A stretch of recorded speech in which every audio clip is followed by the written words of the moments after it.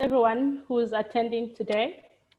This is our reviewing of the Code of Conduct webinar at SACAP, and we would like to welcome all the panelists and all those who are watching in different social media platforms. Right now, we will present to you our agenda for the day. That our agenda will be the opening and welcome by our President of the Council, Mr. Charles Ndugu. And then we'll have the overview of the Architectural Profession Act and the Code of Conduct. That will be done by myself, Ms. Mandisa. And we'll also allow the registrar, Advocate Toto Fiduli, to take us through the Code of Conduct, the comments, and also the rules for inquiry into alleged improper conduct.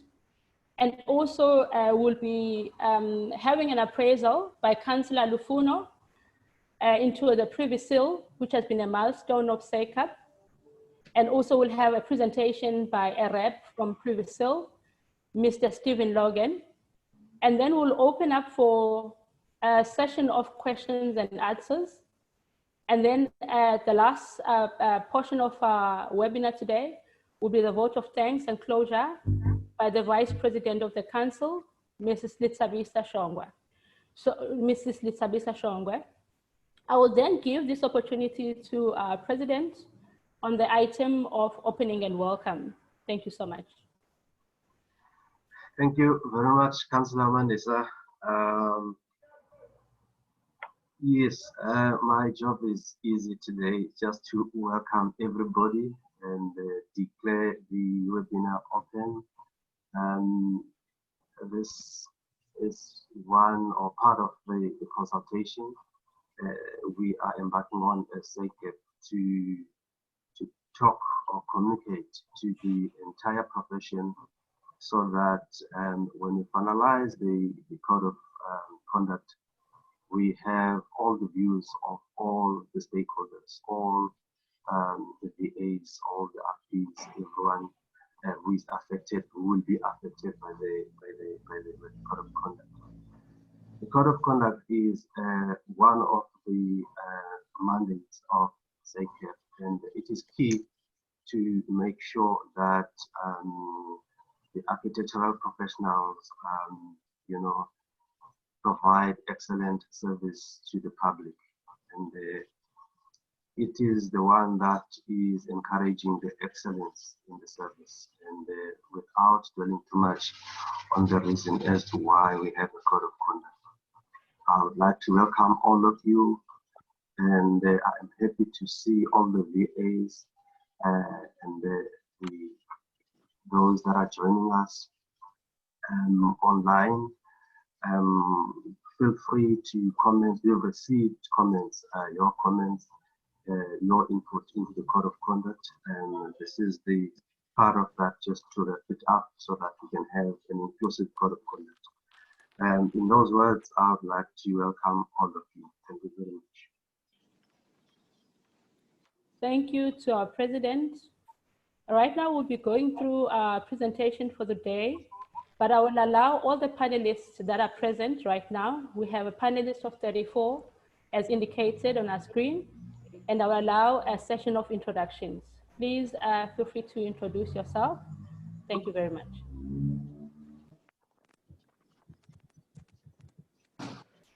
Good morning, I'm Tanya Kusal from Free State Architects. Dean Ramlal from CYBID, South African Institute for Building Design.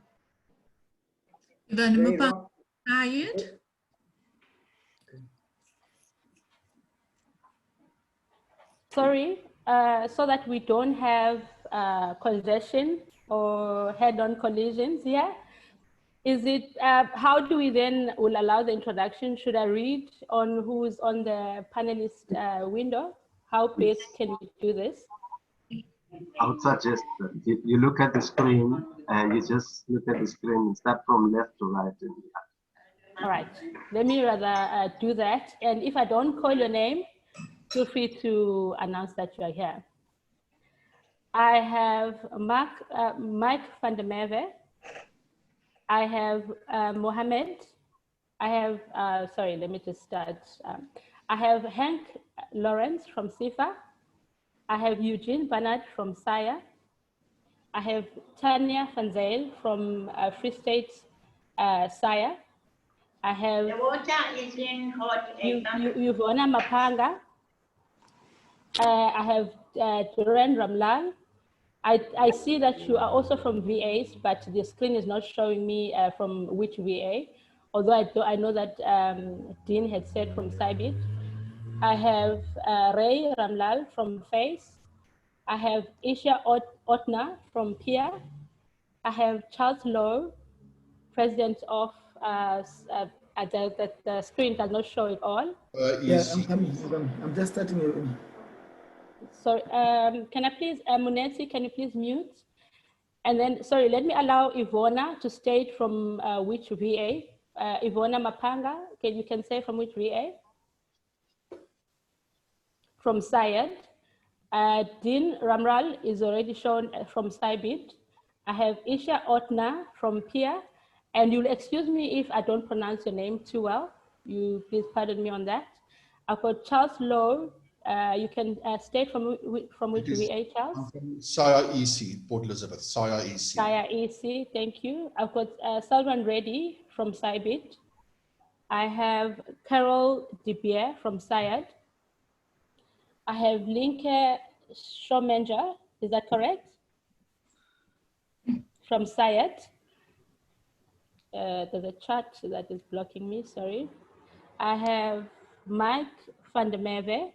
Can you please state from which VA, Mike? I'm from the Victoria Institute of Architects. From SIA, thank you. Okay, let me go to the second one.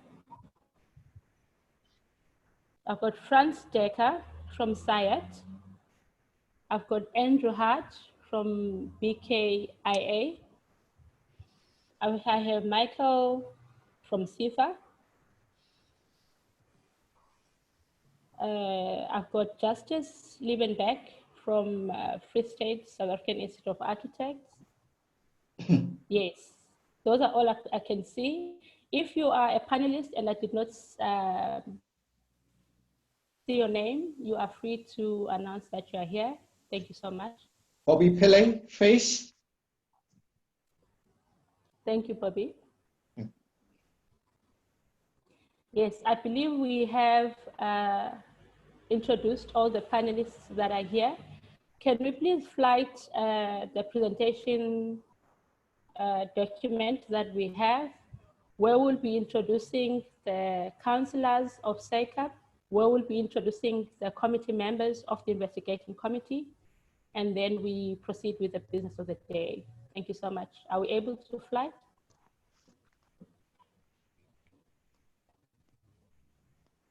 Yes, let me flight it for you. Just hold on. Thank you.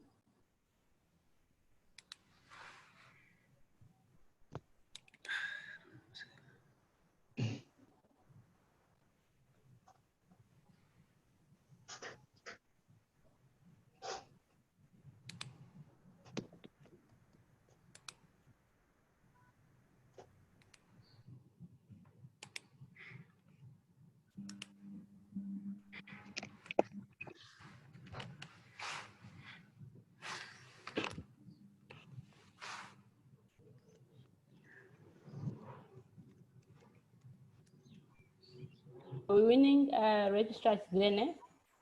Yes, that's the presentation. Thank you. Today we have our Code of Conduct webinar. It is presented by myself, Mandisa, as a chairperson of the investigating committee, today on the 17th of September, 2020. And today on this particular presentation, we'll be speaking about the CPE policy framework on the Code of Conduct, the publication in the Gazette of the Code of Conduct, and the rules for the purpose of the consultation, and also the conclusion. Now we go to the introduction and the opening. The SACAP has a council, and the council members that have overseen today's proceedings is Councillor Charles Ndugu, who's our president, Ms. Letsabisa Shongwe, who's our vice president, myself, Mandisa, who sits as the chairperson of the investigating committee. We have Ms. Karuni Naidu. We have Ms. Lwazigazi Ngodwane. We have Dr. Sitsabo Dlamini. We have Mr. Vusi Pailane. We have Mr. Kevin Bingham, Mr. Mohammed Mohideen, Mr. Rowan Nichols, and Mr. Lufuno Motsarane. All these are council members of SACAP. They are presented today. Thank you very much.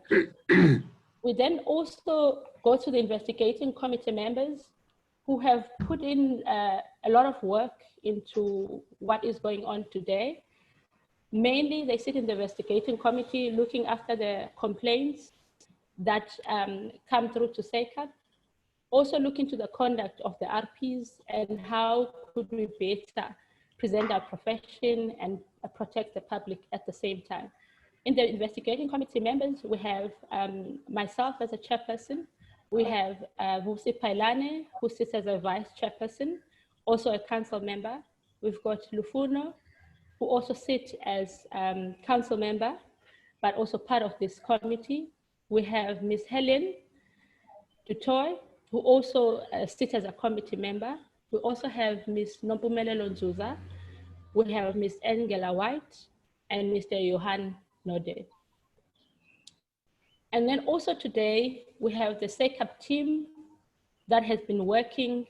Sorry, I need to see this closer.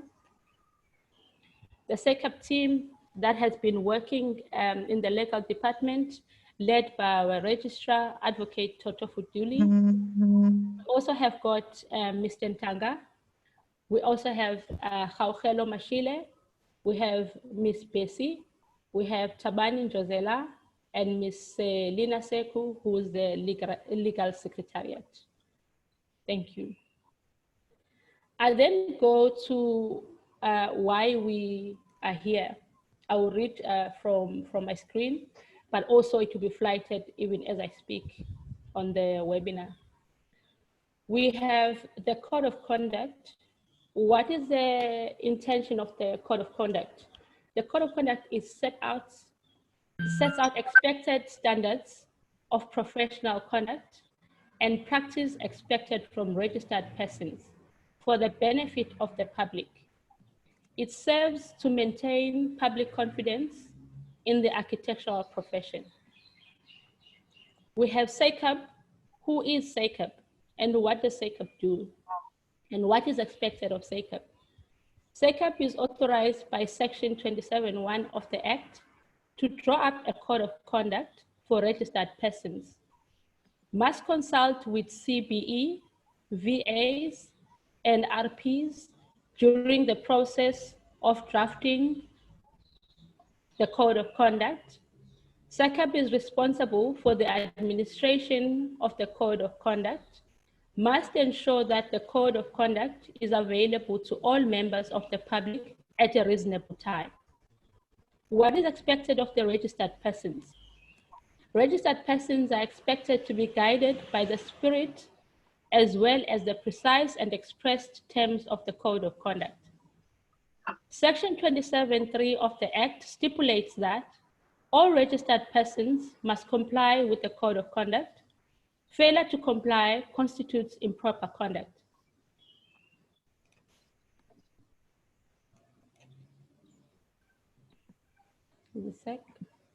We then move to the CBE policy framework on the code of conduct.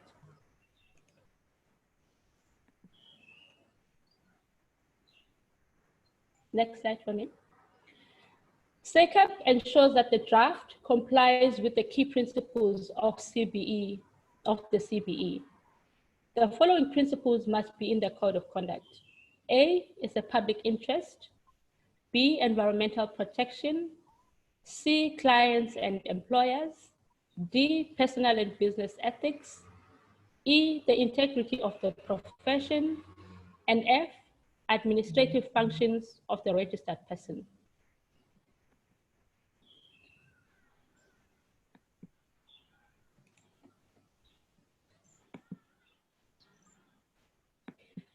Then we move to the publication in the Gazette of the Code of Conduct and the rules for the purpose of consultation.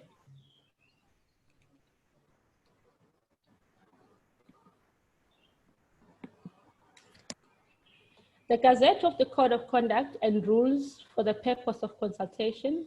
A, in terms of 36(1) of the Architectural Profession Act, the Council may, by notice in the Gazette, make rules with regard to any matter that is required or permitted to be prescribed in terms of this Act and any other for the better execution of this Act or in relation to any power granted or duty imposed by this Act.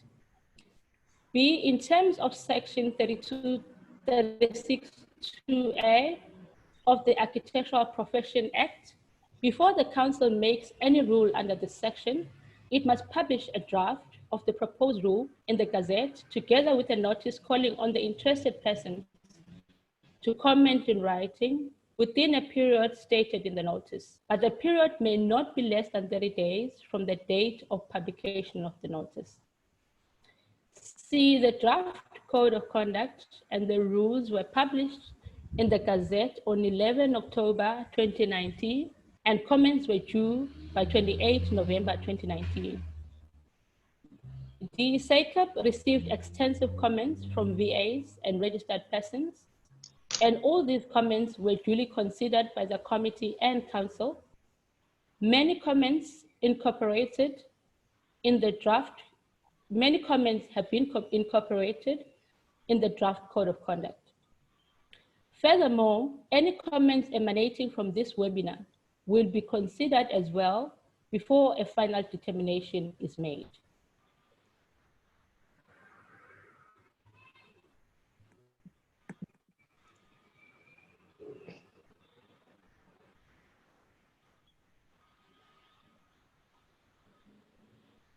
Go to the next slide. And this is our conclusion, even as we would be reading out the Code of Conduct with the comments that have been made.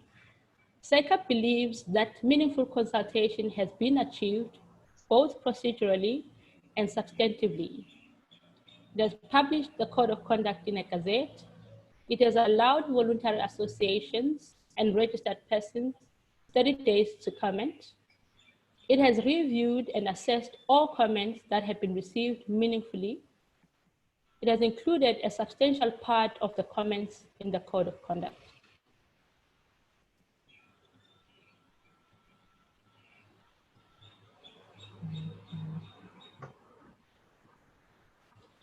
And therefore, we'll be thanking you for being part of this webinar. The contact details will be also flighted when I finish this presentation.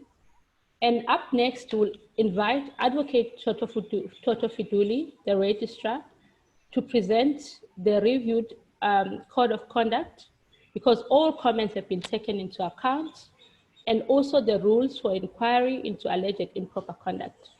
Please stay with us, and then after the presentation by Advocate Toto Fiduli, we'll then have a presentation by Privisel, and after that, we'll be able to take in all your questions, and then answers will be provided by the legal team and also the committee members of the investigating committee. Thank you very much. Thank you very much.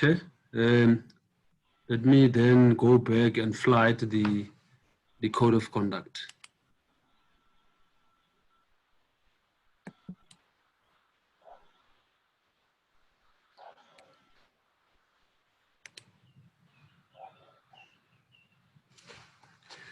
Let me greet again the entire profession, all the VAs that are represented here, and all registered persons that are part of this important webinar.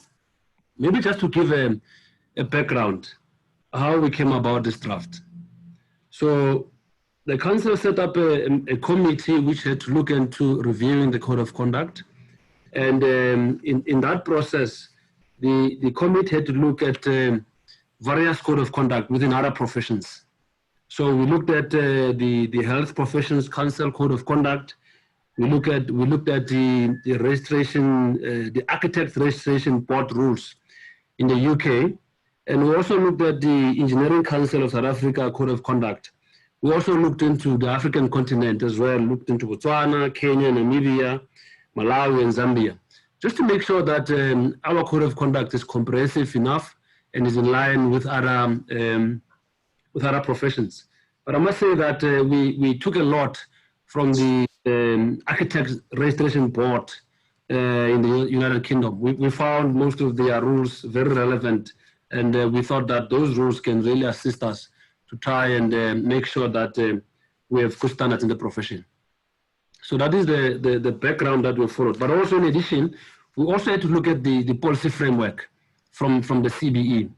The chairperson has alluded to that fact, but I want to also elaborate to say that our Code of Conduct must be aligned with the policy framework from the CBE, and the policy framework from the CBE contains key principles that we must include in the Code of Conduct. And I know that we've received a lot of comments, and some of the comments indicated that some of the things are not necessary, some of the things are duplication, but we have to make sure that we comply with the CBE policy framework, and that's why we've included all those principles, particularly the issues of public interest, environmental protection, clients and employers, personal and business ethics, the integrity of the profession, and also administrative functions. So these are the key principles that we had to make sure that they're in the Code of Conduct. And if we had not done that, our Code of Conduct was not going to be accepted by the CBE together with the Department of Public Works and Infrastructure. Now let me go straight then to the actual draft Code of Conduct. I hope that we can all see the document. I'm on page 1.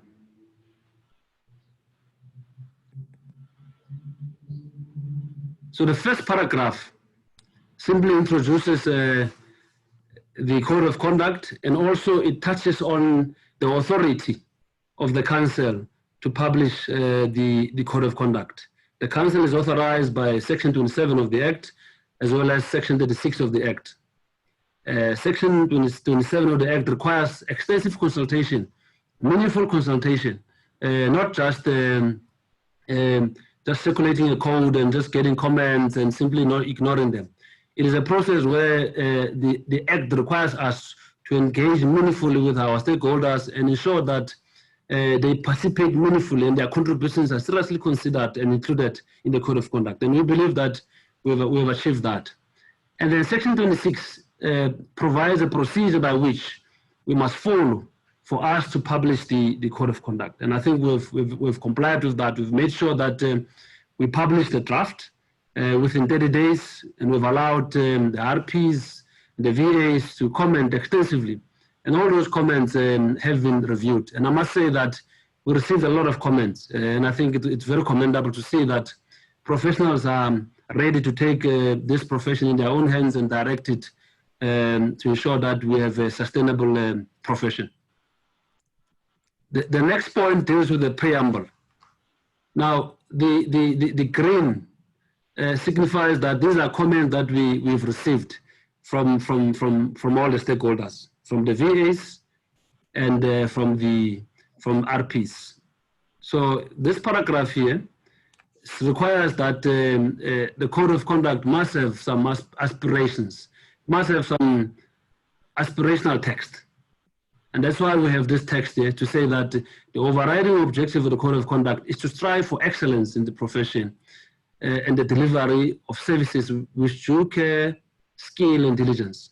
So this was not part of the initial draft, but we have received extensive comments from our VAs and RPs to make sure that we have this clause to demonstrate that this Code of Conduct, as much as it's a Code of Conduct, it's got a stick, but it must have some aspirations in the text. So that has been included. And then the text actually shows that these are rules that have been there in the previous Code of Conduct. So I won't dwell much in that because this has been part of the previous Code of Conduct. I'll simply go to the greens and the reds. So the green signifies the comment received from our stakeholders, and the red signifies the proposed new rules. So we've also added this paragraph, this sentence: any failure to comply with the provisions of this code shall be dealt with in line with the disciplinary procedures as set out in the Act. This was a bigger paragraph, but having considered the comment that we've received, we had to rephrase it and make it more shorter, because there were a lot of comments to say that it's a long paragraph, just have to simplify it, and I think we've simplified it. And then the next part is it's a completely new provision, this one. And it simply says that where a particular conduct is not specifically stipulated in this code, it does not mean that such conduct cannot form the basis of a disciplinary proceeding. Each case shall be judged on its merits, and there are circumstances in which unacceptable or improper conduct or serious professional incompetence is found, even where there will be a breach of express terms of this code. So basically what this clause seeks to achieve is to make sure that we cover even areas that we have not been able to cover in terms of including them in the code of conduct. There are some actions that will not be in the code of conduct, but when you view them and assess them objectively, find that they are not in the best interest of the profession, and they definitely bring the profession into disrepute. So we've added this element, and I think we think that it's very critical that we include it, and we are happy that most of the comments have endorsed it, and we've also received this comment that is in green here. I've highlighted, I hope you can see. And it simply confirms that the rules in this code are not exhaustive. So we can't, a code of conduct cannot cover all the rules that are there. It cannot cover all the standards that are expected from registered persons. It covers the minimum. So there will be actions that are not covered here that may breach the code of conduct. And the red part here is the old one, which I shall not touch, because I think they've always been there in the code of conduct. And then here is a table of contents that we are now going to dwell into now. We've received many comments on the definitions, because as you can see, there's more reds here. It means that we've included new definitions. The previous code of conduct did not have architectural practice, but now we have included this definition because we thought it's very important. And we're saying that it means the business of a registered architectural professional conducted within the architectural profession as a sole proprietor, partnership, or entity. So basically, we accept that the rule, this definition actually applies to professionals, because we don't envisage candidates owning practices. In fact, a rule has been included to make sure that we discourage candidates from forming practices, because the council believes that a candidate should focus on training and ensuring that he or she becomes a professional once they've met all the requirements of candidature. All right, and then the next point is architectural work. It's a new definition that we've included, and we say it simply includes, but not limited to planning, design, drawings, specifications, technical documentation, contract administration, and inspection of construction work. So the list, of course, is not exhaustive. This is just a minimum definition, just to be able to assist those who will be dealing with the code of conduct, as well as the public. And then we've also had to include this term here, practicing architecture. We received a comment from one of the VAs that we need to be able to deal with this so that it is clear what is a practice architecture. We took this definition directly from the Act, and it provides that what is to practice? It is to actively practice. Actively practice means to practice on an ongoing basis in one of the categories contemplated in Section 18, and includes a person qualified in the architectural profession who is employed by any sphere of government or any education or an educational institution. So we took directly this from the Act, and now we've put it in here. We hope that it will assist. And then we've also included the definition of a candidate. We took this directly from the Act as well. Candidate means a person who is registered in terms of Section 19(2)(b) of the Act and who is undergoing practical vocational training with the intention to become a registered professional. That's a definition which we took directly from the legislation. And then also we've also included the definition of a complaint. A complaint means any applicable information or allegation regarding improper conduct by a registered person that comes to the attention of the council. Then code of conduct as well, it's a new inclusion. We've defined it as a means, as a document which describes the set of rules and standards of professional conduct required from a registered person when performing the architectural work. The definition of a council has always been there, so I will not comment on that. We've also included this definition of information. What does information mean in terms of in the architecture profession? It simply means documents, data produced or relied upon by a registered person in the performance of architectural work.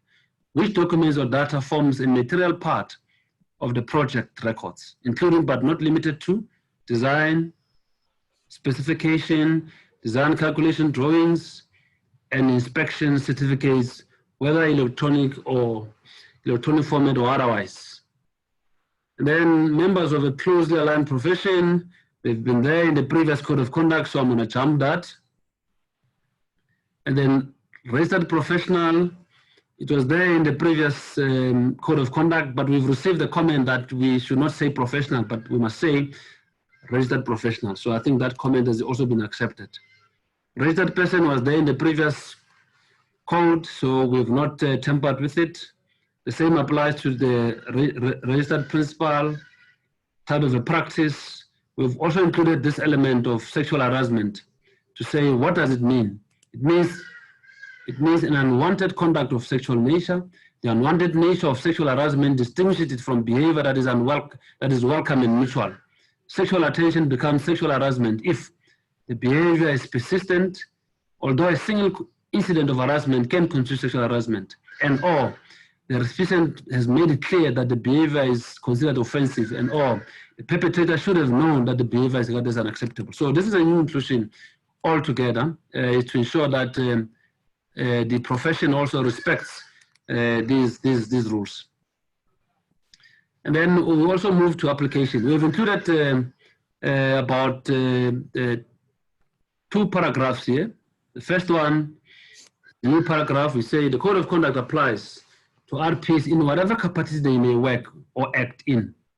As a natural person, whether in private or public practice, or a sole practitioner, partner or director or employee, whether as a professional or a candidate, and whether in the employ of another registered person or not. So the code of conduct applies to all registered persons who are performing architectural work in whatever capacity.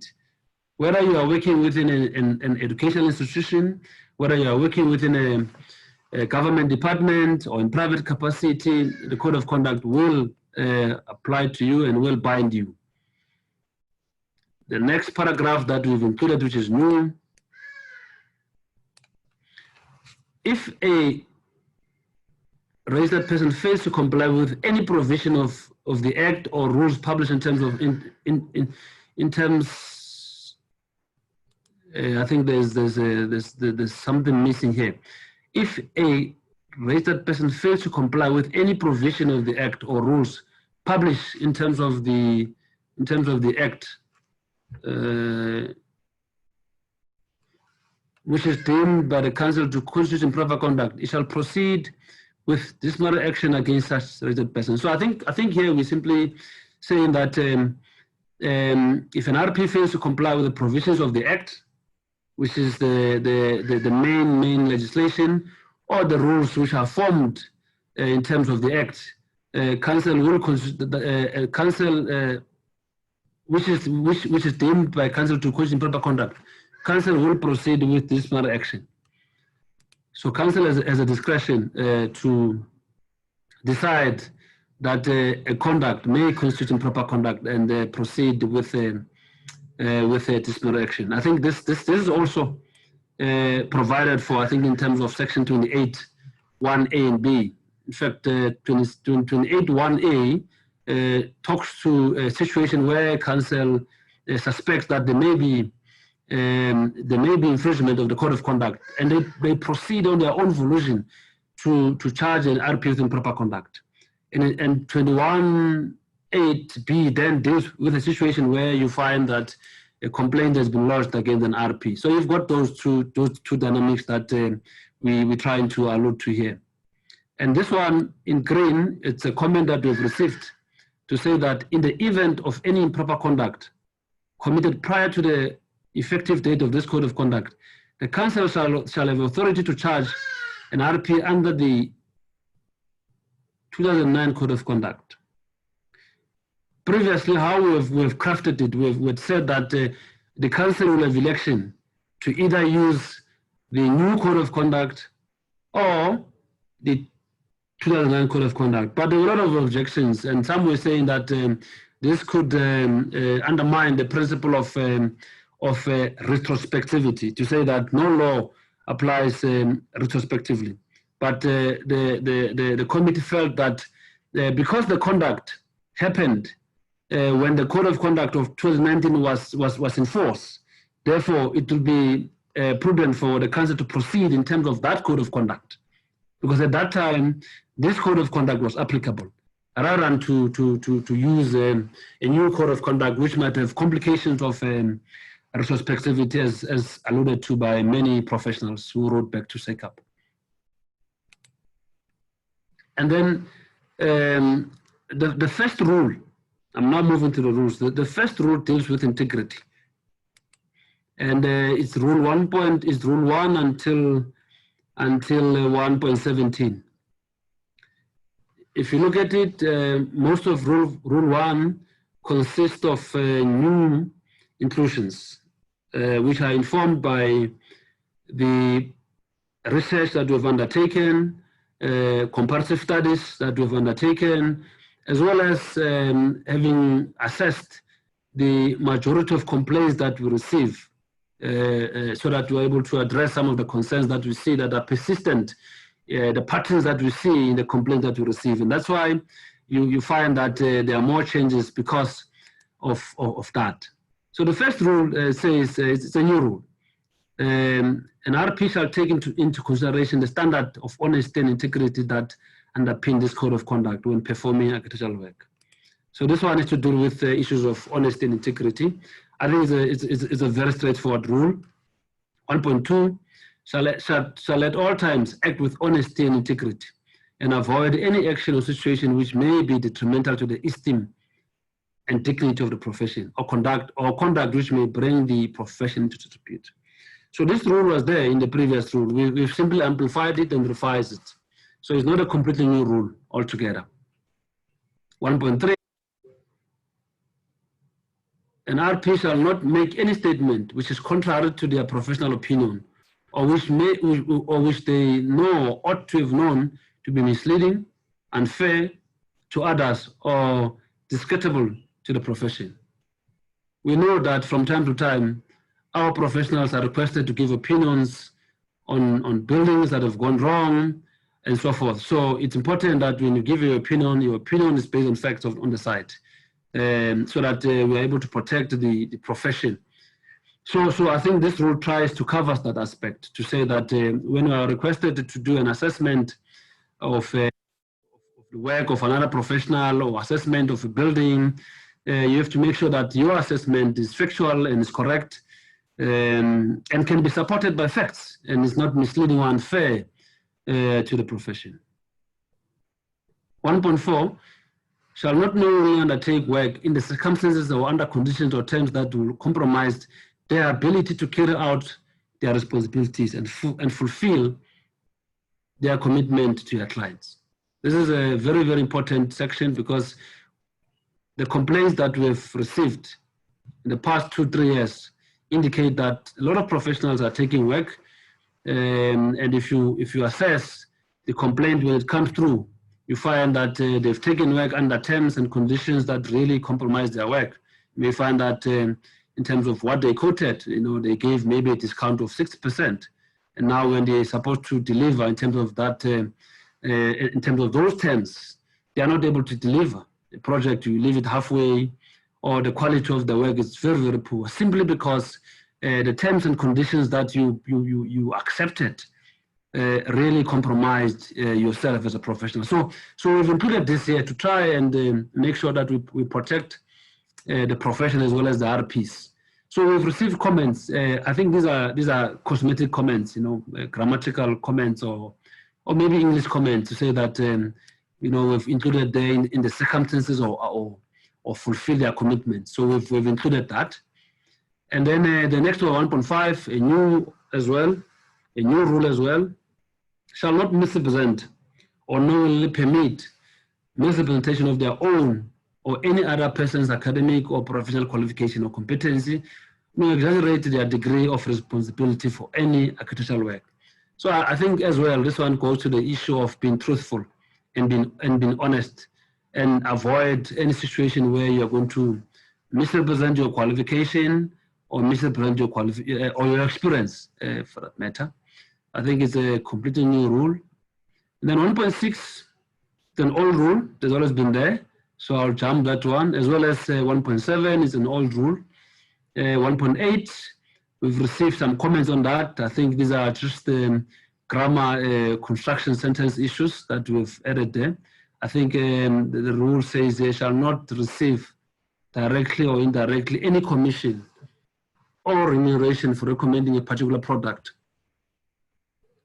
supplier, service provider, or a contractor to the client for work or building project without informing the client. So it's all about communication with your client when you recommend a service provider or a product to your client. 1.9 as well is an old rule that was there in the previous code of conduct, so I'll not go to that. I'll go to 1.10. Shall remain bound by even after occurrence of non-payment of the annual registration fees and other suspension of registration in terms of section 20, subsection 1A and Roman figure 3 of the Act due to failure to pay prescribed annual fees. So this suggests that if during the period you registered, you committed an act of improper conduct, council will have authority to pursue you and be able to use the rules to hold you into account. So you remain bound by the rules despite the fact that you have not paid your annual fees and your registration has been suspended. I think that's what this rule seeks to achieve here. And 1.11, shall not practice architecture during the period in which their registration has been suspended in terms of section 20, subsection 1A, Roman figure 3 of the Act, due to failure to pay prescribed annual fees. So this one is simply reinforcing what is provided for in the legislation to say that you shall not perform work when your registration has been suspended.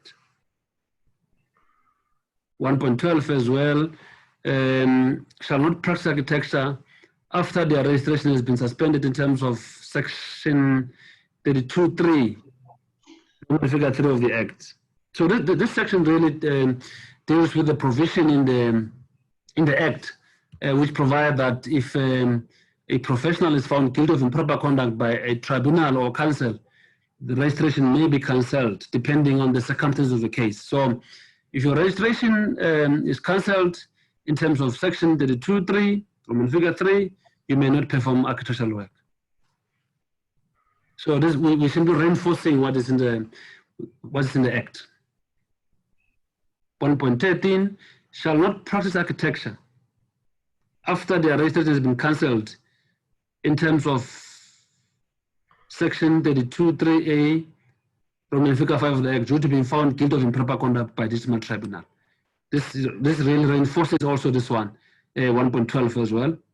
And then 1.14, shall not practice architecture after their registration has been cancelled in terms of section 20, subsection 1A of the Act. Now, section 20 provides various scenarios where council can cancel a registration of a registered person. So we've included it here that in case your registration is cancelled because you misled council, because you are insolvent, or because you are insane, or because you are unrehabilitated, the council can then cancel your registration and you shall not practice architecture during those times until such time that you're back on the register. 1.15 shall treat clients and fellow RPs with due dignity, respect, and courtesy. So this one reinforces that we should be collegial with each other in the profession and respect each other. And then 1.16 shall, in giving advice, exercise impartiality and independent professional judgment. So here, we're expected as a professional when you're giving advice to your clients or to anyone in that matter to be impartial and objective. And then 1.17 as well, shall not engage in any act of dishonesty, corruption, or bribery. So I think this is a clear provision as well. It's a new inclusion. So that is rule one. That is rule 1. And you can see that we've included a lot of provisions that are new here.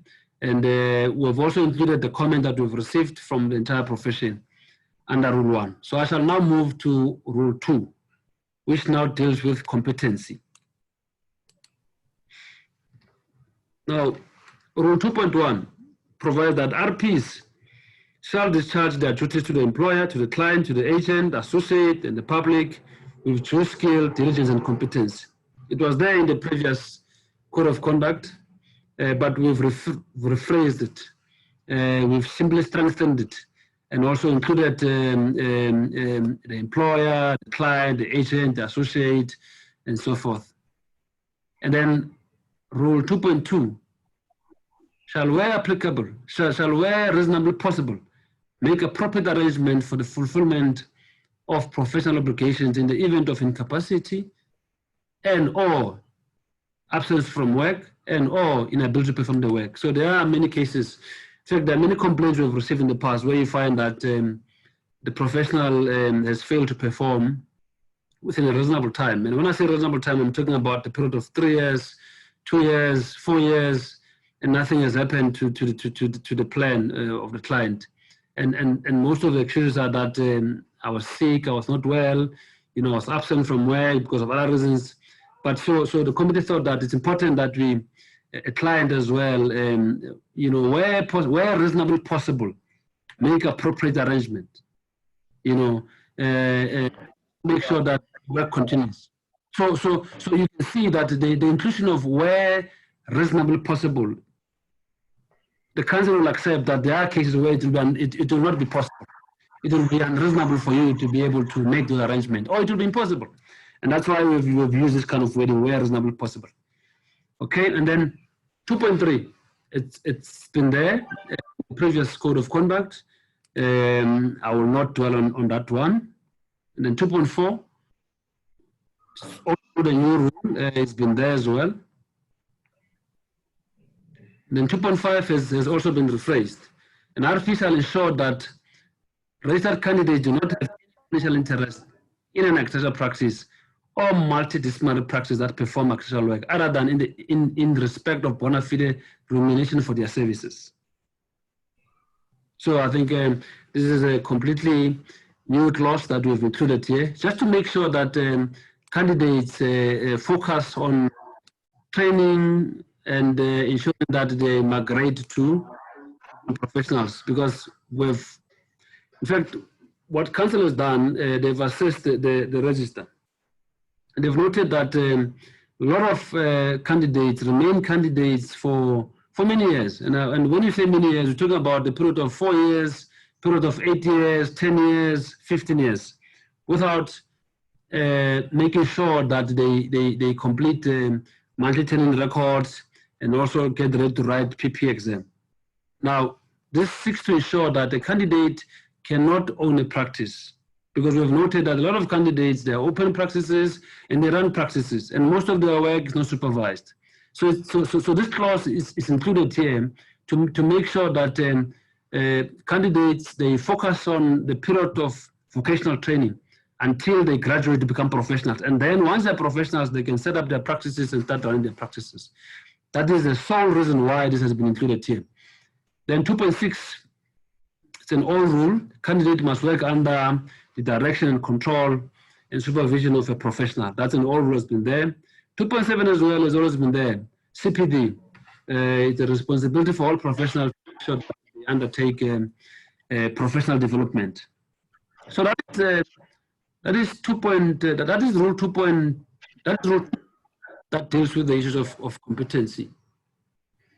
I shall now go with rule 3, promotion of services. So this one, we've not added a lot of new rules here. We've simply amplified the previous rules. So RPs may only communicate and promote themselves in their professional services, describing both in a manner that is related only to the work of the professional categorization in a practice. So we've simply amplified this one to ensure that there is proper promotion of services. And then as well, 3.2, no change here, shall credit the architectural work done during a period as a principal or employee of another architectural practice, and shall make clear reference and description to such practice. And then 3.3 as well, there's nothing new. It's an old one as well, but I think 3.4, it's a new one that has been suggested from the comment that we've received from our stakeholders. It provides that an RP shall not use the architectural work prepared by an registered professional without written authority from the originating registered professional. It's a new provision which simply seeks to make sure that although we accept that professionals must compete for the work, but also they must do so with respect and with integrity. There are cases that we've received in the past where you find that there's a dispute between a client and the professional, and the professional is not paid his or her fees for the work that is performed already. And what the client will do, the client will simply cancel the contract immediately and simply bring in another professional to carry on the work. So here we want to make sure that at least there is communication between professionals, and professionals protect themselves, because if it's not you today, it's someone else. So make sure that the other professional has been paid for the work that he has done. And then when you take over, you know that you're taking over new work which has not been completed. So this is the sole reason why the committee thought that it's important that we have this kind of a rule. So this is based on the previous complaint that the committee has received in the past. So in terms of promotion of services, that's it. That's rule 3. I now move then to rule 4, administrative functions. The headings are completely new because we had to align with the CBE policy framework on the code of conduct. So admin functions, 4.1, it's an old rule, we know about it, but we've now reinforced it. An RP shall ensure that before they undertake any professional work, they've entered into a written agreement. So this is completely new. In the past, we had said, shall ensure that they've entered into terms of appointment.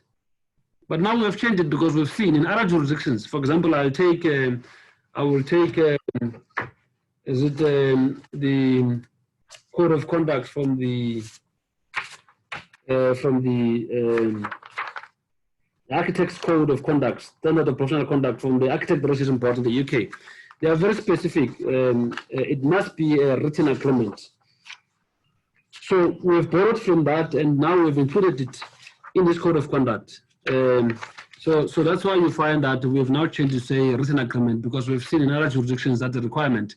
And also we need to align ourselves to international standards, you know, because that's where we expect our professionals to also compete in terms of providing services. And then 4.1a is the new provision. It also comes from the comments we've received from our stakeholders that part of the agreement, the professional must provide proof of registration to the client. So the client is fully satisfied that you are registered and you are in good standing. This is important because we've noted that the public, they are not able to distinguish between different categories of registration in this profession. They think that everybody is a professional architect. And by including this here, you are able to provide to your client your registration number, your registration category, and the client knows what you are competent to perform. and the client will be able to know that I'm appointing a person who's competent to do this kind of work. And that's why we think that it's important that you as a professional, you now carry the responsibility to provide this information to your client. It's now part of the rules. And then this one is simply being amplified. It was there in the previous rule. The scope of architectural work, the scope of services, the allocation and limitation of responsibilities, the fees payable for the architectural work or services, the method of fee calculation, if appropriate, and the stages at which fees should be payable. So this is simply, this is an old one. We've simply amplified it, having also assessed the comment that we've received from the profession.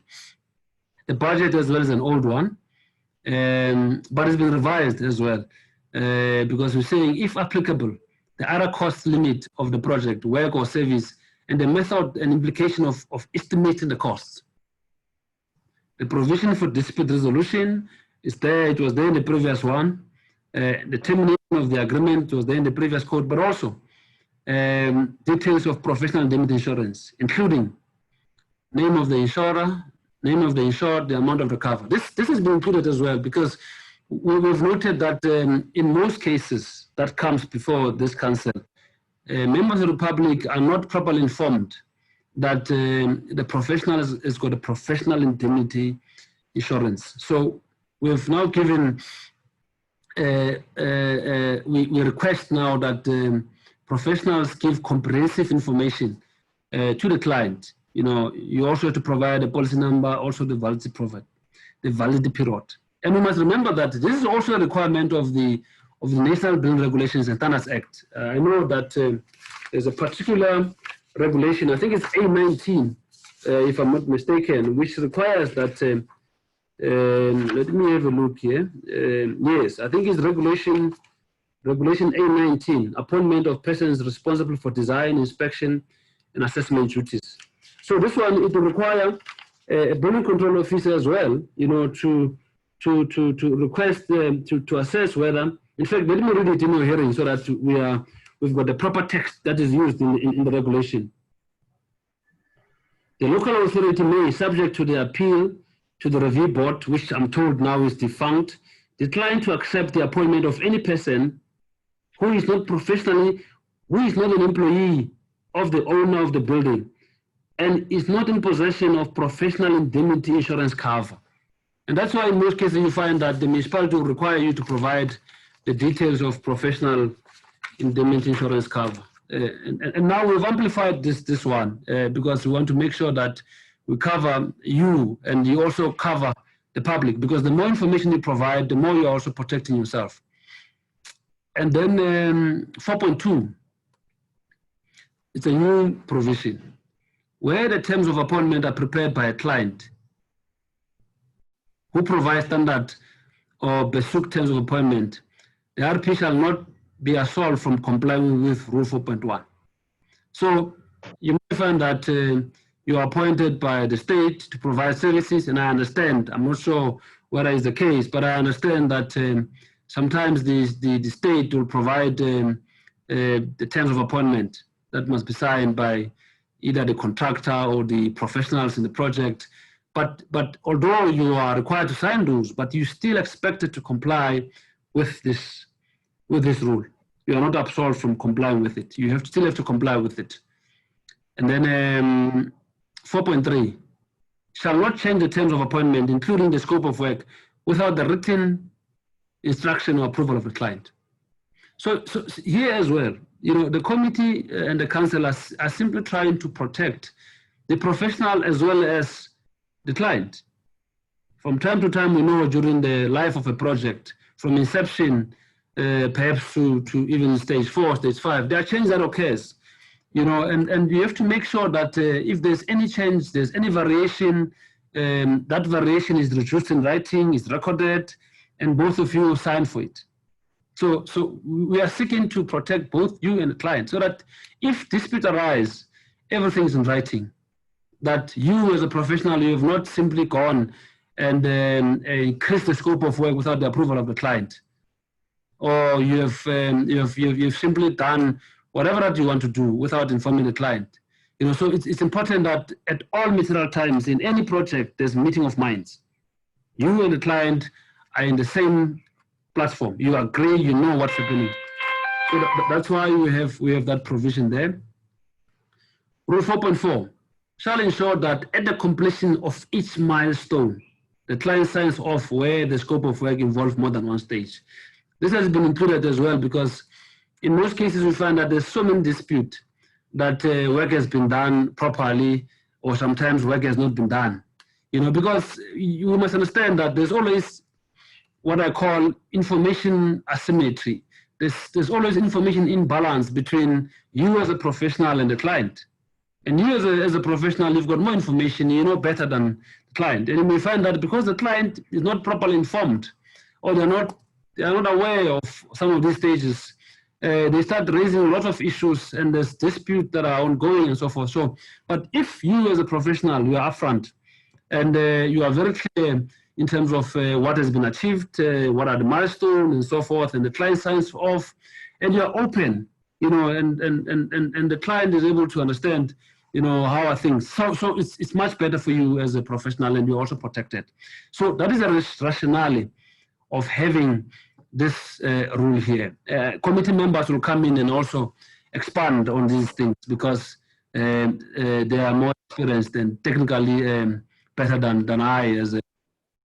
And then rule 4.5 has always been there. It's not a new rule. So I'm not going to talk to that. Rule 4.6 as well has always been there. I'm not going to talk to that. And also we've not received comments in this one as well. And then 4.7 is a new rule. Shall attend to all corrections requested by a local authority on the drawings prepared by them within a reasonable time. Now this is important because 100% of the complaints that we receive as SACAP has to do with time. They come in and say, hey, it has taken 2-3 years for me to get just drawings. You know, and all these complaints have to be assessed and be investigated, and you realize that there are gaps. So I think it's important that this rule is here to make sure that professionals appreciate the fact that if there are corrections that are requested from the local authority, they are attended to within a reasonable time. And when we say reasonable time, we know that circumstances might affect a professional from doing work. But those circumstances must be explained. And that's why we've used this kind of a way to say reasonable time, because reasonable time depends on many factors. Many factors must be taken into consideration for us to determine whether the time that an RP has taken to do the work, whatever kind of work, is it reasonable. So it's a factual and objective process that must be undertaken. So this has been included here. But I can assure you that this is not an arbitrary process. It's an objective process. It's based on the facts. So you as a professional, you are able to explain and give reasons why it has taken you a year or whatever time for you to get the drawing submitted or even to attend to the corrections. There may be many factors. And this rule is open to that. And that's why we've included it. 4.8 shall issue certificates that are based on the correct facts on site. So we appreciate the fact that a professional may be appointed as a principal agent and therefore that professional will be responsible to issue certificates. So it's important that certificates are based on accurate facts on site, because we have received some complaints in the past. In fact, I'll give one example. It's a financial service provider. They're financing a big project, building of a hotel in the Western Cape. And the professional architect was responsible for that project as a principal agent, issued certificates without ensuring that the milestones that are agreed upon with the client have been achieved. And in no time, the entire budget was depleted. And when the financer went to the site to assess the work, no work is done, but the money is complete. So this seeks to try and prevent such kind of situations where now a professional will be expected to actually be on site and look at the progress of the work and certify that work. And then from there, the client can be able to pay according to those stages where work has been properly completed. And then 4.8, shall issue certificates that are based, I think I was on this one. Let me go to 4.9. Shall take adequate and appropriate professional indemnity insurance to cover all architectural work undertaken. So we're also reinforcing this requirement, which is found in the NBR as well as Rule 4.1, to say that as much as you can recover, but your cover must be adequate. It must be able to cover the kind of work that your practice undertakes. So that's the reason why we've included it here, because we foresee SACAP working in tandem with all local authorities going forward. In fact, the introduction of the previous aid, which we'll deal with later on, is another mechanism that SACAP is going to be working very closely with all municipalities. In fact, we are currently negotiating MOUs with all municipalities so that we are involved at that stage as well, to make sure that professionals are protected as well at that stage, because we know that municipalities can be very difficult and can delay projects, and that affects our professionals as well. But also we need to also make sure that professionals also protect the public. So that's why this has been included here. The green one probably emanate from the comment that we've received. 4.10, shall, when requested by SACAP, the SACAP provide evidence of professional indemnity insurance within a specified time. Because we want to make sure that professionals take this issue of professional indemnity insurance serious and make sure that their work is covered. From time to time, council may require you to provide that evidence.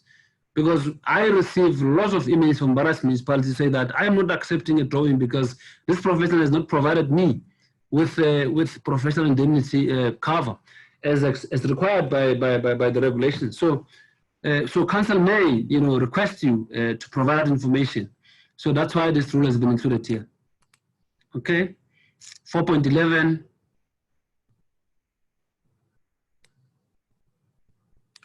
This is not a new rule, but it's been amplified. Shall, within 30 days of change of personal details, such as email address, physical address, postal address, telephone, and numbers of practice, inform council in writing thereof and ensure that such details are kept up to date. We have assessed our entire register, and we've noted that in most cases, professionals change their details, which is normal, but they don't update their details on the register. And this affects us when we communicate with our professionals, so it becomes a problem. So that's why now we've now amplified this rule to make sure that our professionals, they have a responsibility to make sure that they update their information. In fact, with the new mechanism that is on YM, professionals have now a responsibility. They don't have to submit the information to SACAP. You simply go to your own profile, you simply update the information. And then 4.12, shall keep all plans, records, certificates, and/or drawings commencing from the start of the work up to a period of 5 years from the date of the final completion. This is important because the council is called to protect the public, and you may find that we get complaints for project that happened 5 years ago, and then when you request information for SACAP to be able to investigate and be able to protect the public, the information is not available. Although there are other legal instruments, there are other legislation that require that information be kept, for a period of 5 years or whatever period. But we believe that it's important that professionals are fully aware that they have to keep records of their project, at least for a 5 years period, so that if anything happens, we are able to draw into that information and we are able to make proper decisions based on available information. 4.13, shall protect the confidentiality of information obtained from clients. So I think it's important that professionals also protect the information they receive from clients from time to time. I think it's a straightforward clause, that one. And then 4.14, shall carry out professional work within the agreed time or within a reasonable time.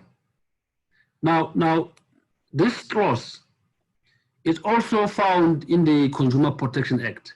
I'm not sure how many professionals have had time to actually scrutinize that legislation, because that legislation applies to when you provide services or when you are selling anything to the public. So this clause comes from there to say that at least if you have agreed with your client on timelines, attempt to comply with those timelines. Or if you're not able to meet those timelines, there must be communication and there must be reasons why. And that's why there's all within a reasonable time, because a reasonable time depends on many factors that must be taken into consideration. So that's the sole reason why this clause has been included here, to make sure that we are all aligned with national legislations that Parliament makes from time to time. 415, shall keep clients informed in writing about the progress on work undertaken on their behalf within a reasonable time, and of any issue which may significantly affect its quality or cost, and any other consideration which may substantially affect the project. Communication. Most of the complaints that we receive from the public, the biggest issue is communication. So council is trying to make sure that professionals improve their communication with their clients. Progress updates. In fact, this rule also, you will find it in the UK in the registration board, architecture board. You find this rule as well. You know, to say that there must be progress update to the client about the work, and if there's anything that may affect the project. So that project are affected by many things, but if you don't communicate to the client will end up blaming you, although you might not be the problem. Other factors might be a problem, but if you have communicated and is in writing, it becomes very easy when issues now are brought to the council or there's any litigation happening. 416, shall take responsibility for work carried out by their subordinates, including persons rated as candidates. Principals, research professionals are responsible for work which is undertaken in the practice or undertaken by subordinates. I think this is a clear rule which has been included here. So that now covers the entire Rule 4, administrative functions. We now go and deal with Rule 5. This rule has been there in the previous Code of Conduct. Well, it was there in the 2004 Code of Conduct. And we have not moved a lot from precedent, which has been set from 2004, 2009, and now, which is going to be 2020. So 5.1, any registered principal who practices architecture in any form shall, within 30 days of the establishment of the practice, register it with council, giving full details of the practice name, address from which the practice is conducted, the type of practice supported by corresponding registration details, the names of partners, shareholders, directors, employees undertaking architectural work in the practice. So this rule is simply being amplified. As you can see, we've included a few new things, but it's nothing new. And I can confirm that in the past, I think 6 months, professionals have been updating their practice details, and I think it's been going very well. We appreciate that. So this rule simply seeks to amplify that. And then 5.2, it's an old rule as well. It's all about updating your information. As and when the information changes, you have to update it. 5.3, principals of the practice shall display their registration certificates and permanent places in their offices. I think this is a standard rule across all professions. If you go to the legal profession, the medical profession, and so forth, it's a standard rule. And then 5.4, registered professionals and multidisciplinary practices shall not describe or name their practices as architectural practices unless the majority shareholding or voting powers are held by registered architectural professionals. So this rule, I think, it's very, very important because it seeks to preserve the profession, to ensure that the profession is run by qualified professionals. So a practice must be owned by a professional, registered professional, for it to use, to call itself an accredited practice. So I think that is the essence of the rule there. 5.5, it's not a new rule as well, it's simply being amplified. Any multidisciplinary professional firm which also practices architecture, a registered principal shall be responsible for the architectural work. All provisions under the Code of Conduct shall apply to all multidisciplinary practices. So if there is a multidisciplinary practice, comprises of engineers, QS, and architecture, but architecture department shall be under the registered professional.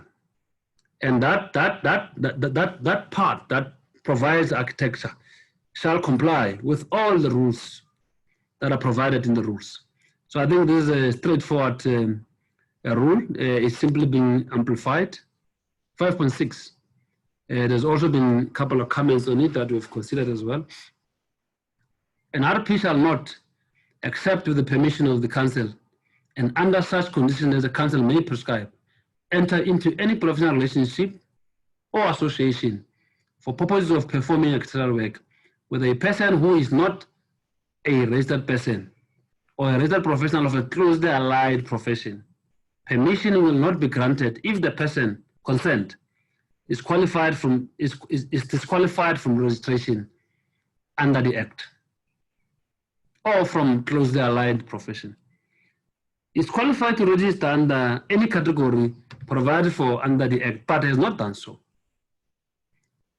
This section must be read in tandem with section. It must be read in tandem with section 26. I think it's section 26(4) of the Architectural Profession Act, which provides that subsection 3A may not be construed as prohibiting any person from performing work identified in terms of this section if such work is performed in the service or by order of and under the direction, control, supervision of, or in association with a registered person entitled to perform the work identified and who must assume responsibility for any work so performed. So section 26(4) allows persons who are not registered to perform work, but under supervision. And now Rule 5.6 requires that if a principal of a practice or a professional seeks to work with a person who is not registered to perform architectural work, they must now seek permission from council. And permission will not be granted on two grounds. The person is disqualified from registration. The person is qualified to register, but has not done so. That is the essence of the rule. So the essence of the rule is simply to make sure that persons who are not registered with council do perform work, but under supervision. But also council is aware who are these people, because council must give permission for that. That is the essence of the rule. And then let's move then to Rule 5.7. It's an old rule, which I will not, or maybe let me look at it. The council may order that an architectural practice be dissolved if a partner, member, or shareholder who is not a registered person but is eligible for registration has been guilty of any act. Has such person been registered would have constituted improper conduct or breach of the act. So it's an old rule, basically, this one. We've simply amplified it under this, this new code of conduct. I think that is self-explanatory there. Then 5.8. This one has been, it was quite a very long rule, but we have shortened it as well to say every office established for the purpose of conducting architectural practice shall be under the continuous, direct, and personal supervision of a registered professional who shall continuously review and oversee the work of the practice The professional shall be in attendance for a period of at least 8 hours per week. The professional shall prominently display office hours and contact details on electronic platforms or place of operation. So this rule has simply been shortened just to make sure that every practice out there is always under the direction and control of a professional who must oversee the entire work of the practice, just to make sure that the quality and the standards are met. Okay, and then 5.9, the type of practice shall be determined by the registration category of a registered principal actively engaged in the practice. So we have amended this and shortened it as well to say that the name of your practice must be based on a registration category. So if you are a professional senior architectural technologist, then you cannot name your practice Fiduli Architects. Look for another name, because that is not in line with the category of your registration. And that principal must be actively practicing in the practice. So you must actually own that practice so that it is named under your category of registration. The next one as well, I think it speaks to 510 as well. They all speak the same language. The practice shall not use any type which portrays itself by the name to be in a higher category than registered principals who owns the practice. As I said earlier on, the practice name must be aligned to the principal of the practice, as well as the category of resident of the principal. And I must add as well that we have received a lot of complaints in the naming of practices, and I think we must undertake more educational campaigns on this issue as well, so that we educate the public as well as the profession about naming their practices correctly, and also being truthful and honest about their category of registration. Because remember, your category of registration speaks to competencies and skills. So if you misrepresent your category of registration, you are also misrepresenting your competencies. It might land you in hot water. And then 5.11.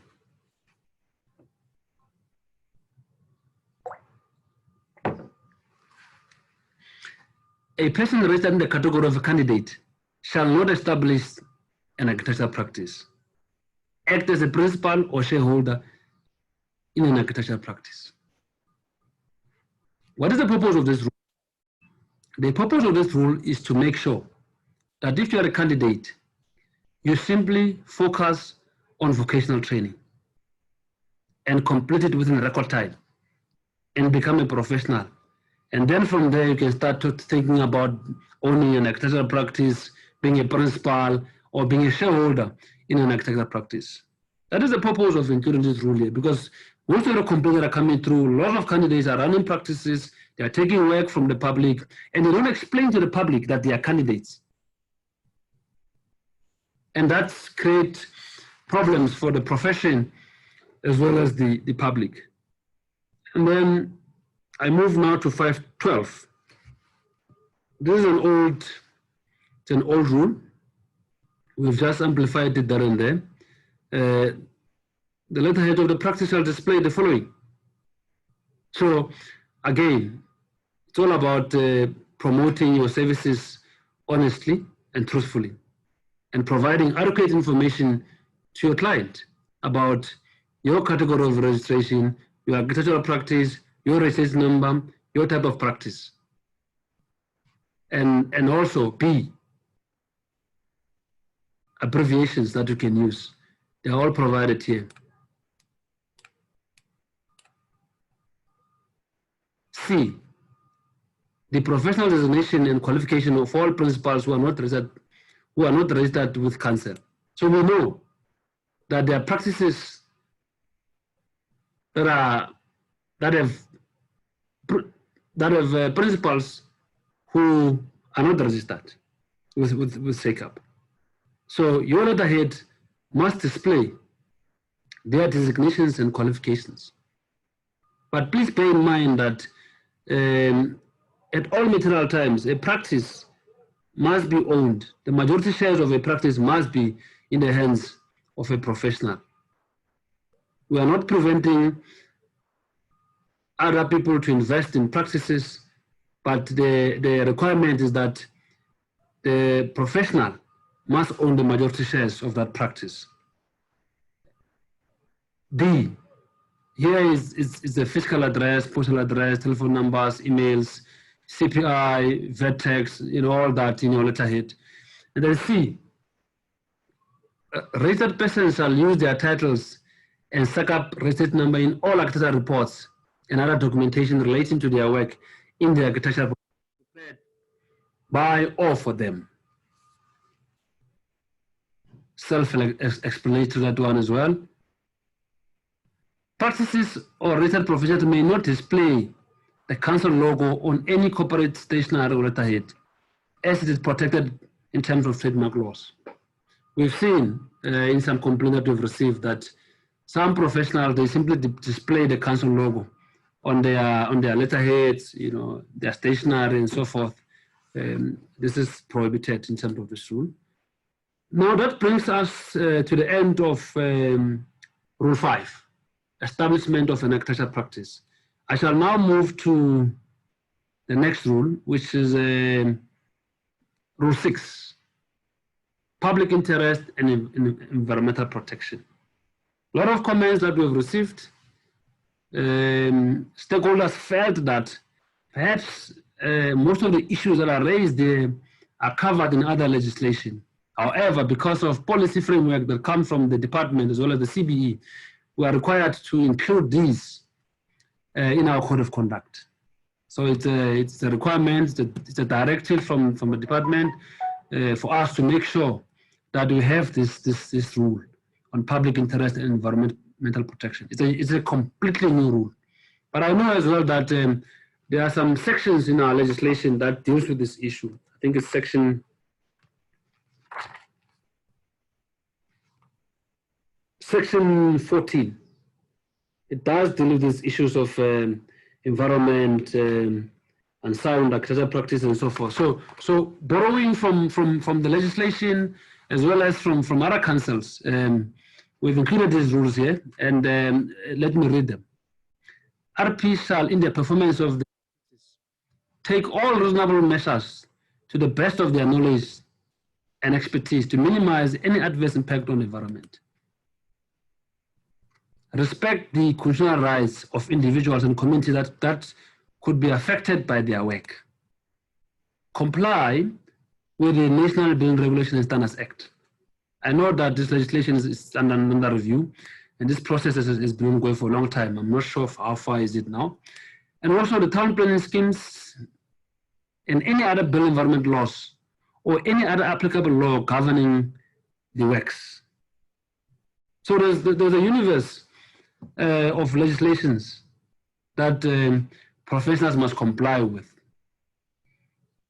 So we are re-emphasizing here in these rules that it is an obligation, it is a mandate, it is a requirement that you comply with that. And then 6.4, where appropriate, advise the client in writing how best to conserve and enhance the quality of the environment and its natural resources. 6.5, when providing professional advice to a client or employer, and such advice is not accepted, inform them in writing of any consequences which may be detrimental to the health and safety or interest of the public. So this is how the public interest and environmental protection rules have been captured. And I think they are very reasonable. In a way, they will be able to protect both the professional as well as the public, because the professional is upfront about information, and whatever information that has been given to the client, if it's rejected, it's in writing, and if there are disputes, we simply refer to the records, and it becomes easy to deal with such disputes. Now that brings me to the end of this rule. Now let me go to the issue of foreign architectural professionals. Now what we did here, we did some research In my opening, I spoke about African regulatory bodies in architecture. Spoke about Botswana, Kenya, Malawi, Zambia, looked at Nigeria as well, to see how do they treat foreign architects. And in some cases, we found that their rules are a bit prohibitory. You know, and some of the rules require a professional to be in a joint venture with a local in that particular country for them to be able to do the work there. You know, although we would have wished to include such provisions in the rules, the Department of Trade and Industry have cautioned us not to include such rules that prohibitory, because they are busy discussing international trade agreements with these countries with a view to try to open up the African markets for our professionals and their counterparts and our counterparts as well. So there is an ongoing communication between the Department of Trade and Industry, the CBE, together with SACAP, to try and see how we can make sure that our professionals are able to trade their skills in foreign countries. So those discussions are ongoing. So with that, we had to then revise the rule completely, because you can see that from the draft that we had sent, we've now amended and changed the rules completely. So now the requirement is that all foreign architectural persons must comply with the Architecture Profession Act 44 of 2000 to practice architecture lawfully in South Africa. So the expectation is that they must comply with all our requirements in South Africa, like our local professionals.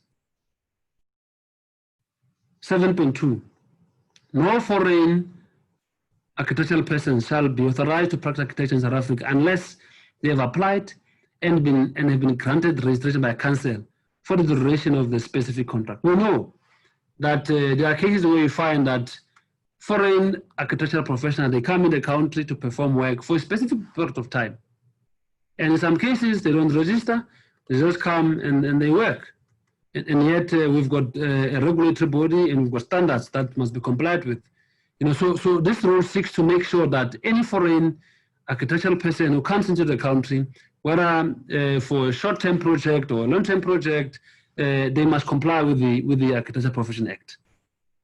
And they must be registered, and the council must assess all their qualifications and their competencies to make sure that they comply with all our standards. So that is the entire code of conduct, and all the comments that we've received from VAs, from RPs have been fully considered. And then looking at 8, we're simply referring to the disciplinary procedures as set out in section 28 to 33 of the Act. And then repeal of the rules published under this board notice. Obviously, once we agree on this document, the 2009 Code of Conduct will be repealed. And short title, the schedule is called the Code of Conduct for Registered Persons. That is the Code of Conduct, Chair. And it comprises all the comments and all the new provisions. Thank you very much, Registrar, for the comprehensive presentation. Yes, I'm listening. Must I now move to the rules? Yes, you move to the rules unless you need a water break. No, I'm fine, Chair. I mean, the rules, we have not received many comments. All right. Very few comments. So it seems that the entire profession did not have issues with the rules. There were very slight comment that we received. For example, here in green, here you can see we received a comment along these lines.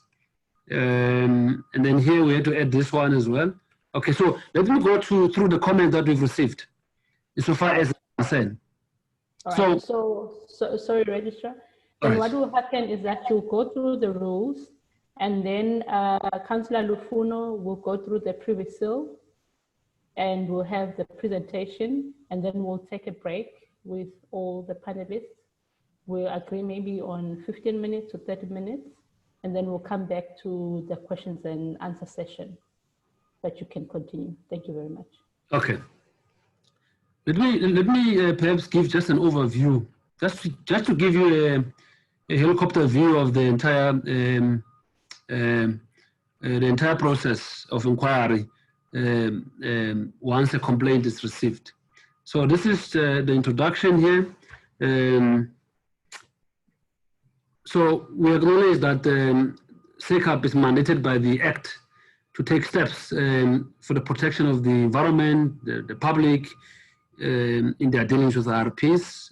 So this is simply a citation of the Act here in the rules, and then here it's just definitions in the rules here, and then a delegation of powers. The council has authority, and council from time to time delegates its function to the registrar and so forth, and to various committees as well within the council. And then information and complaints on proper conduct. So complaints are lodged, or council in its own volition can initiate a complaint if council has reasonable suspicion of improper conduct. So that's how complaints come through.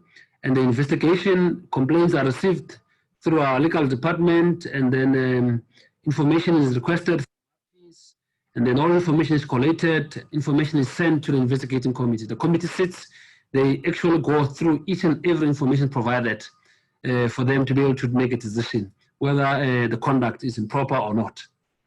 And then once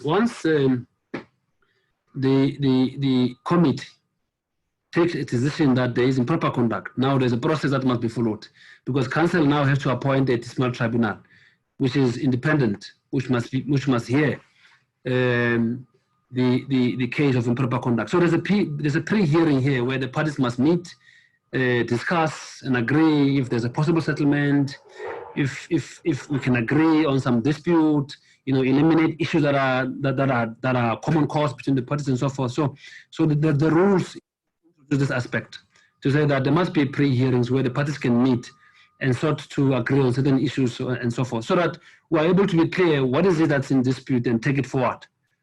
And then preparation for the hearing, council would have appointed the disciplinary tribunal to the charges of improper conduct and so forth. And then from there, service here, charge sheet is prepared and it's served on the RP. And these days we serve through email. And RPs, most of them respond back through emails, whether they plead guilty or not. And then proof of service, we have to provide proof that the RP has indeed received the charge sheet. So these are mechanisms that we have in place to make sure that there's proof that the RP has been properly served with the charges. And then in case there's a plea of guilty, then we begin to engage in terms of mitigating factors, aggravating factors before we can get to the sanction. And then at the hearing, if there's no plea of guilty, then we proceed to a hearing. And that's where now there's a pro forma complainant. The tribunal the chair must put the charges to the RP. The RP must have an opportunity to also challenge the charges, bring a lawyer, or come alone and defend himself, or call witnesses to defend himself. And then once the hearing is done, there's a procedure after the verdict. Then the tribunal must decide, and once they've decided, then they must sanction the RP. And the sanctions are provided for here, and they are all in the Act. Sanctions is a caution or reprimand, a fine, suspension of registration, or cancellation of registration. And obviously there's this one here where we must now publish the findings and sanction in the Gazette, and recently council approved a policy to say that we must find ways of removing the gazettes, because if they stay there for long, although we're now done with this, with disciplinary processes, and the RP now has this, we must find a way of removing them. So we're trying to put mechanism in place to make sure that if a gazette was published in your name and 6 months has lapsed or a year has lapsed, depending on the seriousness of the offense, we find a way of removing it from the National Gazettes. So we're working with the relevant department to try and get them out, because we've received so many complaints from professionals who say that, look, we've repented, we are doing very well, but the problem is these gazettes that are now sitting there, and it's very, very difficult for us because clients sometimes they come across with these gazettes and then we lose work. So we're finding ways of trying to remove them from the national gazettes. Yeah, and then 13 talks about the right to appeal. So an RP has a right to appeal to the full council, and then if they're still not happy with the findings of the council, they can still appeal directly to the CBE. If not happy with the CBE, then they can go to the High Court.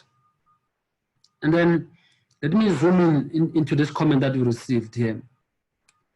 Should an RP fail to attend the hearing without good cause and reasonable notice, the tribunal may proceed to hear evidence and argument and may find the respondent guilty, provided that the different tribunal is convinced that the charge sheet has been served on the respondent.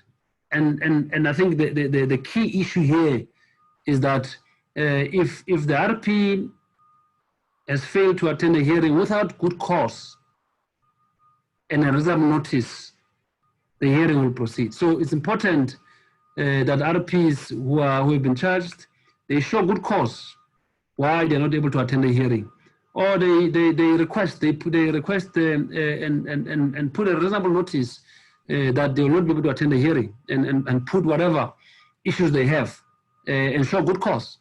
And good cause means a lot of things. It could be that you are not well, you're in hospital. It could be that you have a bereavement. It could be many things. So I think this has been highlighted because we received comments on it. And then the next point that we received there was on service of documents. So by emailing a copy of the document to the person's email address or any other electronic transmission by that person to receive the service. So here we simply have to email a charge sheet to your email address. And that's why it's important that your email address, all your information is regularly updated on your profile so that you are able to receive all documents from SACAP. So Chair, that will be it insofar as the procedures, the rules of procedure are concerned from my side. Thank you very much, Chair. Thank you very much, Registrar. We appreciate that. Yes. And then we'll move to our next session, Councillor Lufuno, and then Stephen Logan. I can see also he's here. Stephen, I've sent you a private chat. Please check your chat, but Councillor Lufuno will take the next session now. Thank you so much. Thank you, Councillor. Good morning, everybody. Is this still morning? Yes. Good morning, everybody. As introduced, my name is Lufuno Maserane. I'm a council member here. Before I introduce the presenter, Mr. Stephen Logan, to talk about the Privy Seal, I'm going to give you some background on this achievement. Just also to emphasize that SACAP management and council, they are happy actually with this milestone that we have achieved. So in terms of background, this Privy Seal is designed to help stakeholders to distinguish between registered professionals and unregistered person. This initiative is aligned to our SACAP's key mandate of regulating the architectural profession to protect the public. And the objective of this Privy Seal is actually to verify the registered status in real time, which definitely it's a good milestone on our side. It provides real-time verification of the professional of the professional registration certificate. Thus, the PVCL will serve as evidence that a professional registration number used is the lawful one, and it's used by the owner. And then that owner is registered as a professional and is in good standing. The PVCL gives registered professionals a digital seal, and it is hyperlinked in terms of verification, which consists of the current professional registration status in real time. And furthermore, the PVCL will verify the professional designation of the registered professional, as well as their contact details, educational status, and if there's any continuity in terms of professional development status. And you can see that based on that, that's why as SACAP, we are very happy of this milestone. I will now hand over to the presenter, Mr. Stephen Logan, to take you through the details of this exercise. Thank you. Thank you, Councillor Funo. Good morning, everybody. My name is Stephen Logan. I'm the CEO of PrivySeal. PrivySeal is all about trying to reduce fraud and ensure that people's qualifications are known and that those qualifications are genuine. I'd like, if possible, to just, I'm not sure my screen so that I can show you how one logs in to the SACAP website in order to access the links to your PrivySeal and to your digital certificate. Is that possible? Stephen, Munetsi, are you here, our IT? Please allow Stephen to share screen. Just a second, yeah. Stephen. Yes, Mr. Stephen, you can share the screen, please. Thank you. Let's have a look. Just tell me when you can see it.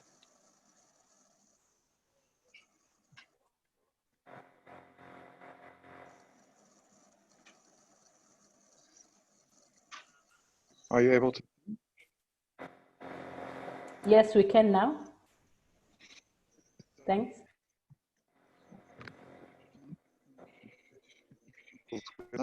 And log in. And when they go through to here and have password, they should be able to sign in.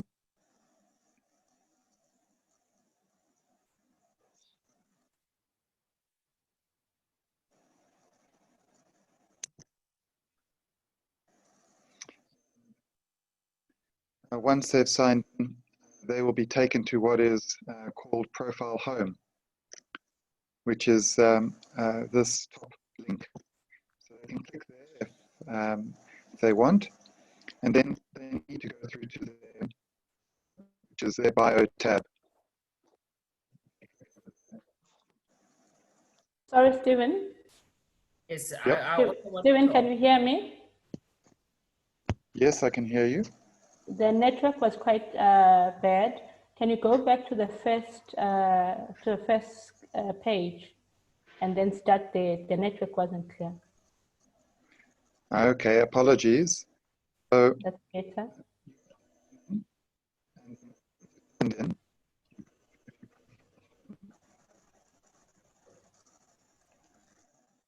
after you've logged in, you should be on the profile home page. And then you will click on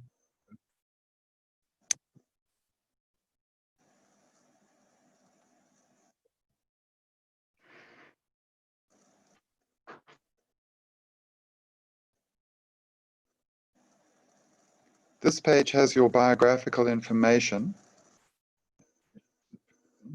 And if you can click on the side here to go down,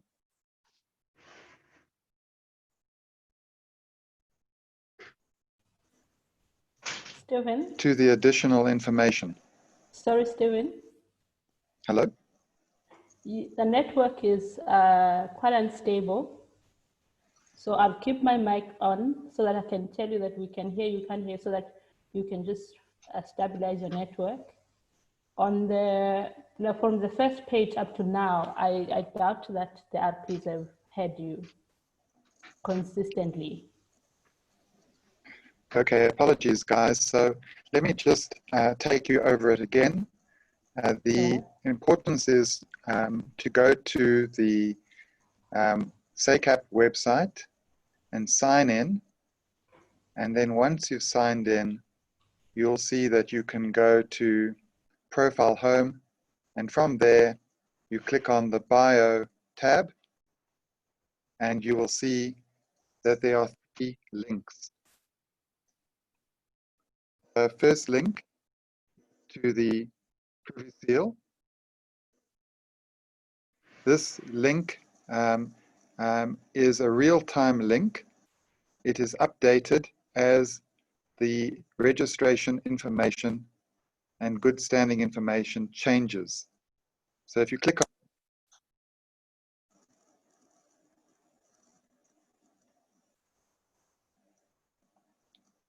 you see an example Privy Seal. Can you see that? Yes, we can. And in it, you will see the designation over here. You'll see the SACAP logo. You'll see the date and time and standing was last checked with the council. And you'll see a QR code, which when clicked on, leads you to a certificate. The next link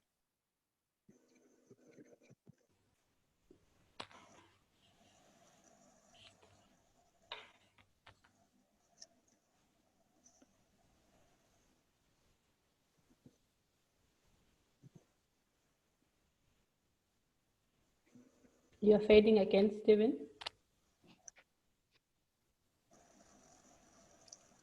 Can you see the certificate? Yeah, I can see, and you are clear now.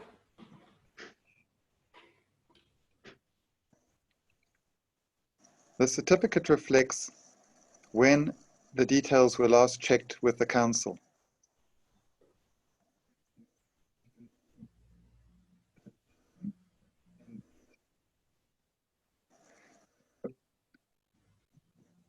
Seal embedded on email footers, websites, plans, drawings, and the QR code takes you through to the certificate. And the certificate has the contact details and registration details of the registered person.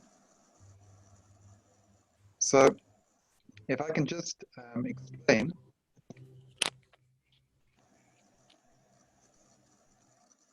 Can you see this screen? Yes, we can.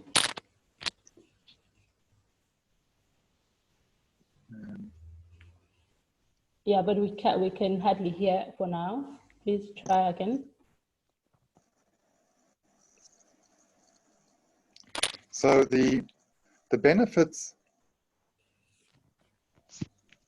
of using this type of dynamic seal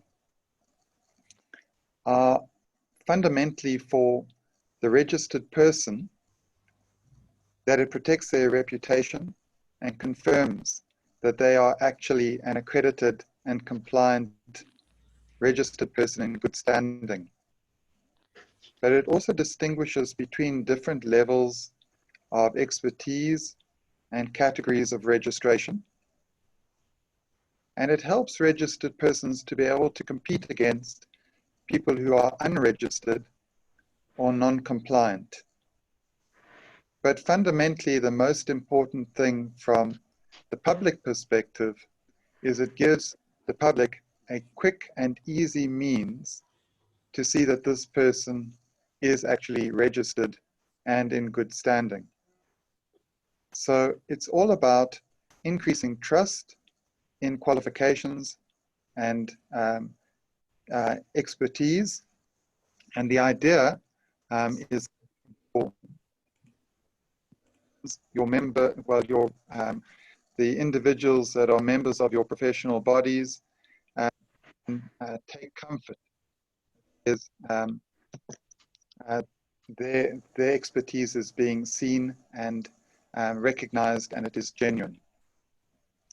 For the council, there are very many benefits.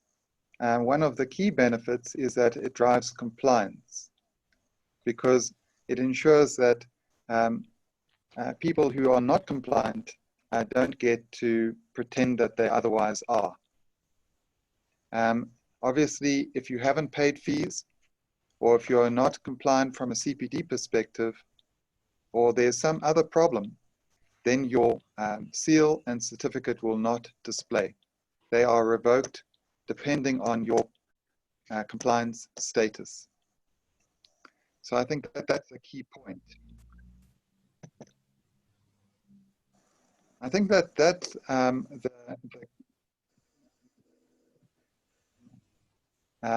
a presentation perspective, but if I, and then perhaps there may be some questions, and you may want to have details of how to use the Privy Seal. Is that okay? Say that question again, Stephen. If I can just take you through a couple of key points and then perhaps explain how to use the Privy Seal. All right. All right, so the Code of Conduct talks about key aspects like the display of proof of registration, like your practice number, the category of registration, and that kind of information. And as registered persons would be aware, with COVID, there's a need to engage more and more online. And that's really where the digitization of certificates and a seal like this can be helpful. Because what we want to do is to drive trust and make sure that people know who they're dealing with and what those categories of registration are. So key to this initiative is the widespread use of the SACAP Privy Seal to make sure that every architectural person or registered person and practice is actually embedding their seal in their email footer, on their websites, and even on their drawings and plans, so that municipalities have a means to validate that the plan or drawing was actually submitted by a registered person with the email and mobile number details that reflect in the council's records.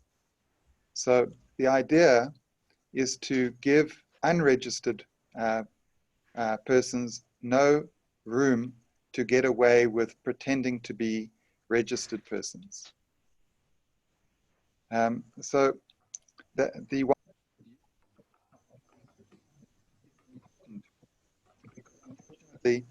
if it's not used widely, which we have seen with some clients, it really doesn't drive very much benefit at all. But if it is widely used and it is promoted by voluntary associations, then we typically see an initial very little gain and then very significant gain by the registered persons. They take pride in displaying their registration. The fact is that the seal and certificate will display when everything is in order, and as soon as it doesn't display, they are able to quickly contact the council and say, my seal is not displaying. What is the problem? I need to fix it. And that way, it actually serves as a means to have a constant real-time bridge between the council and the registered person. So if I can just mention that from an email installation perspective, there are guides that are available online for all the popular email programs, Outlook, Apple Mail, Gmail, and the thing is that Apple Mail doesn't allow for HTML signatures, and consequently we built a tool called applemail.privyseal.com, where you can take the URLs for the seal and certificate and embed them in that tool at applemail.privyseal.com, and it will create a block that you can copy and paste into Apple Mail. And then the seal will display and not be cached.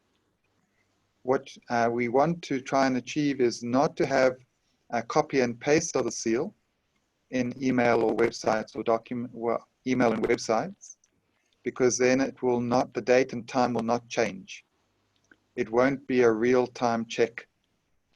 So when it is inserted, it needs to be inserted so that it is constantly calling on the current Privy Seal and drawing that into the email composition screen. And so, for example, in Outlook, there's a particular way that you install it. When you click on the insert button, you have to click on link to file. And so we explain these things in each of the guides for email installation.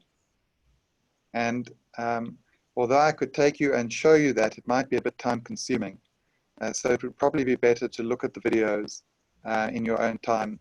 And if you have questions, we have a support website where you can go, and details of that website will be provided to all registered persons, and they can log support calls that they require. The aim is to make the Privy Seals very visible, so that whoever you are dealing with as a registered person can see your level of compliance and level of expertise and category of registration. And hopefully that reduces fraud. It drives and incentivizes compliance, and it gives registered persons the ability to see off unregistered persons and, you know, operate on a level playing field. So that's it in a nutshell. I'm open to answering any questions that may be posted. Just select the questions you want me to answer.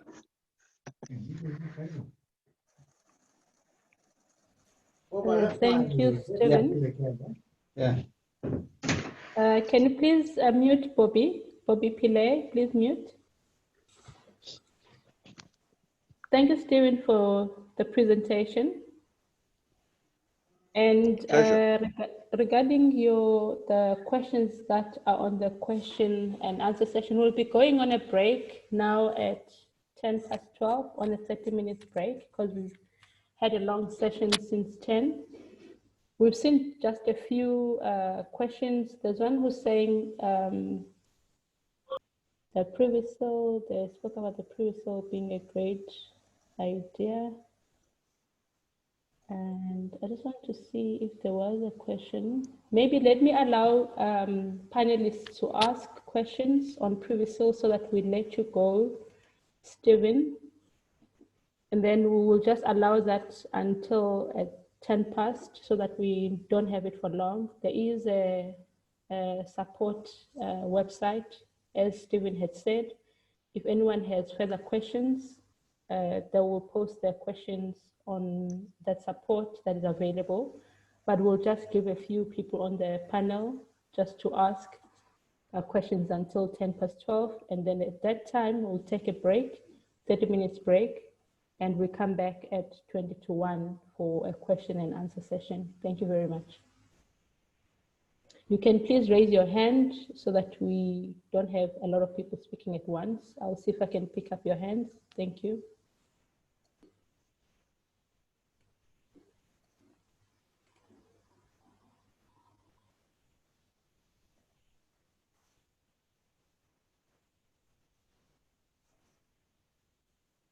IT, where do I see hands? I don't see any hands raised unless there are no questions. Advocate Toto Fudule is raising his hands. All Then right. Pilar Jolobe is also raising. It must have been an error on my part. Apologies. The hand is. Okay, so there's Bobby Pilar and Pilar Jolobe. There's Pilar Jolobe only. Yeah, so you want to ask a question? Okay, Pilar, please ask a question. Okay, now thank you, Chair. The costing for previous sale, how is that going to work? Pilar, we ask SACAP to pay us on a monthly basis based on a number of privy seals that have been issued in that month. And the cost is R1.25 per certificate per month. It currently it obviously fluctuates depending on the number of certificates in issue, but it's meant to be a very small cost. It certainly would be in the region of R15 per registered person per year. So we don't believe it's a significant cost for council, but hopefully the return on our service is very large for you, for registered persons. We're really hoping that it has outsized return for the cost concerned.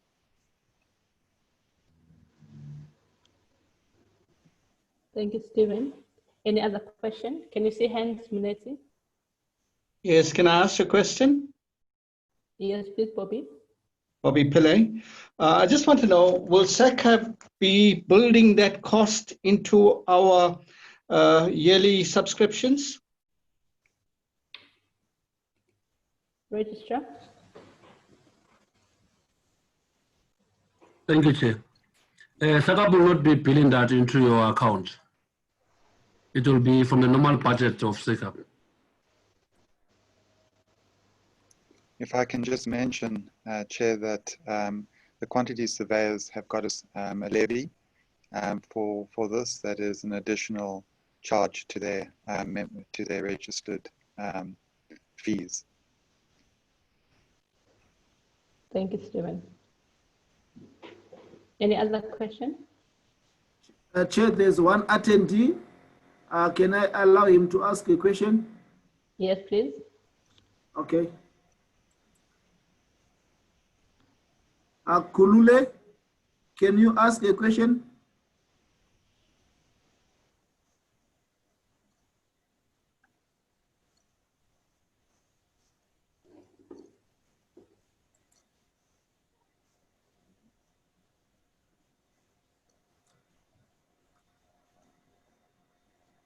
Okay, Chair, you can proceed. Kulule is not speaking, so it's fine. You can proceed, Chair. All right. Thank you so much, Stephen. We've come to the end of the presentation of pre-sales. We appreciate it so much. SACAP will continue to send to the RPs information and support regarding the pre-sale.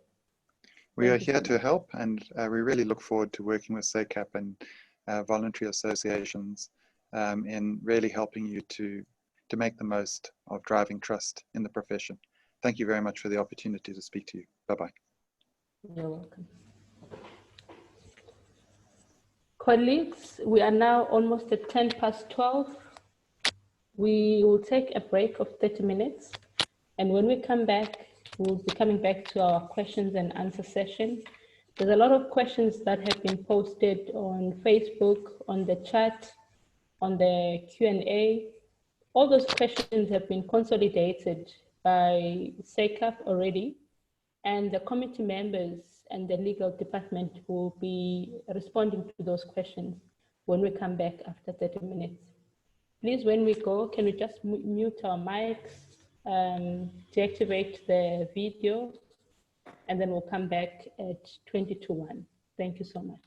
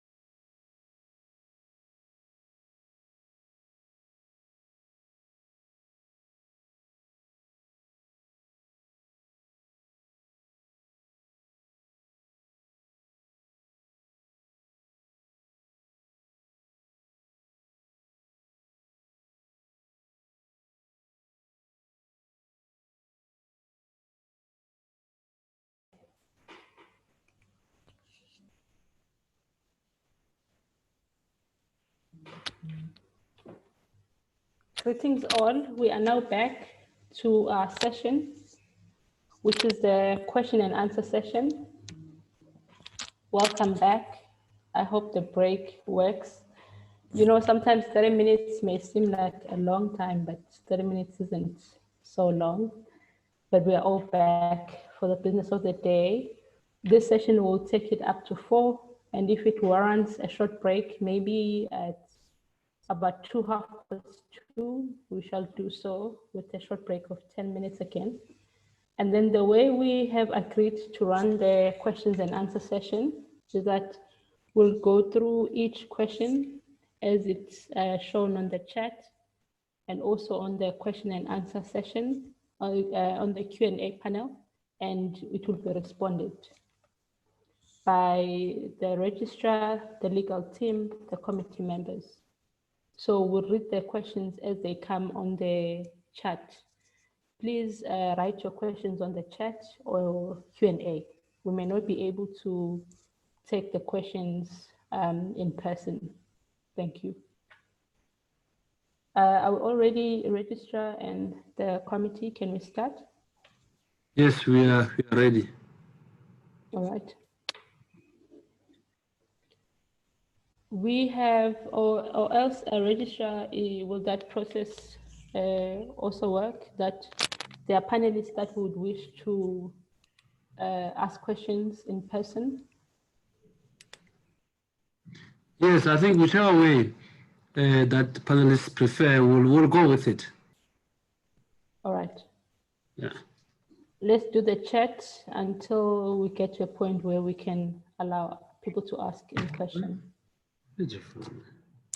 Right, we've got Dean Ramral, who wanted to discuss clause 2.3. How does the IDOW relate to professionals working outside their category of registration?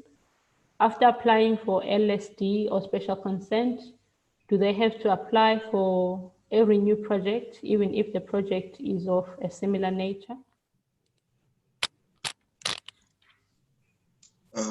Thank you, Chairperson.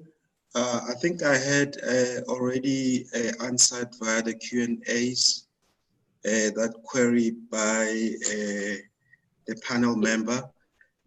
Once candidates apply for a special limited dispensation or special consent, these mechanisms are you know, they allow candidates to work for specific types of categories of buildings.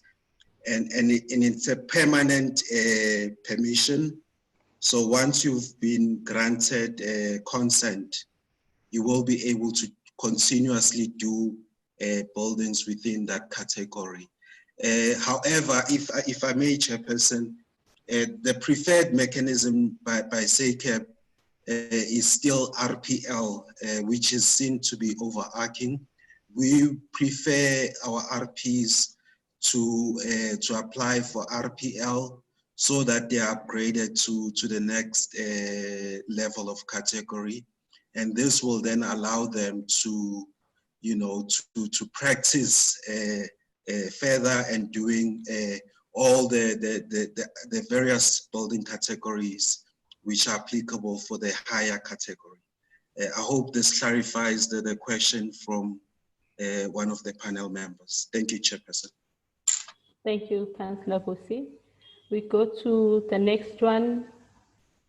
This one comes from Bernard. The name wasn't shown fully on the chat. Comes from Bernard. I would like to confirm the number of category 1 CPD points being offered for this workshop.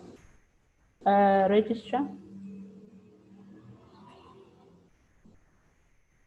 Are offering CPD points for this attendance? Yes, I think that will be considered because I think we have extensively traversed the entire code of conduct and there's a lot of learning from most of our professionals. So I think it's something that we will definitely consider. And we're able to see who has attended because the record will show here from this. So that will definitely be considered. Thank you, Chair. Thank you so much. We go to the next comment, Dean, also referring to clause 4.2, that many clients with bespoke or standardized contracts are governmental organizations. Professionals may be in breach of clause 4.1 as a result. What is the proposal to resolve this? Should SACAP not engage with governmental organizations to inform them of this requirement by SACAP of the professionals?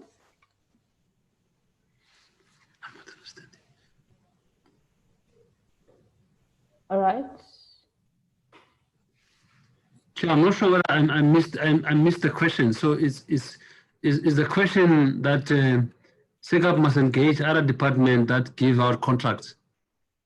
Yes, it's saying if government gives standardized contracts, yes, so professionals may be in breach, and then SACAP should involve the government in this particular rule, because professionals may not be able to change those contracts. Yes, I think what we've submitted is that SACAP requires compliance with this rule, as well as compliance with those government contracts as well. Because SACAP is not able to dictate, for example, to public works, what clauses must be in the contracts that they sign with service providers. But from our side, as a regulatory body, this is what we professionals should comply with. And I think as long as there's compliance with this, if there are any contradictions, which I doubt, then I'll understand. But I don't think there should be any contradictions between this rule as well as the contracts from other departments. Thank you. May I also add, Chair? Yes, yes. Yeah, in most departments, the letters of appointment always refer back to the fee guideline, because you know, they know that we work according to those stages, and they don't necessarily you know, put those things down. They refer back to that. I think what SACAP should be doing, we should actually be taking this to the client as well. In fact, this is going to be public gazetted, and it's going to be public knowledge. But we, like public works is key. We need to actually make them aware, or maybe sift or take out those areas that might you know, create confusion, or maybe clarify the point back to the code of conduct, so that the RPs are covered fully. So I think we will be embarking on that. We've already started with this departments, but we want to start with the public works, because public works is the bigger shareholder and is supposed to be in the implementing agent of the government. But unfortunately, other departments are also implementing their projects, like in certain provinces. It is different. So usually they refer back to these documents that SACAP has, and I think we must also add that the issue of the code of conduct, because I think it is wise to them, so that is also they make reference to it, so that they are also protected as the client, and also the RPs are also protected. Yeah, just to add. All right. Thank you, President. And then we've got people on the chat, RPs who have registered their attendance, we acknowledge. And then we go to the next comment, which is talking about the category 3 CPD points. I would like to just check with IT. We may not respond now. People need to be confirmed that they attended the webinar, the RPs. But how do we then know who attended? I think the IT would respond to that towards the end of the webinar, to know who attended and how do we verify. Yes, Chair, we do have got attended register from the system that we can use, yeah. How does it work? Everyone who is logged in now is already registered there? Yes, we do have an attendance register for those, the panelists as well as the attendees outside. Okay, all right. Thank you so much for that response. Then we go to Dean Ramlal. He refers to clause 4.7, response to local authority referrals, notes, feedback, or attendance to items within a reasonable time. This leaves the timeline a bit open-ended. Follow-up query. A local authority may report a professional to SACAP for repeat referrals. What and who do professionals do to report delays from local authorities? It has occurred that once referrals have been attended and resubmitted, additional referrals are received. Attending to these is not in question. We have to explain to clients the delays when they have been advised that the referrals have been attended to, and then professionals have to go back to their clients. Better communication between professionals and local authorities will assist in prevention of reporting each other. Built environment professionals need to work together to ensure we contribute positively to the communities we serve. I believe this is a comment more than a question. Dean, again on 4.12, limit of responsibility. Professionals need to keep records for 5 years. Is there a time limit with regard to PI, or are professionals responsible for life? That is 4.12. Yes, Chair. I think that maybe the answer should be that as long as you're performing architectural work, you must have that professional indemnity insurance. When you stop, then there's no need to have it. But as soon as you resume again, then you must have it to protect you for professional negligence. All right. Thank you. Eugene, is it Eugene?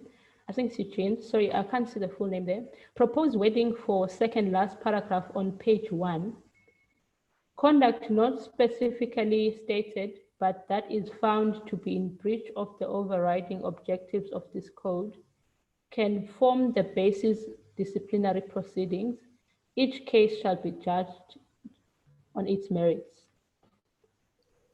Can you see that? Mandisa, it's Eugene Barnard speaking here from SIRE. That's yes, maybe a shorter way of saying the same thing and just putting it in under the umbrella of the overriding objectives, so that it doesn't appear that this code or this paragraph is an open-ended anything goes. It's just packaging that paragraph maybe in a more concise manner, just for consideration.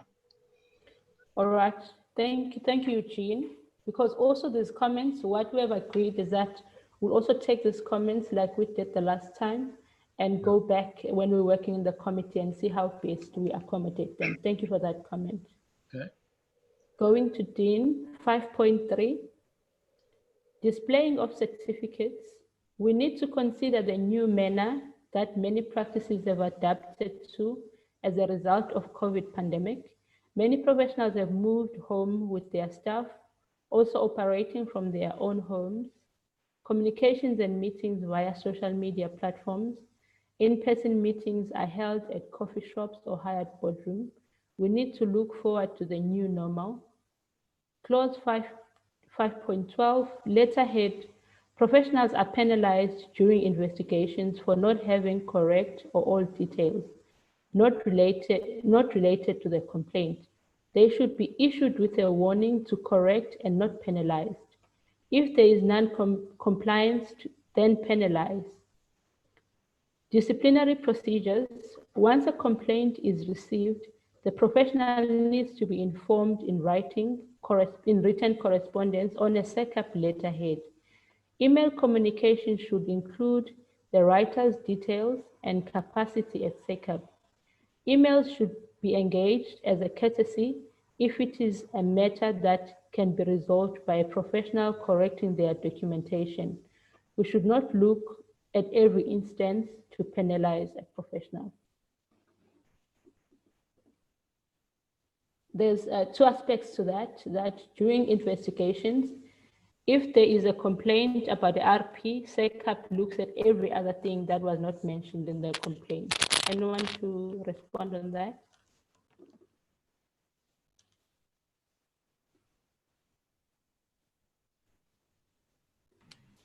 Okay, Chair, let me take it then. All right. The first part, during the presentation, I did indicate that there's two ways that complaints comes to council. The first one is when council has reasonable grounds to suspect that an RP has committed an act of improper conduct. Now, when information is brought to council and council assesses the information and find that indeed there are reasonable grounds, and council will prefer charges. And the second way, then, that's when we will receive a complaint. And then secondly, we've noted those comments. I think we will ensure that we work along those comments. All right. Yes. All right. And also on the basis of why SACAP investigates even matters that are not included on the complaint. Even as a committee, we go through that a lot. If a RP has been charged or there's a complaint about the RT on a certain matter, SACAP has an obligation to check if that RP is compliant in other sections. Because you find in some instances, there could be a complaint about a misconduct, and you find that RP is not complying with CPDs. So we look at every aspect of the RP when a complaint comes in. So we also want to put that clear to the RPs that we look at every other aspect of the compliance of the RP when a complaint comes in. Thank you. Then we go to the next comment by Dean. What measures are in place or taken by SACAP to ensure that disciplinary processes are not used to settle personal matters between professionals?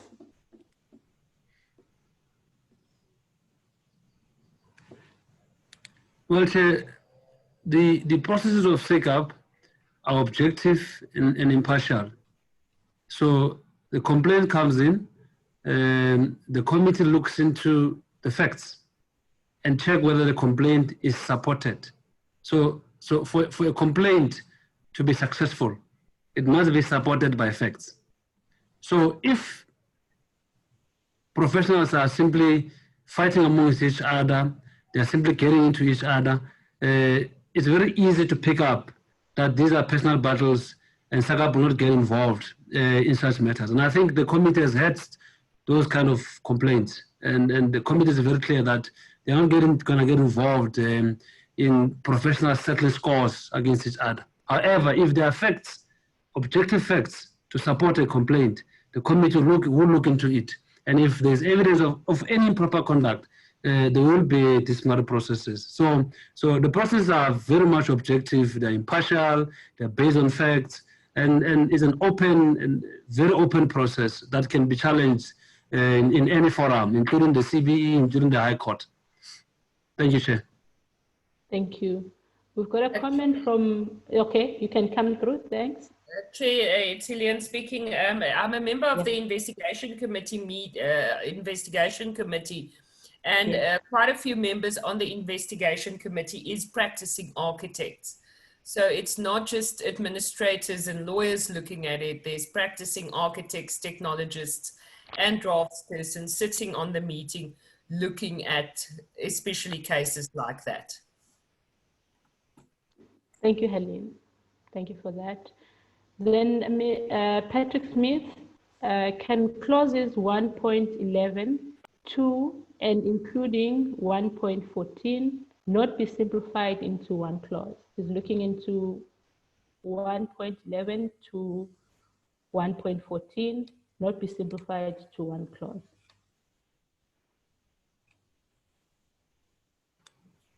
Chair, possibly I can come in there if that's all right with you. Yes, please. I just felt it says shall not practice architecture, shall not practice architecture. It's quite repetitive. I just wondered whether one couldn't say shall not practice architecture, and then basically just list underneath it the various conditions. So it was just really a matter of possibly trying to shorten it or simplify it. So 111.1 during the period in which their registration, 111.2 after their registration has been suspended, 111.3 after their registration has been cancelled, 111.4 after their registration has been cancelled, something like that. Okay. Yeah. I just felt one could just say shall not practice architecture, and then basically, as you say, just list those conditions. It might just be a more simple way of doing it. Just a suggestion. Yeah. Thank you, Pat, for that. We'll consider it. Thank you. Then we move forward. We have Dean Ramlal. The disciplinary process contained in the document discusses penalties when a professional is found guilty. If the professional is found not guilty, what recourse do they have to recover expenses for defense, time for defense, lawyers' fees, travel to hearings, flights, current working responsibilities being prejudiced? The reputation of a professional is also impacted. Any comment? Well, Chair, my comment would be that, unfortunately, that's how the process is, you know. But if you believe that you've been falsely accused, you could actually take on the person who made accusations against you. And if you believe that those accusations have brought your name into disrepute, you probably have a case to put it through to the courts. But SACAP will not have any jurisdiction or authority to get involved in such, because SACAP is a creature of a statute. So each and every action that SACAP takes, it must be authorized by the Architecture Professions Act. Anything other than that, it's illegal. All right, thank you. Isha Otna commented on 3.4 as a very important rule. Which one is 3.4? You can show it, Registrar.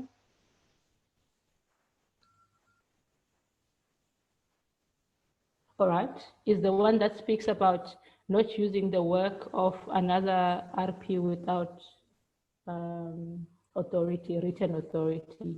Thank you. Dean also writes, the codes note that it's for the protection of the public. What about protection of professionals from problematic clients or other abuse?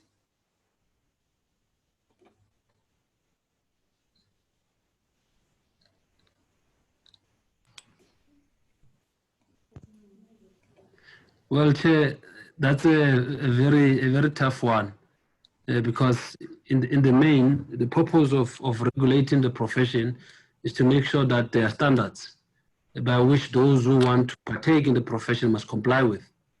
And of course, you do have cases where members of the public take advantage of professionals. And that's why we've said that you need to make sure that everything is written down in writing so that you're able to challenge such clients, either with SACAP or in other forums.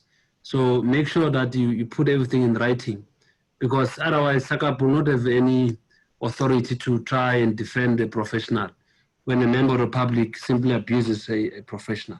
But if a complaint comes before the investigating committee, the committee is able to see that this member of the public is simply trying to abuse a professional, and the committee will simply reject that kind of a complaint. Thank you. Franz Decker made a comment. A19, we referred to it earlier in the NPR. A19 of the NPR deals with rational design, not where plans are submitted complying with the requirements of SANS 10400. So on that comment, I would just say we'll look at that submission that was made by the registrar in relation to this comment, Franz. Andrew Jensem, local authority can delay approval of plans, and this is beyond our control. That's Andy writing. The response on this, Andy, is that on the rules and the clause that will refer to the reasonable time. If it is a local authority that is delaying the approval of plans, as long as it's in writing. If the plan is sitting with the council for 3 months, that is beyond your control, and it is in writing. The only problem is when you have a referral letter and there is no effort that is made to resolve the items on the referral letter, and the RP is found in breach. So if there's a local authority delaying, then that is in the system, and it can be proven that the plans were delayed at the council. There is a comment about clause 4.4. Maybe scope of work should change to scope of service. It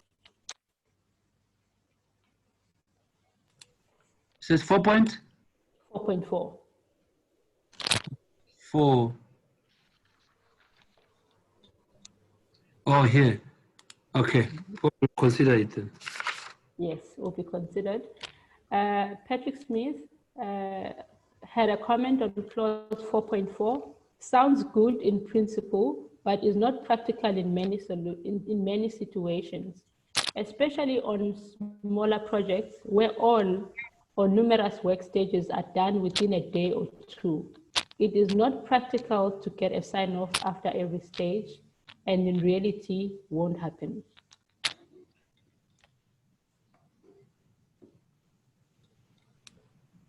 So the comment that we had in the discussion of the committee is that it is in the interest of the RP to get every stage signed off, because when there's a dispute or a complaint, you cannot prove that the work was signed off or was approved by the client.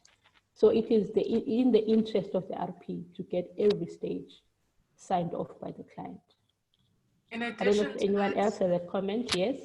Yes, in addition to that, we had specifically used the word milestone instead of stage, so that it would be able to speak to the contract signed. So your milestone might be at stage 3. It won't necessarily be at each stage. All right. Okay, thanks. I think maybe if I can come in there, it was my question. Yes, yeah, please come ahead. I think that is important that one, yeah, that there's a definition then of what the milestones are. So what I'm hearing is that in your contract, the milestone could include stages 1, 2, 3, 4. I mean, for example, say you're doing a garden wall or whatever the case is, something very small that you're literally doing in a few hours. The milestone could be, if I'm understanding you correctly, the completion of the submission drawings, for example. Is that what we're saying? Pumi, you want to come in? Hi, yes, Patrick. That was our understanding, that you would obviously within your contract stipulate the scope and the stages, and within that same contract stipulate the milestone for payments.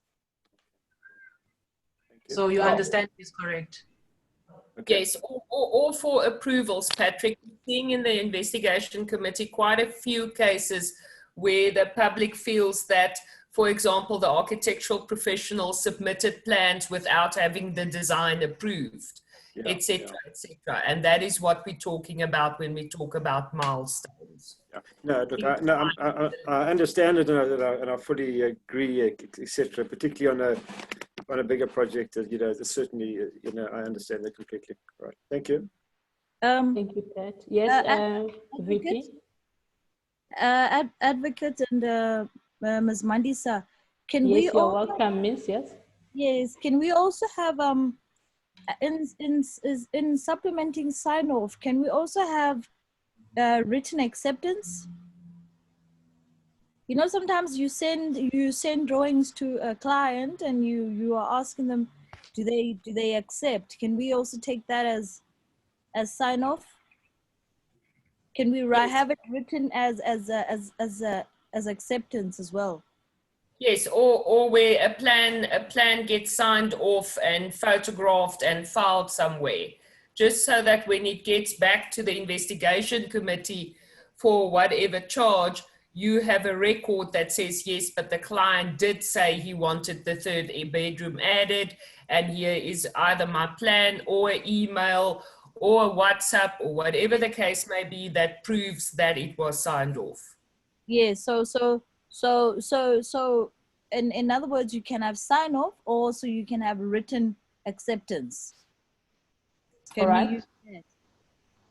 All right, we'll consider that adjustment on 4.4, that there will be an approval of each stage. Yes, we will consider that submission. Thank you, Ms. Strongon. And then we come to Darren Bester.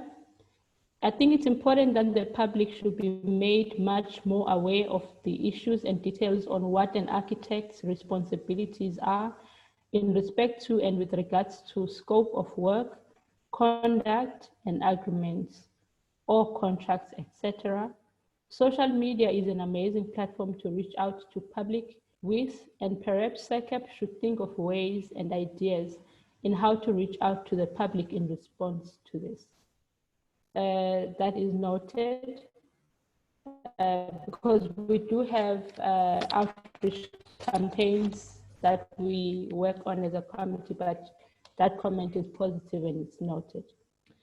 Isha Otna speaks to Rule 4.7. It says Rule 4.7 is redundant. It should be covered by the general provisions of Rule 4.14. Why single out this particular aspect of work?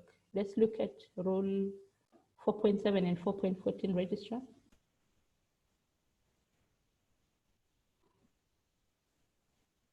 Registrar, can you hear me? Bumi, can you hear me? Yes, I can hear you. All right. Registrar seems... Registrar, can you hear me? Sorry, yeah, I can hear you now. Okay, it's all right. Can we look at Rule 4.7? It is said that it is redundant and should be covered by general provisions of Rule 4.14. That is 4.7. Can you zoom maybe closer?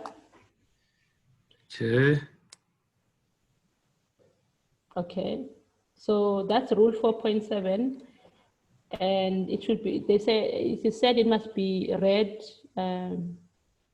it must be covered by the provisions of Rule 4.14. 4.14. Yeah, let's look at 4.14. 4.14.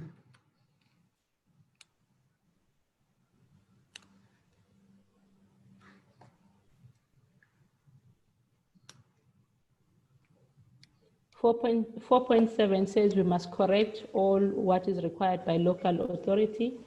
4.14 says we must carry out professional work within agreed and reasonable time.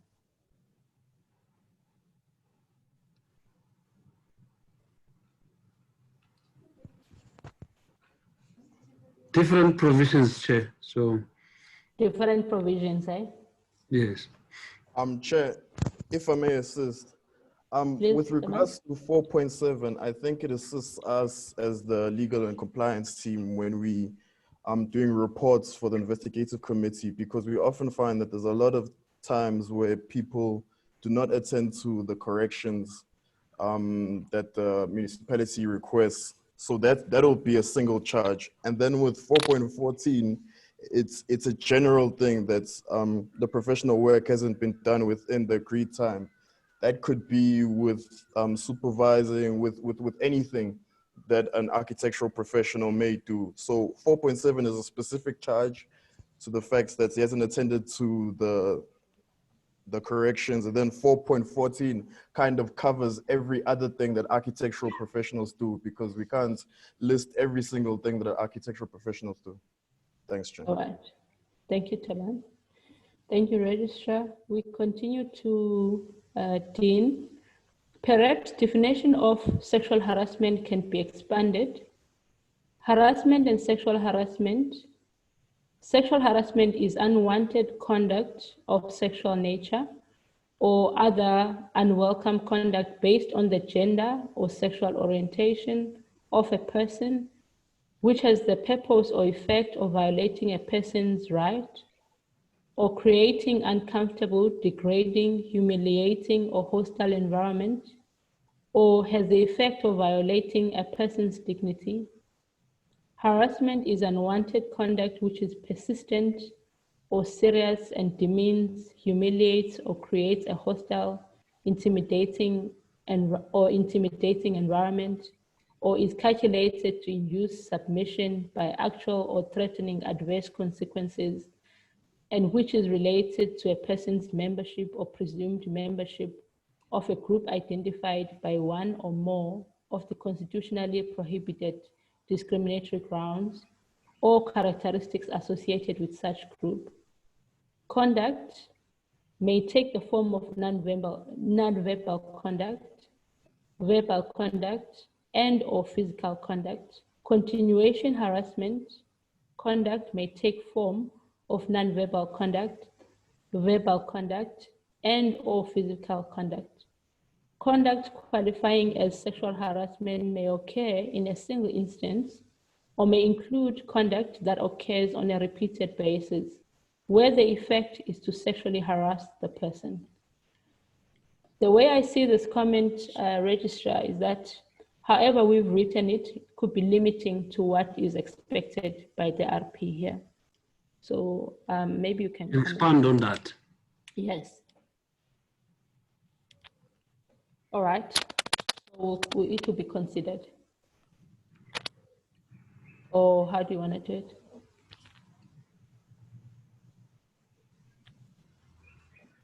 Yes, we'll consider all the comments, yes. All right. Thank you. Darren Bester, SACAP should put into place a fixed way to update details. When, for example, paying of annual fees, the two should be one annually. There is a rule that says the RPs need to update the details within 30 days. So the suggestion here that says that could be said details must be updated once annually when a person is paying the annual fees. Which clause is that? There's about updating of details. There's a point where we're saying RPs are not updating the details. Yes, I think you were on that. You were on it just now. Go up, yeah, there. Is it not that one? 4.11. 4.11. Oh, yeah. Yeah, I think we will consider that 4.11. All right. Darren also wrote, I think it's important that the public should be made much more aware of the issues and details on what an architect's responsibilities are in respect to and with regards to the scope of work. I think we had read this. Yeah, we did read this. Yeah, we read, but it's a combined comment. And then from Dean, how does SACAP ensure fairness and impartiality in appointments to tribunals? Sorry, Chair. Yes, you can come in. I believe there was one we just skipped. Sandy Stevens. Can an architectural professional share in construction company? Okay.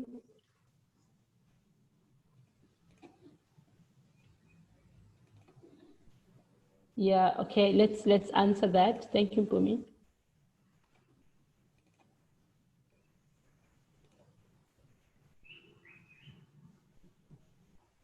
Sandy Stevens, please read it out, Bumi. Sandy Stevens has asked if an architectural professional can share in a construction company. Yes, that question may relate, and I don't know if Sandy is in the panel, in the panelists, but if not, that question could relate to the issue of where we said if an RP gets remuneration or commission in any form, they must declare. So there's a question here that is asking if an architectural professional can have shares in a construction company. Even if that question was not asked intended to that rule, can we please elaborate on that? Because we've spoken about it in our meetings and also in this code of conduct. Chairperson, if I may, Yes, I think the query relates to multidisciplinary practices. Essentially, what the code prescribes is that if an architectural professional has shares in a multidisciplinary firm, if he holds for the firm to be practicing architecture and for them to call themselves architects, the architectural professional principal needs to hold at least 51% of the said company. If you read the query, it seems the architect has shares in a construction company. If that construction company performs architectural work, then that principal needs to have a majority share in that company.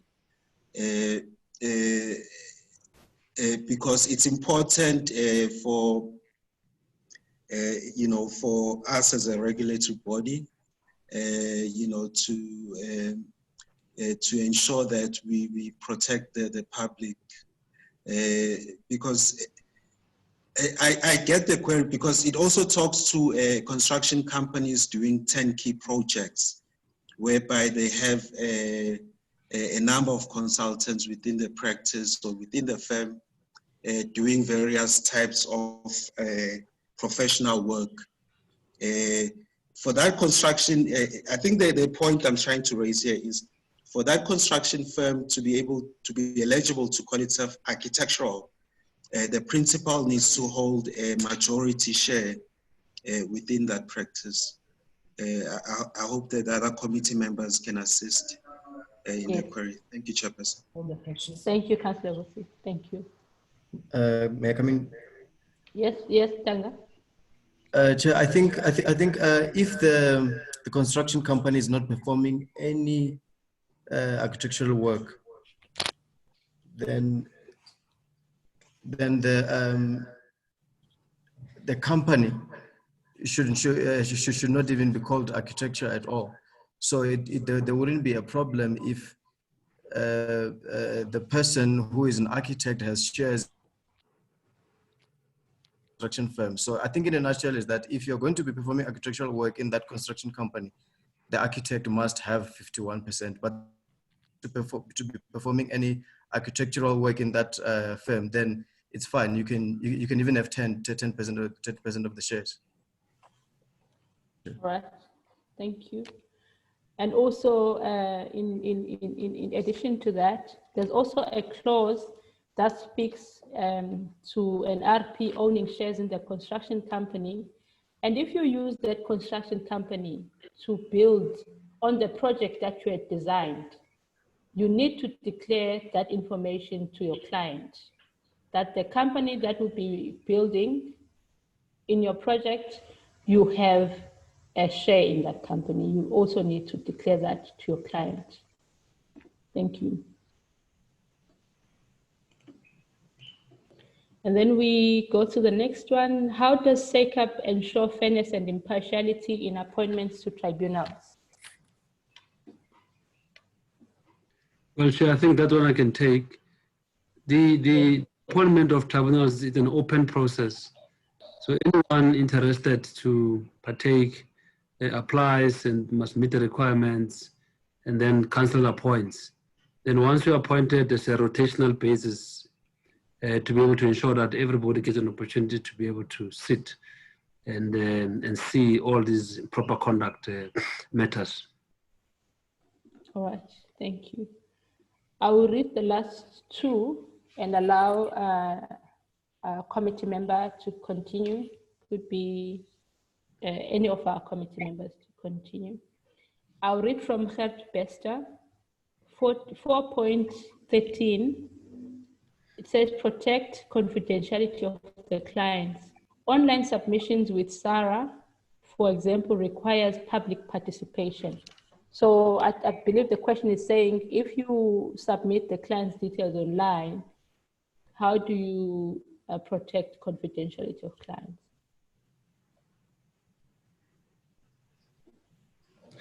Well, one would hope that the online system of SARA is protected and no one will be able to hack it and be able to have access to that information, because SARA is a regulatory body. So if information is been submitted for the purpose of approval, there should not be an issue at all. So I don't foresee any infringement of confidentiality or infringement of personal protection information. Right. Thank you so much. Who is in our committee can continue the questions?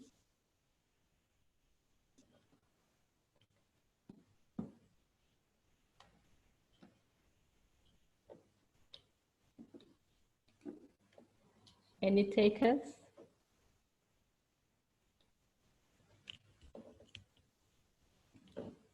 I'll continue then. Shame, okay. Yes. Yes. Then the next question is from Andrew Denson. He asks, if you hold record drawings on buildings, should the present owner give permission for documents to go to the RP?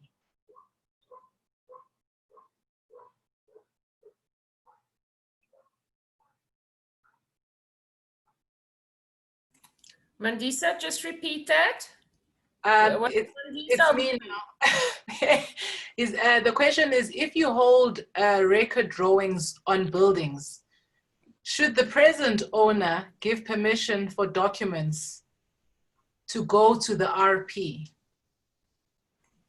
In other words, to a new RP, one architectural professional gets into contact to ask for drawings of the old architectural professional, if I understand it correctly, and I would say yes. Is Andrew here maybe to elaborate if we maybe not understanding it correctly? No. Okay. All right. Then the next item from Karen. I think that this is a great idea. It is important to ensure the client is well informed. The American Institute of Architects, national and some state chapters have info on how to choose an architect. So this goes back to our presentation. Yes. Okay, thank you for that. And then the next item is from Darren Bester. Most of my clients don't even know who SACAP is. It's a comment. Sorry, Mpumi, on that comment. Sorry, Mpumi, on that comment of Darren Bester about not knowing SACAP, and Karen about the American Institute of Architects on info on how to choose an architect. Also, as SACAP and the investigating committee, we have awareness campaigns that we have started running for public awareness.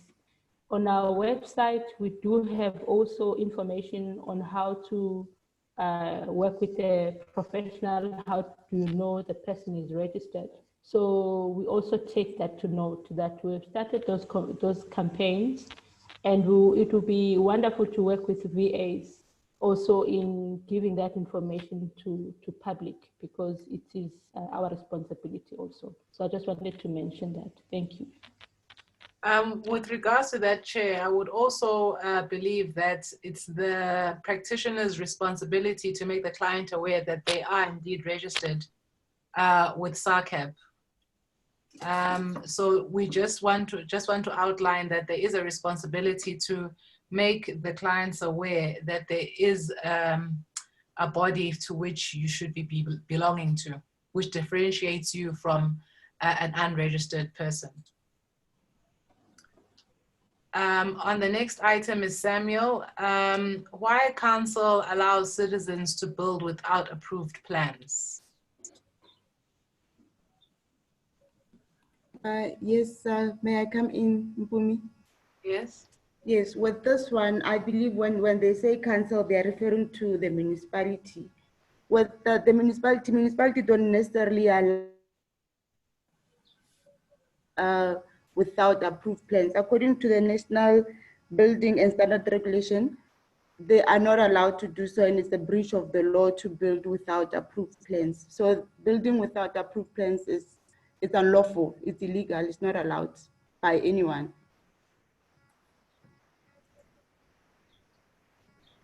Okay, thank you. Diren Ramlal says many professionals are unaware or are not advised in documentation that the value of the penalties can be negotiated if they are fined. The value of the penalties with regards to? Is it the penalties by SACAP if you are charged? Yes. Okay. Registrar, you want to come in on that? That in our sanctions, people are not aware, RPs are not aware that they can negotiate the fine. What we normally do is that once the committee has decided that there's sufficient evidence to charge, we prepare charges and which the team sends to all RPs, and RPs are given an opportunity to engage and settle the matter, and normally they are given far lesser sanctions. The team is here, they can confirm that because they do this on daily basis. They advise them what are the sanctions and what is the best way to get a lesser sentence or sanction. Chair. Yes, you can come in. Yes, the process is that when you have been served with a charge sheet, what must happen is that normally even the courts try to make sure that you settle a matter before the blood is spilled, maybe in a disciplinary hearing or yes, obviously in a disciplinary hearing. So what happened is that already if a person admits to the fine, that he has committed a misconduct, is showing remorse, we can enter into a settlement agreement. But however, if a person then decides to go to a disciplinary hearing, knowingly that he has committed an offense, he is going to firstly waste the council's time, the council's money. We have to book places, maybe if in Cape Town, we have to go to Cape Town, we have to attend the tribunal. So by you coming forward to say, okay, fine, SACAP, I want to work with you and I would like to settle this matter and have it sorted amicably. So we try to RP to say, okay, fine, there's this that we can do. But then we do have a sanction guideline which guides us as to how we can find where there's a settlement agreement, or if you're going to the disciplinary hearing, the disciplinary tribunal will have to issue a fine, which is much heftier than one which you would have entered into when you were settling. Thank you, Chair. Thank you. Thank you, Janga. I can continue for me. The next question is from Salvan Reddy. Professionals performing limited services that does not require any rational designs in the townships. I'm not sure to which point this relates to. So it says professionals performing limited services that do not require any rational designs in the township. Right, it's not a comment or questions. Let's go past, yeah.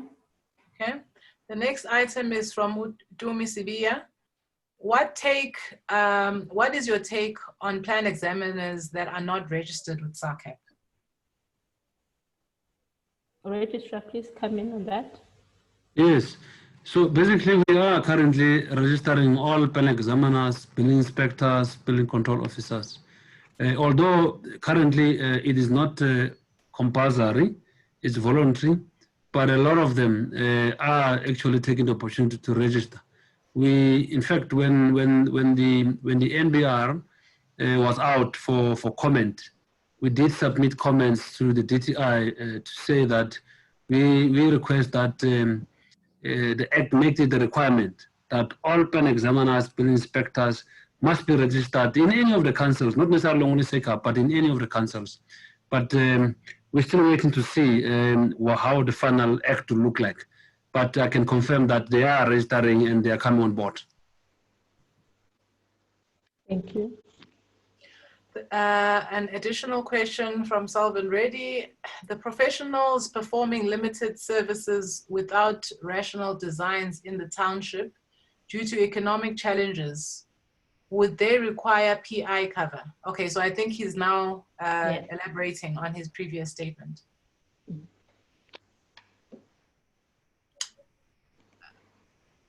PI cover is a requirement for all projects, is it not? It is a requirement for all projects. Yeah. Okay, next item. Francois Swanepoel, the last statement by Mr. Feduli about the ownership is not correct, not relevant to general business practice. If a developer appoints a registered person as an employee, not a shareholder, then the employee cannot be made a major shareholder. If I may come in on this one before other committee members do, what we have said on the code of conduct is that if the developer chooses to provide architectural services, an architectural registered person must be a major shareholder. So a developer can do anything they wish to do, but if they provide architectural services, a registered person with SACAP must be a major shareholder. Am I correct in that, Registrar? Yes, I think you've captured it properly. Yes, so that's the answer to that question, that an architectural registered person cannot just be an employee and provide architectural services to a developer. Your principal, even if you're an employee of architectural services, your principal must be a registered person at SACAP. I think that is what we need to emphasize on. Thank you. From MK, it may be suggested that Rule 6 be expanded to include heritage matters. Rule 6.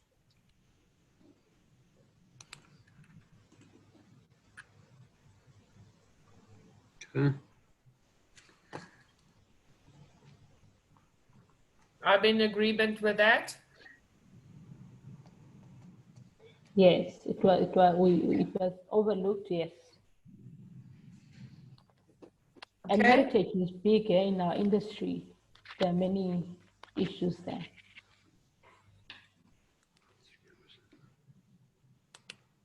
May I move on?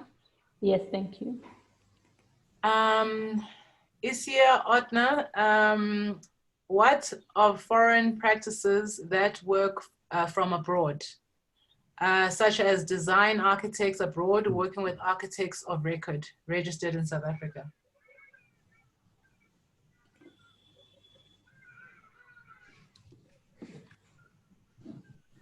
Isia, are you still here? I'm here. Can you please yes, elaborate on your question? Yes, I'm actually speaking about 7.2. All right. About foreign registration, foreign architectural registered person. What if they are not in South Africa? They are providing a design service to a client, and there's an architect of record in South Africa which does the stages 4.4 to 6. But it's for a South African project. It's yes, for South African project, but they are not based in South Africa. They're not in South Africa. They I don't know, American firm specializing in laboratories. I don't know, and they are providing the design. And there's an architect, so there's two, the service is split. There's a design architect and the architect of record. In other words, the detailing, council submission, construction, that's all done by South African architects. Do the foreign architects, which are sitting somewhere, I don't know, in Ireland, do they need to be registered with South African Council? If I may attempt on that one, whether if the project is here in South Africa, I assume that that architect, that design architect, will have to come to South Africa to investigate, to analyze the site and confirm the brief, and that is already the start of the work. So I don't see them starting and designing any job without coming down to South Africa to investigate, to get the site analysis and all the activities that you have to do as soon as you get appointed. So I assume that that architect should actually be registered, should actually be registered with SACAP, and that is actually going to protect architects in South Africa, because what can easily happen if we're not really strict on that. The problem is people can just design and do work up in UK doing South African work, and then all of a sudden South Africans will be left with no work because people can do work outside our country, and whereas the work is inside. But I just can't see any possibility of someone starting to design any work without visiting the site, getting into understanding of the conditions of site. All right, thank you, Fred. Yes, please, Bumi, you can add on that. And the only way I see that happening, someone from outside carrying out the design work without doing a site assessment and analysis, is having the local architect doing that on their behalf. So it starts to speak of an architect that is actually taking all responsibility for the work, whereas the unregistered, because that's what that other foreign architect would be. They would be an unregistered person as far as South Africa is concerned. So they would then obviously have to go through the procedure as per the regulation of requesting permission from SACAP. So the architect on record, the local architect, would then have to go through the procedure as per any unregistered person under their supervision, requesting that they work with this individual. That is my take on the matter. Are you satisfied, Isya? All right, thank you. We carry on, Bumi.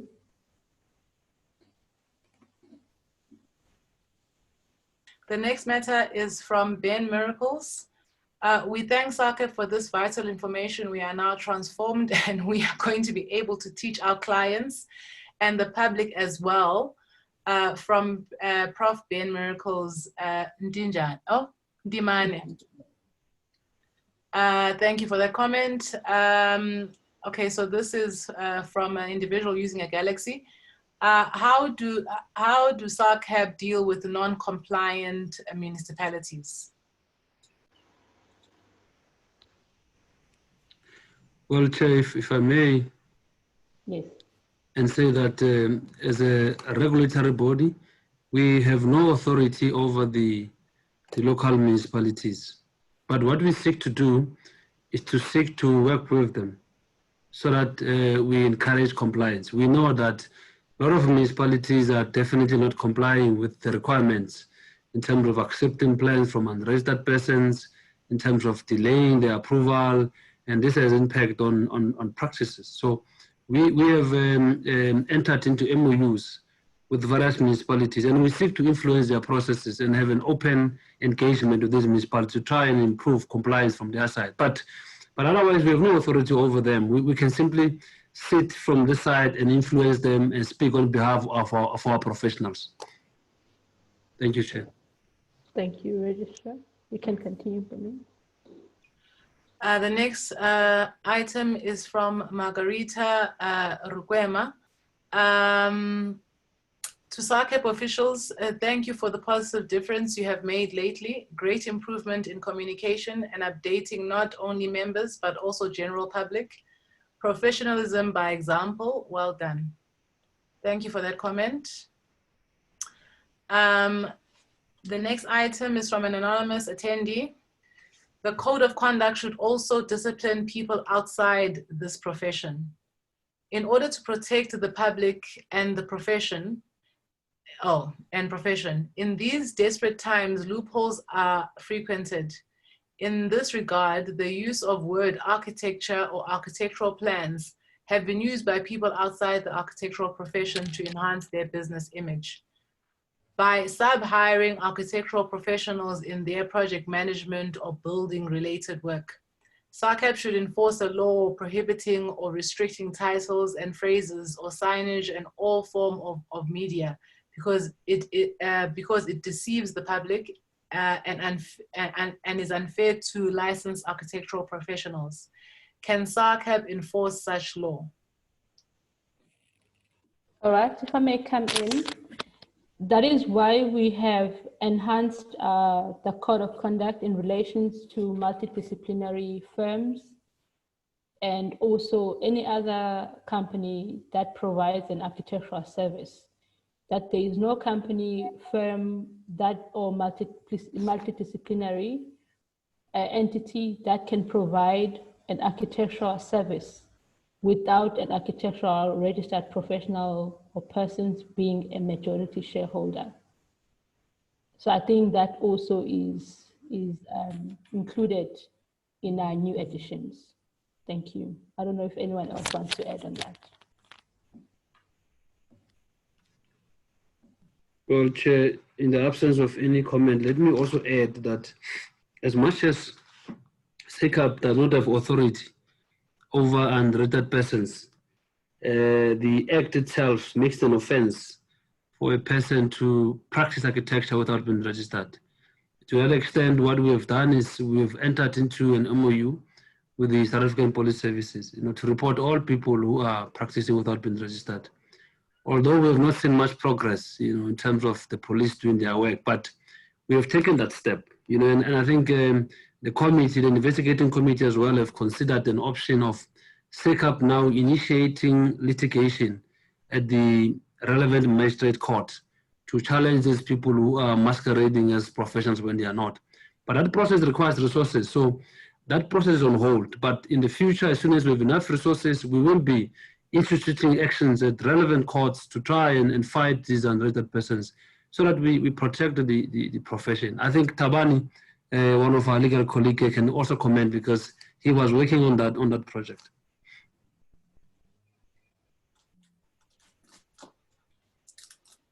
Tabani, are you with us? Yes, Chair. I have discussed this extensively with the registrar about litigating against unregistered persons, because the issue that we have sometimes with the police is that the process is very long and most of the time we don't get relief from them. So with litigation, we'll use the Consumer Protection Act because we believe that if an unregistered person is practicing architecture, they're misleading the public. And also they're giving the impression that they are registered with us. And in turn, that's infringing upon us and there's damages against us too. So we haven't got the necessary formula yet, but it's something that, as the register says, that we'll definitely test in the future. And we're very optimistic about the success of it. Thanks, Chair. Thank you, Taban. Thank you so much. Can you continue for me? Pierre requested Advocate Feduli's email address. I'm not sure if he was able to respond to that. And then the next item was from anonymous attendee. Sorry for me. I think Pierre was saying, can you send me a copy? My email is, I believe, is looking for a copy of this code of conduct. My apologies. Yes. Yes, and I've already shared with him. I've given him the code. All right. Thank you, Chair. Anonymous inquired if Previcel is active. I just did it, and the bio tab is not there. So he was trying to access the Previcel as per the instruction, and just wanted to know if it's already active.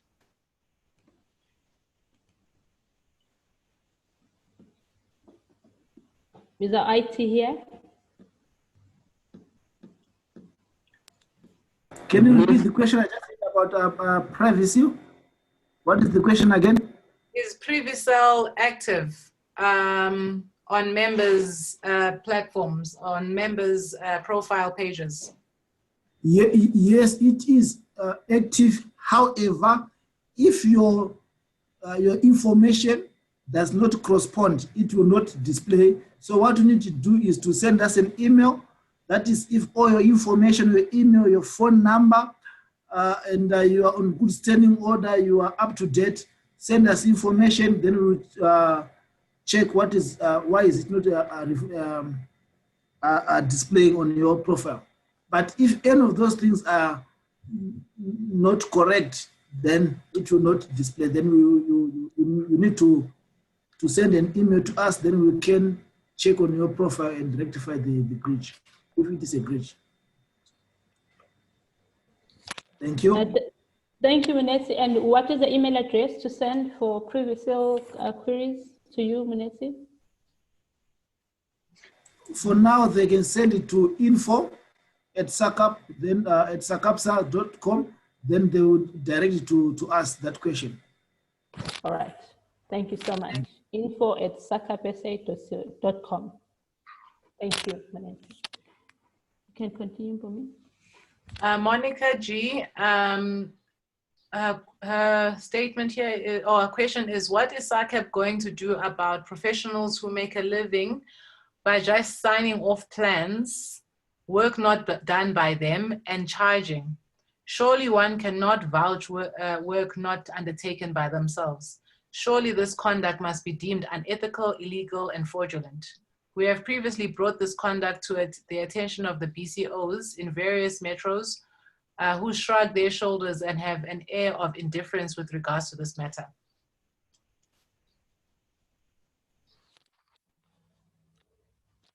Before someone comes in, we always encourage the RPs or any member of the public, when you notice a RP behaving unethical, illegal, or fraudulent, report that matter to SACAP. SACAP is able to take complaints that are anonymous.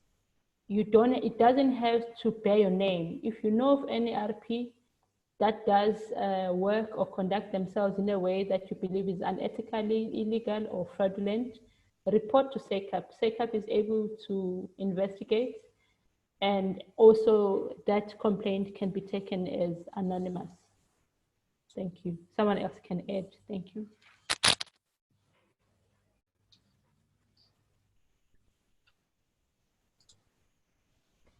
Looks like we covered. You can continue, Bumi. Thank you. Karen Hewson, my email address, okay, she's provided her email address. Would you also be able to share the presentation? Was this now shared? Yes, Chair. All those emails that you see, I've already shared with them. The code of conduct and the rules of inquiry. Thank you. The next one and the last one on this list is Miguel Montero. How can we get the certificate certified when printed? I ask because some councils don't accept printed certificates without being certified. Thank you. Thank you, Bumi. All right. Can we get the certificate and I ask because some councils don't accept. All right, you would like to answer that, Registrar, regarding certificates? Yeah, I think we have moved to an electronic certificate now. So any professional or candidate is able to any professional, in fact, not a candidate, is able to print his or her certificate. But I'm not sure about certifying it, because when you certify, you need a copy of the original plus the copy. So that will mean that what you have printed is the original. Make an extra copy and go and certify. All right, thank you. Will that be in order, Chair? I think that is what I can suggest. All right, I think that will suffice. All right, we're going now to the next set of questions. Those questions were just before our lunchtime. So we will continue with the questions, and we have a question from Tanya, or a comment. Is it Tanya, or I'm not sure. For years, we have been trying to assist the Mangaung municipality to streamline the plan approval process. All our efforts have led to no success. Plans still take months to approve, and most registered professionals have given up hope that the situation will change anytime soon. One of our members decided to take a different route. When plans are not approved within 30 or 60 days period, they notify the building control office in writing that construction will commence and give notice for inspections. I'm aware of 2 projects of which construction has started without the plans being approved. The building inspector has done inspections and the professionals involved are on hand. Are the registered professionals acting within the code of conduct by notifying the local council that construction will commence, or allowing construction to continue?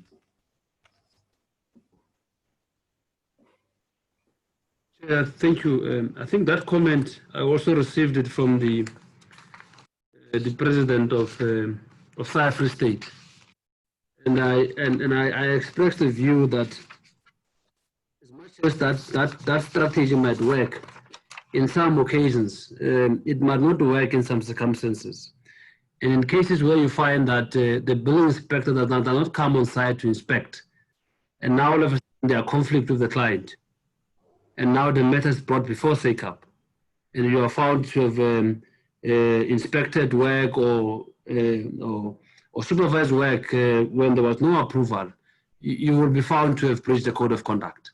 So my view is that it's important that professionals are not part of any illegal activities, because, as Khakolo said, when to commence any building without approval, we know it's an offense in terms of NBR. So do not be part of any illegal activity. Do not be in a compliance, to any illegal construction. Be safe, because when dispute arises, that is where now the problem comes, and you find yourself in trouble because the client will not be with you at that time. You will be the one who's going to be accusing you that you are the one who's been doing all these wrong things, and the next thing your name is in danger. Your name now will appear in the Gazette. You'll be published, and it's very difficult to remove the Gazette. Once it's published, if you are found guilty. All right.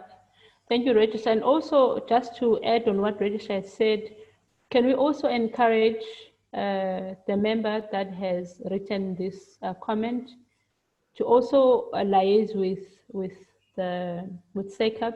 As the Regis has said, the president of the Free State reported this problem, that we engaged with the municipalities, because we are in continuous communication with the municipalities to make their systems favorable also to the RPs. So this comment also will fall into that we need to follow up with Mangaung municipality. Then we have the next comment. Can we please get some clarification of the term enter into any professional relationship or association? In clause 5.6, does this include employment contracts of employees? This may be problematic, and therefore this clause may have to be rewritten. I'm still not convinced that clause 4.2 can be enforced. So we need to start by 5.6, where they're asking does this include employees?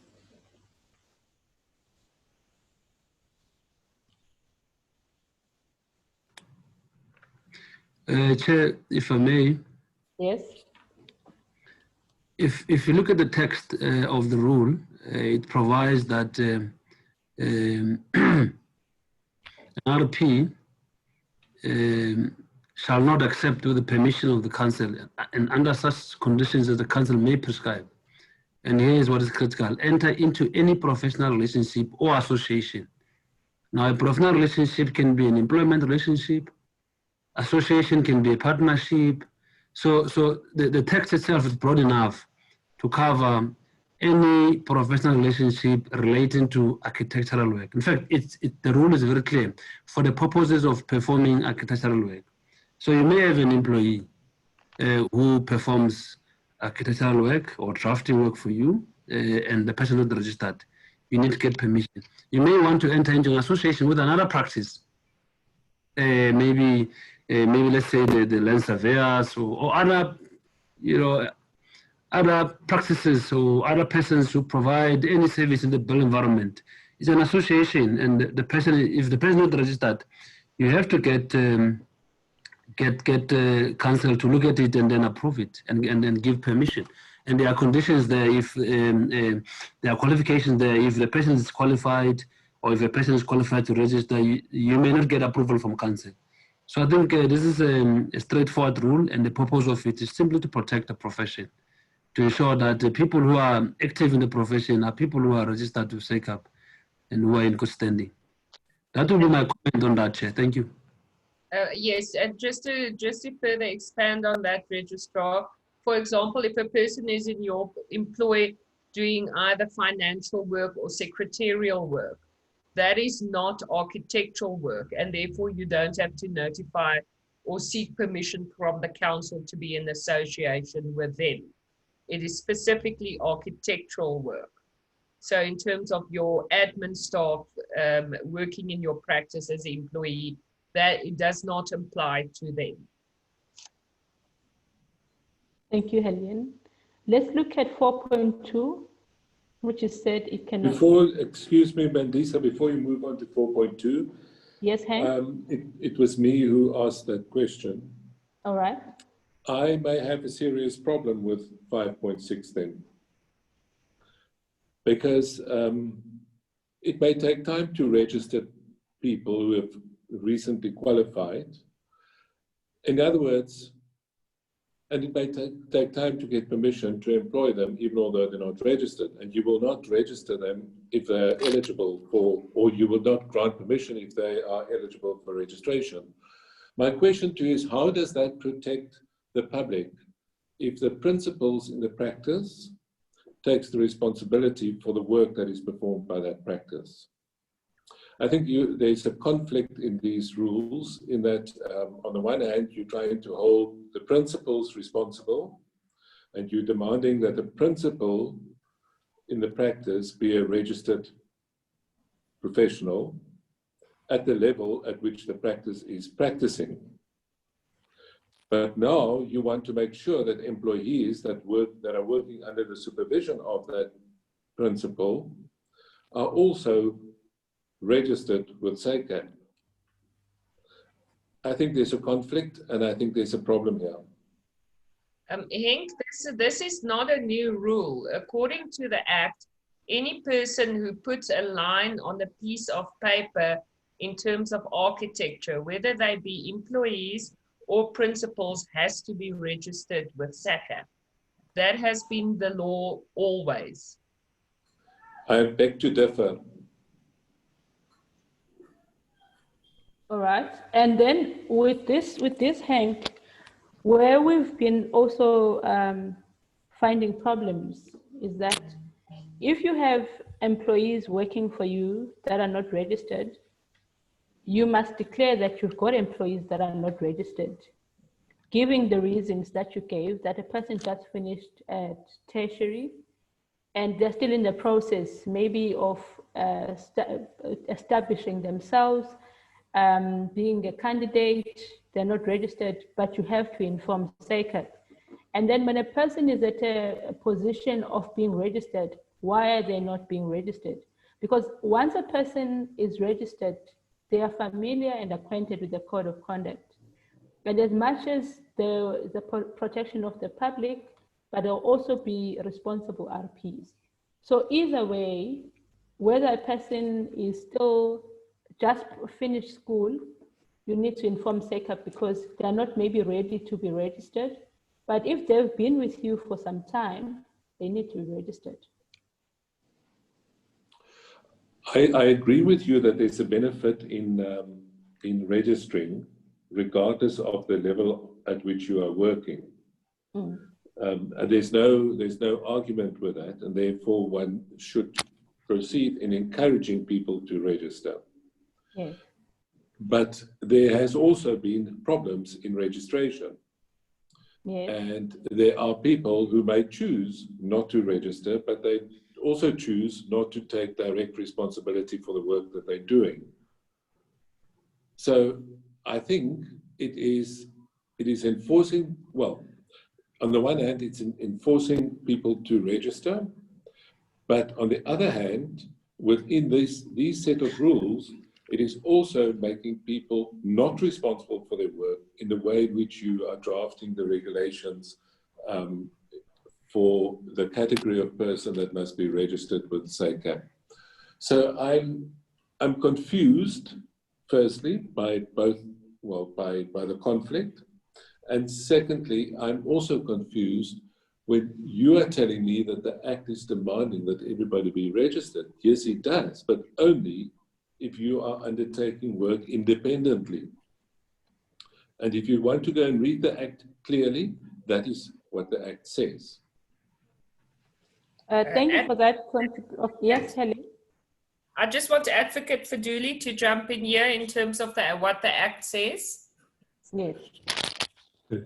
No, I think then let me come in. Remember during the presentation, I pointed to the fact that Section 26(4) of the Act provides that people who are not registered can perform work, but under direct supervision and control of a registered professional. That I made clear. And then you also have to read Section 18. Section 18(2) of the Act. I think that is the section that that Hank is referring to when he says that, where is it? A person is 18(2). I'm reading it. A person may not practice in any of the categories contemplated in subsection 1 unless he or she is registered in that category.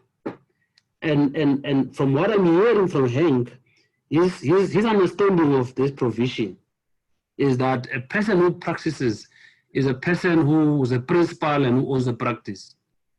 And am I correct in that understanding, Hank?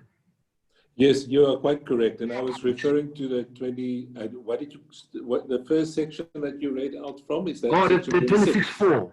The 26(4). 26(4). And that clearly stipulates that if somebody is not registered with SACAP, they have to work under the direct supervision of somebody that is registered. And that is what I'm referring to. In terms of the Act, you are not required to be registered as long as you are working under the direct supervision of somebody who is registered.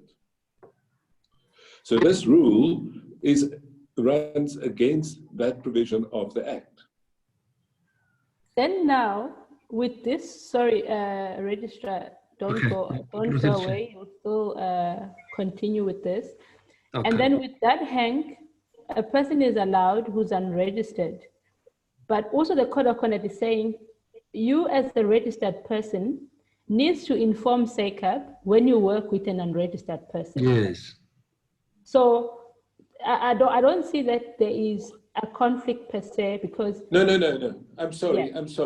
I'm sorry. This is not. It's not saying inform SACAP. It is saying that SACAP will have to grant permission. It is not informing SACAP. All right. Okay. So if I may come in here, remember, the objective of this rule is to make sure that people don't abuse Section 264 and just not register even though they're qualified to register. You know, we've had so many cases of people who now want to register after 10 years having obtained their qualifications.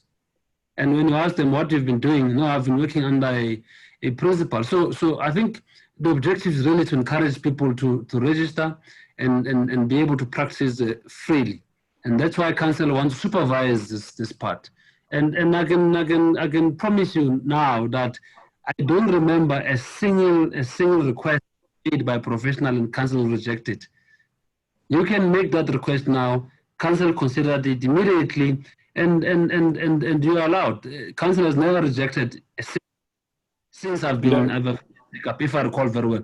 And it's a very smooth process. You know, it's quite quick, it's fast, and you're able to do the thing. So I don't think it will hamper your practice in any way or anyone's practice. Toto, I'm not going to enter into a discussion as to how easily this council may approve or not approve, or grant permission or not grant permission. The fact of the matter is that this clause is incredibly restrictive, and I'm standing by my comment earlier that it will have to be rewritten because it flies against the Act. It has to be rewritten. If you want to encourage people to register, then do so. All right. And I will support you in that. So it's not that I'm against the fact that we need people to register, but it is against the Act, or it's in conflict with the Act, not against the Act. It's in conflict with the Act, and I think it needs to be rewritten. All right. On that note, Hank, we've noted your comment, and we'll take it back to the committee. Thank you. Then we come to, yes, Registrar? Yeah, I wanted to suggest that perhaps Hank can also send us a suggestion how it should be rephrased, so that at least we're able to consider how he sees it. I think that will help us a lot. Thank you, Chair. I'll try my best. Thank you. All right. Thank you, Hank. Then we've got 4.2 as a sub of that comment from Hank. I'm still not convinced that clause 4.2 can be enforced. Can we look at 4.2?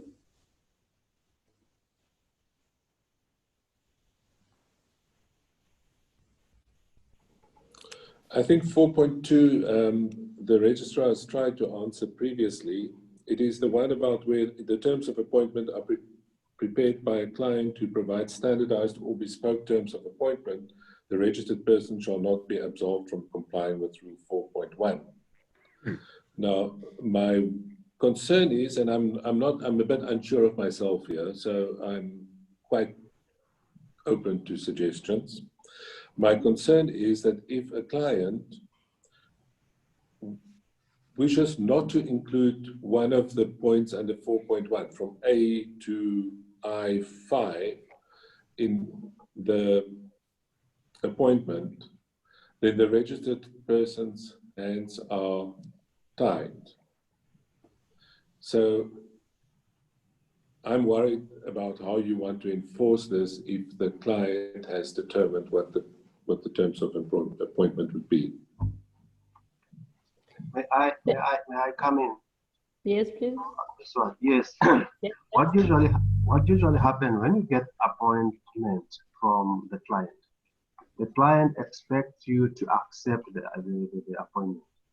When you accept the appointment, you put or you set out the rules you're accepting the appointment according to, which is according to your conduct, according to your practice as an architectural professional.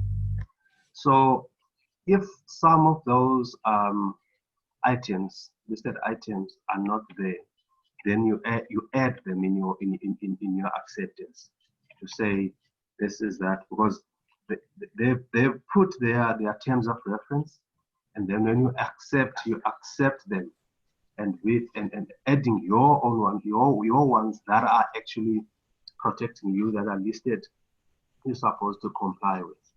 And then usually clients don't, I've never had any issues where the client says, if I'm appointing you, you have to accept my appointment as per my terms only.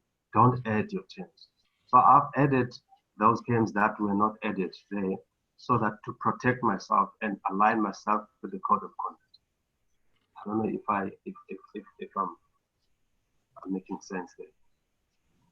Yes, thank you, Chris. I was also going to respond exactly like that, because when we have complaints, I'll just give an example. When there's a dispute and you find that your terms of appointment by the client did not include a dispute resolution, that becomes your misconduct.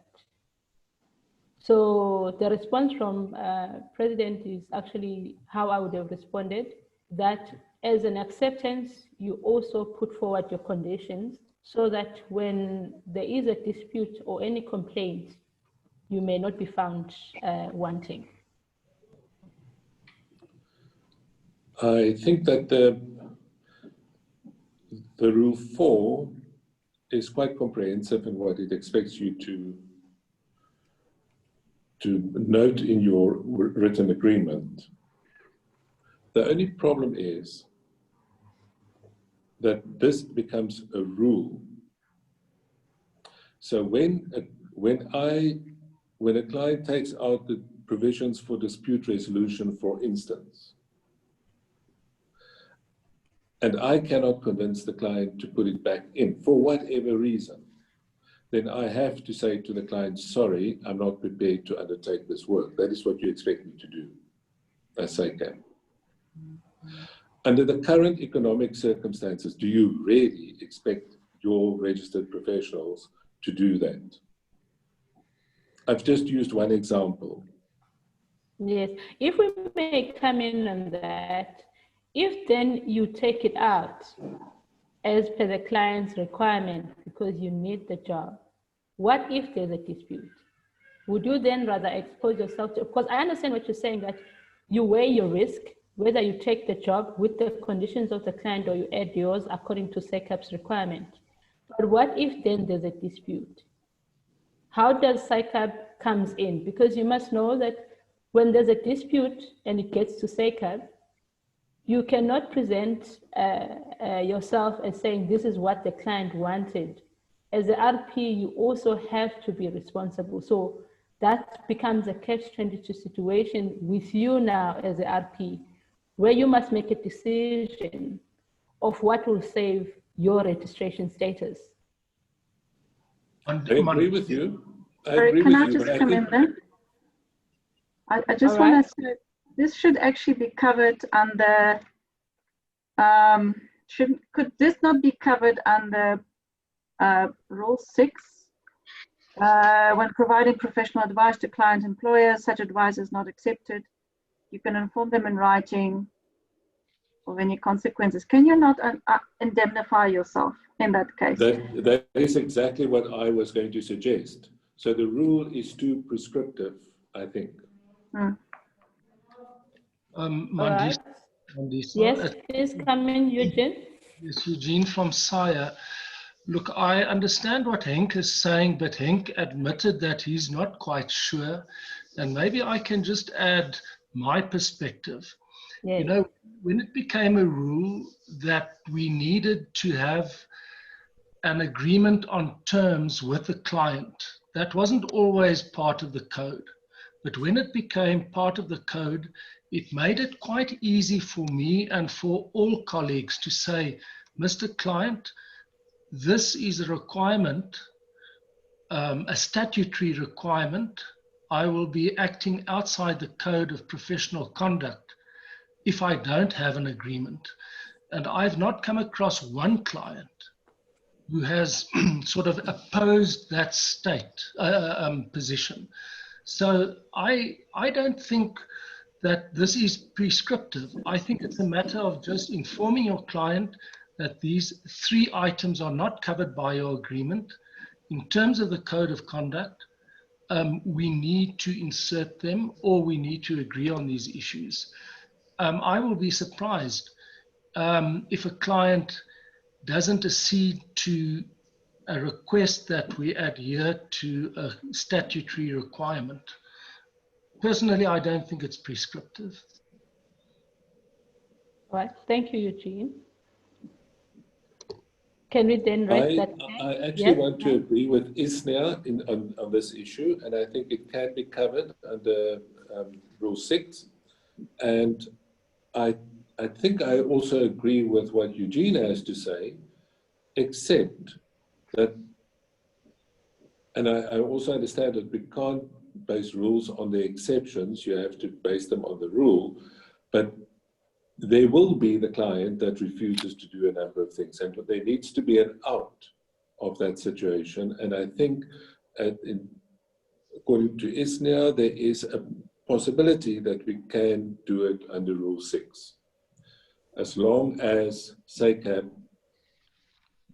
makes sure that mechanism is available. All right, noted, Hank. Thank you for that contribution. We go to the next one. That it says questions from Facebook, Dikeleti Dlamini, 4.7 rule. What is reasonable time and what is reasonable time for municipal to approve the plan? Helena Jordan Olivia Dikeleti Dlamini is asking a very important question. We have an obligation towards our clients to provide them with approved drawings, but we as professionals have zero recourse against councils that take months to approve something as simple as a swimming pool. How can we fulfill our obligations? If I may respond on this one, we said reasonable time is what is within the control of the RP. The RP has a responsibility to do the drawings, make submissions, but if the plans are stuck at the municipal system, that is outside your control. So reasonable time can be proven. So that particular question, we'll leave it at that if municipalities don't respond within a time frame that you expect, that is outside your control as an RP. Then we go to the next one. How and when will each professional receive this code of conduct before any actions for whatever reason? Registrar, have we sent this code of conduct to everybody, or we're going to publish first? Well, the code of conduct was sent to everybody for comments. And still share the current draft before we finalize, and still share the final one with everybody again. All right. Yes. Thank you. And then we've got a Facebook question, Pierre Opperman. What time period is allowed for the local authority to approve plan? Is there a time period in the NBR? Has anyone scrutinized the NBR, committee members? I can comment here, Mandisa. There is a prescribed time period in which the local authority must either approve or reject the plans. And when they reject the plans, they have to give reasons why they're rejecting the plans. And there are two periods, and I can't remember what the definition is or what the distinction is between the two now off by heart, but the one is a 30-day period and the other one is a 60-day period. Maybe somebody else can. Yes, Frans Dekker here. The Act described those two periods up to 500 square meters. It's a 30-day period, but that is only connected to the issues in the building regulations, not town planning. So all town planning issues must be dealt with first under SPLUMA, and that can take up to 2 years, depending on what the application is. And for building plan approval above 500 square meters, the local authorities has got 60 days, depending again on town planning issues that needs to be sorted out first. And like I've said, that can take up to 2 years in terms of regulations and bylaws passed in terms of SPLUMA. All right. Thank you, Frans. Thank you for that, Frans. And then also with this, Registrar, I don't know if you want to comment that if the members are experiencing these delays with municipalities, they must inform SACAP. What do we say about that? Because there seems to be problems with municipalities, and I know that we have from time to time engaged municipalities. So on comments like this, how do we then respond? Yes, I think the solution there is for us, the VAs and RPs, to work together to engage the local municipalities We've been actually engaging most of the municipalities. I think Patrick is here, KZN. We've been engaging eThekwini together to try to push the approval process. So also, I think with Pia, the president is here, he knows that we've been engaging the city of Tshwane on various occasions to try and push things around there. So I think it's all of us collectively engaging these municipalities. In the past, we've also had a meeting with SALGA to try and raise the concerns that are raised by our VAs and our RPs regarding issues that are at the municipalities. We've not had a good response. We're still waiting for another meeting. So I think we will collectively work together to put pressure on the municipalities. All right. Thank you for that. And then I see that we can maybe jump to the Q&A panel, because on the chat, we've exhausted all the comments and questions. We go to the Q&A. Any committee member wants to take that?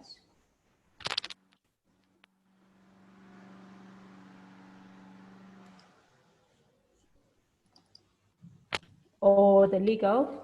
We also have got our legal.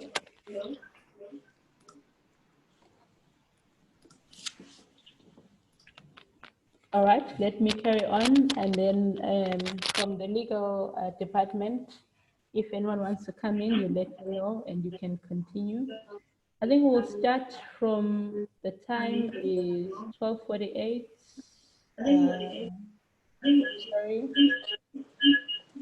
Sorry, who's that? Can we mute somebody?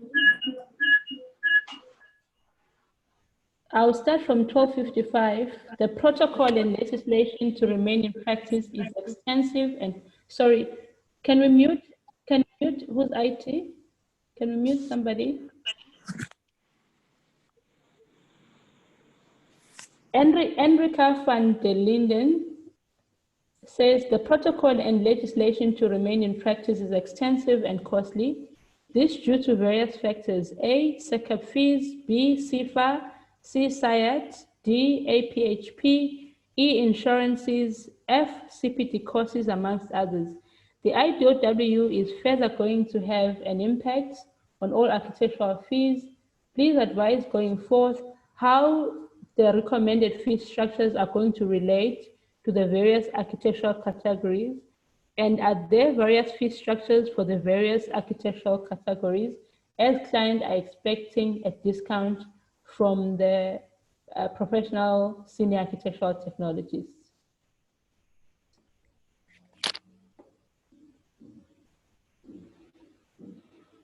May I attempt to answer that one? Please do, press. I think it's referring to the fees and the categories and in relation to categories. What we are now embarking on, which will be starting soon, is to get on with the research in as far as the fee accumulation is concerned. Because we, at the moment, we have data, but that we just feel that the data is not enough. Actually, the data that we've used so far came from SIA. But what we want to do now, we want to involve all the VAs and the RPs, and so that they can participate in that survey. The fee survey actually is going to be a fee survey, so that we can respond to a question like this. Because when SIA have undertaken two surveys, I think a third one, the response have not been that very good. Hence, now we want to expand this to other categories, like your senior technologists, craftspeople, so that they can also give us the information on how do they charge fees in that space. And then we want to put that data together so that we can respond to a question like this. At the moment, we can only rely on the research that we have to embark on. We want to start early next year, so that when we update this current fee now, which is in publication, we can start responding to a question like this. And I think we want to find a formula or a mechanism to encourage all the practicing professionals and even the RPs that are not practicing to contribute to this information, to this research, so that we can get the data that is going to lead us to find a solution to this question. That's it. Thank you. All right. Thank you, Press, for that. All right, Madam Chair, I can Yes. assist you from here. All right. Yes. And then you can assist on the Q&A. Some questions that we've answered, and then also there are comments. So you can carry on. You'll see where we were. What time are you looking at in terms of the comments as a reference? I'm looking at 1 o'clock. Isn't it? We were just on 12:55. Yes, we're on 12:55. So yeah, but some you find that they are done. Okay, but you can continue from 1, yes? Okay. Sorry, before we do that, KG, Yes. do we then say it's 2:30 now? Do we need a 10 minutes break and continue, or in the panelists we say let's just continue? Can I get a few hands or arguments that we continue, or if anyone needs a break? 10-minute break would be appreciated. All right. Time now is 2:32. We'll come back at 14:45 to continue. Thank you. Thank you, Chair.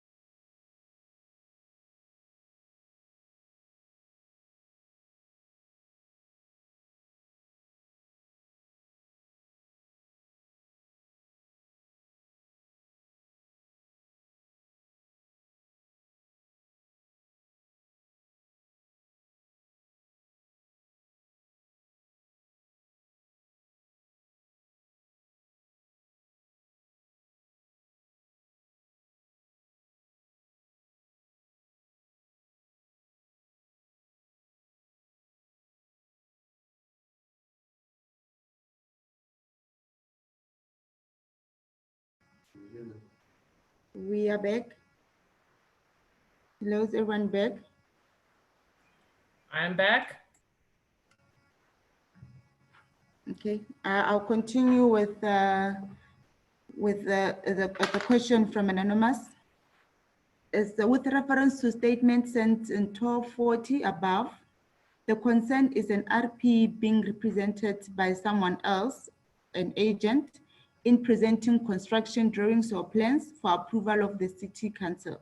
Surely there should be a clause in the code or some relationship in the document with the code and relevant authorities. So this is, it's anonymous. He wants us to have like a clause in the code relating to the relationship in documents with the code, relationship to, okay, some relationship in documents.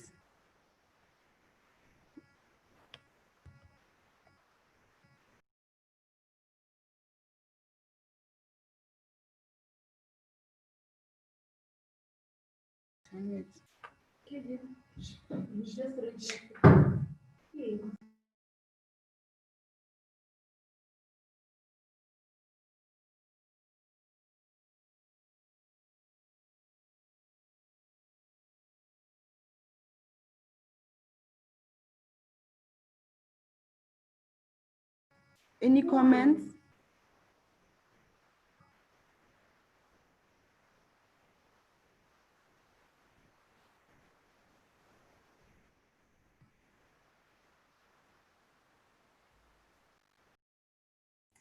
I think we're still waiting for people to come in, so just wait a few more minutes. So let's wait till 1:45 and then repeat.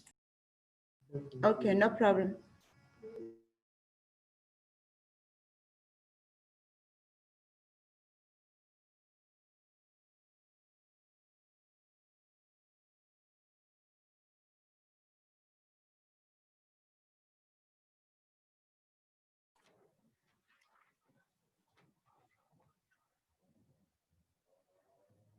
Hi, Advocate. It's Ray here. Can you hear me?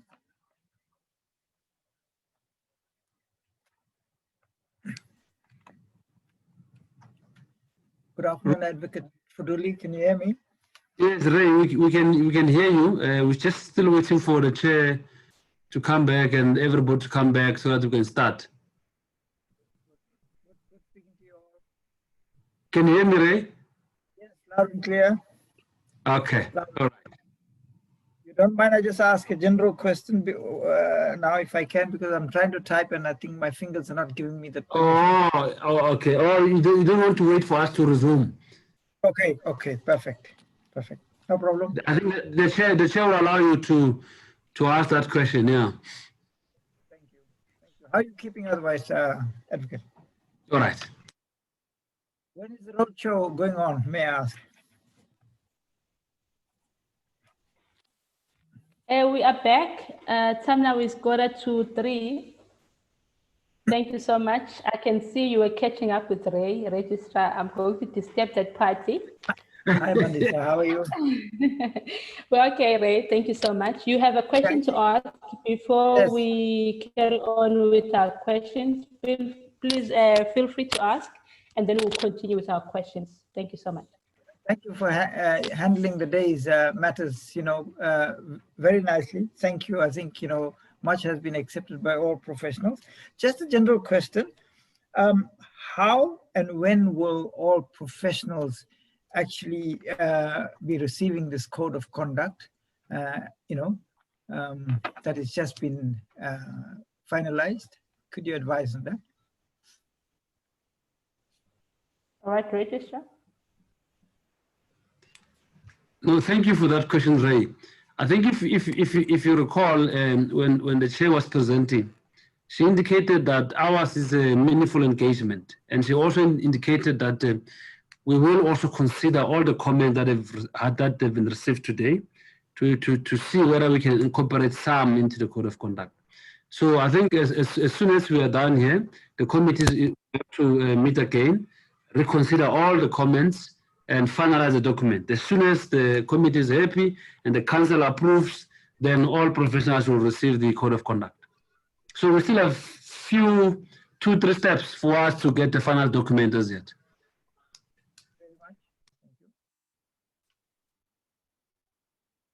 All right, you answered, Ray? Yes, I'm fine with that. Thank you very much. All right, thank you. Then KG, you are going to continue on the Q&A. Please feel free to continue on the Q&A.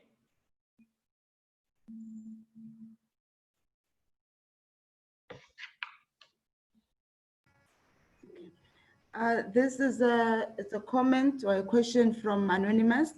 It's with reference to a statement sent at 12:40 above. The concern is the RP being represented by someone or an agent in presenting construction documents or plans for approval of City Council. Surely there should be a clause in the code or some relationship in document with the code and relevant authorities. Can anyone attempt to respond to this? I am not clear about the question. Oh, yeah, I'm not clear, and it's also anonymous. Yes, I've now listened to the question twice, and I'm not quite sure what is being asked, Mandisa. All right. We can proceed, KG.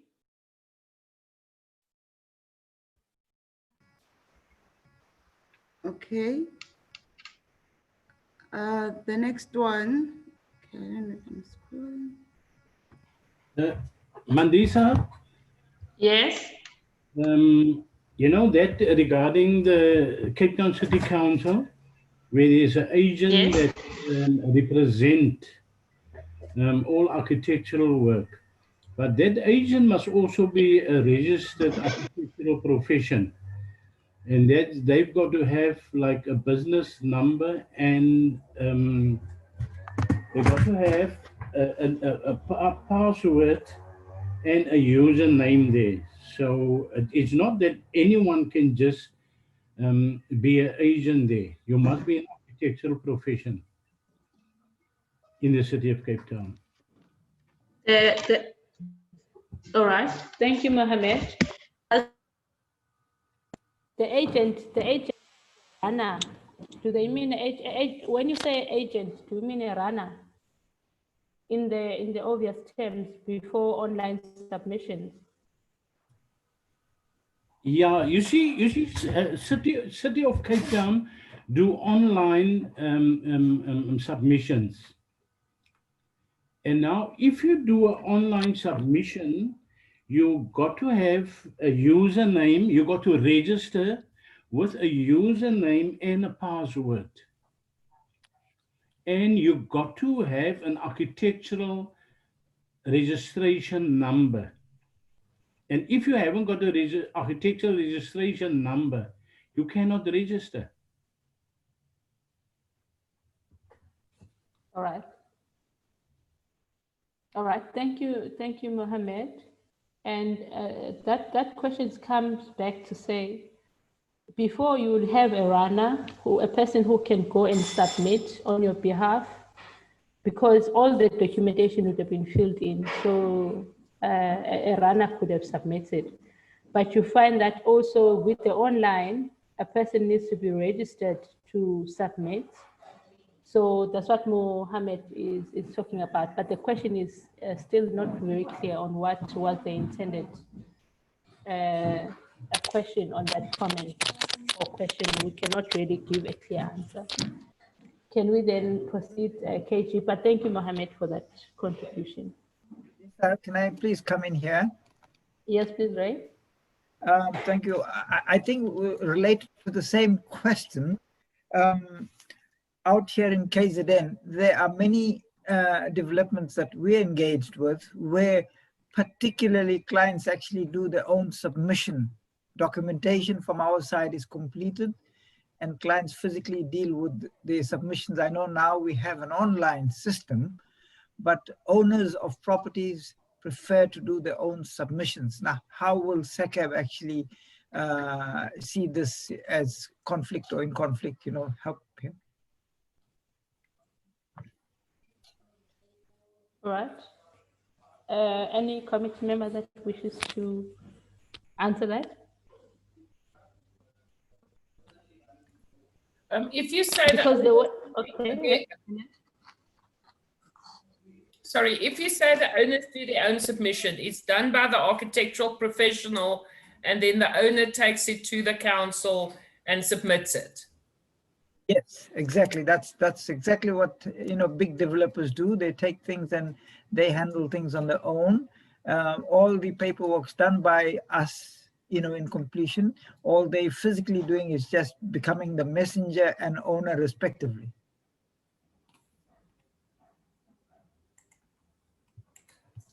Yeah, Mandisa, if the owner, decide to do their own submission, the responsibility still lies with the architectural profession. And just like if there is no indemnity insurance too, like for the architectural work, the owner cannot accept or take out professional indemnity. That got to come from the architect to take responsibility, but the responsibility still lies with an architect. Does that answer your question? May I also attempt? I think I've also experienced the online submission. It's part of your service as an architectural professional to submit the drawings for approval. And now, if the online, you submit through an online, it should be done by you and the author. I cannot imagine how the owner will respond, because what happens is you register, as Councillor Mohammed says, you register, you get a password, you have to give your contact details, information of the author, which is yourself as an architectural professional. So the municipality respond or communicate with you through an SMS saying that your drawings or your submission now is at a certain level, and it can't go through the certain level because it needs 1, 2, and 3. And then you go there, you log in.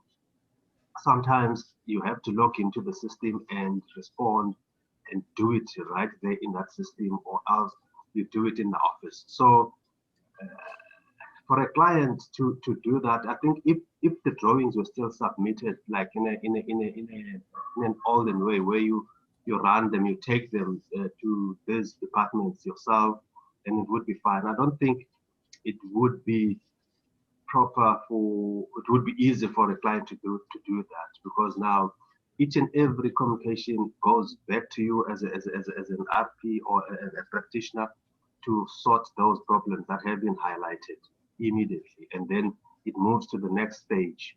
You sort it, and then they communicate again with you, and then when they approve it, they communicate it to you, because you're the person who registered. So whatever, if that happens with the developer or the client, they will have to come back to you to rectify all those amendments that need to be rectified. I want to come in here. Chair, can I just give a comment as well? All right, and your name? Comment, Franz. Okay, we just have to go back here to the provisions of the National Building Regulations and Standards Act. It doesn't say that the architectural professional have to submit. It doesn't say anything about that. It says that's the owner that have to submit. He can appoint an agent on his behalf. But if this goes to court or whatever it is, who is the person who have to submit to the local authority? Who is the person who have to get authorization from the local authority? Not us, the architectural professionals, it's the owner. We assist the owner in actually doing that. And I believe that where local authorities are taking it now, that you have to have registered numbers and stuff like that, I will take it up in another forum where I'm in with the Department of Trade and Industry, where we work on Part A, where we'll actually try to get clarity on this whole issue here. Unfortunately, with the lot of unclarities and people not actually going back to see what is actually required, everybody has got its own idea of how it should be. But the Act says, the National Building Regulations and Standards Act quite clearly say it's the owner's responsibility, nobody else's responsibility. Chair. Yes. Thank you. Chair, if I may, this is Councillor Litabisa from SACAP. I think on this one, it is the content of the information of the drawings still remains the responsibility of the architectural professional. Yes, clients can go and submit plans. They can negotiate with you to go and that they can go and submit plans themselves. But then it should have been stipulated in your agreement from the onset what aspect of that they're gonna take over. So it should be set up at the beginning. But then I have found that sometimes it is set up that we will submit the plans, but the client offers. But that's where you would have a written agreement on by email to just say that you should know that you will still be liable to be paying our fees, because it was set up in the beginning that we will submit those drawings and get them through council. So the moment we say that, then they are inclined to say, oh no, okay, then submit your own plans. So the information is still the responsibility of the architectural professional for the creation of the drawings, and if there are any queries. But I don't see it that much of an issue if a client offers to take them through, provided that you have an agreement that either you're going to relinquish your fees or you will still keep your fees. All right, before I allow Ray to come in, I think there's an important point that was made by Franz Decker regarding the NBR provisions. I believe that we need to align the code of conduct to that, and also our contracts, as Councillor Litabisa was saying, that because there is a gray area, we all have experienced that gray area, whereby we all know or under the impression that we must submit those plans and get them approved. The approval is still our responsibility to make sure that they comply with the NPR, they comply with the SANS, they comply with the town planning schemes, even if the owner takes the plans to the municipality or council for approval. But the point that Franz has made is very critical, especially to the alignment of our documentation and what we do. So I'll also raise that with the registrar, that we've noted that comment, Franz, that you made. All right, and then Ray. I think, look, I fully agree with Franz on this one, because Section A, including Section 25, compels the client to always do his own, legality when it comes to the development on site. Whilst we have the NBR, earlier a speaker spoke about, as long as our agreements are in order, that the client has accepted to do the submission on their own, it is, should I say, fortunate now that in KZN, anybody can log on to the system of online submission. You don't need a SACAP number. As long as our documentations are filled in correctly, signed correctly, it's just a matter of a click by the finger and plans are submitted. So there's no issue there with regards to why shouldn't the client submit plans, I think. That's the point I'm trying to raise. And Franz is quite correct in what he says, that the system has a gray area where Part A says, it's up to the client to deal with these areas. Thank you. Mandisa, it's Eugene Barnard again. Can I just... You can come in, Eugene. Quick thought. What I'd just like to just emphasize is that in our entire service that we render, we are acting as the client's agent. In other words, we are an extension of the client's arm. So from work stage 1 to work stage 6, we are acting on behalf of the client as if the client is working through us. So when the NBR says that the client is the one that submits, it's quite correct. But we are then acting as an agent on behalf of the client when we submit the drawings, and generally architects or architectural professionals would be the ones who submit. So I don't think there's a gray area. I think it's just a matter of defining ahead of time if the client indeed wants to utilize our service under the law of agency to submit. And I don't want to extend the conversation, but getting an occupation certificate after the work is complete is actually exactly the same.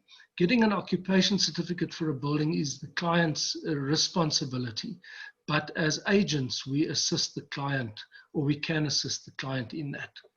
Thank you, Mandisa. Thank you, I'm fine with that. Thank you, Eugene, for that. And that is why then our contracts are very important in this matter, because if you want to relegate any responsibility, it needs to be outlined clearly on the contract. But we'll rest this one here, and then we continue to the next one, unless Registrar wanted to say anything, but we will just continue.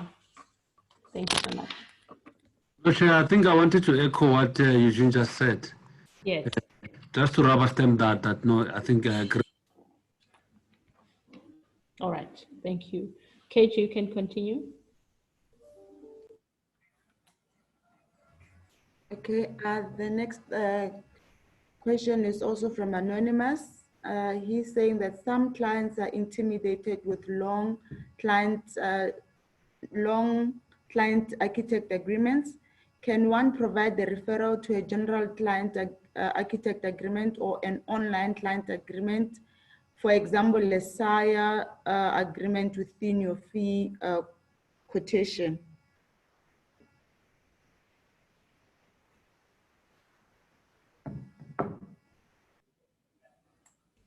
Thank you, KG.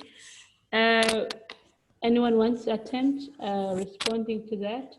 We've had situations whereby ARP has included the terms of appointment in the quotation. The challenge that we've had before was that the quotation may be accepted, but you find that there's no follow-up to get it signed and agreed upon. So a person will present a quotation and say those were the conditions of agreement. And you find that at the end of the day, it is not agreed upon by both the parties. So if it's done as a quotation and it's signed by the client, that becomes an agreement because it has the terms, but that follow-up is normally lacking. Thanks. Anyone who wish to Chair, can I add on that? Yes, you can come in. Yes, Chair. The Code of Conduct Rule 4.1, we're not necessarily saying that registered persons must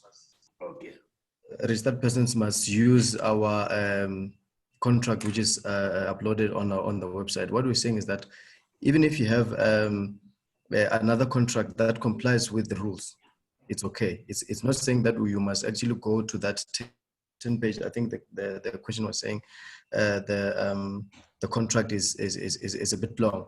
It's not about that one. Is just for us. It's just us who have said no. If you can't, here is one that complies. It's not saying that you must strictly use that one, but however, your code, your contract, your terms of appointment that you are going to be compiling by yourselves, at least it must comply with the rules of the code. Thank you, Chair. Thank you so much. If there's no other comment, we can carry on, KG.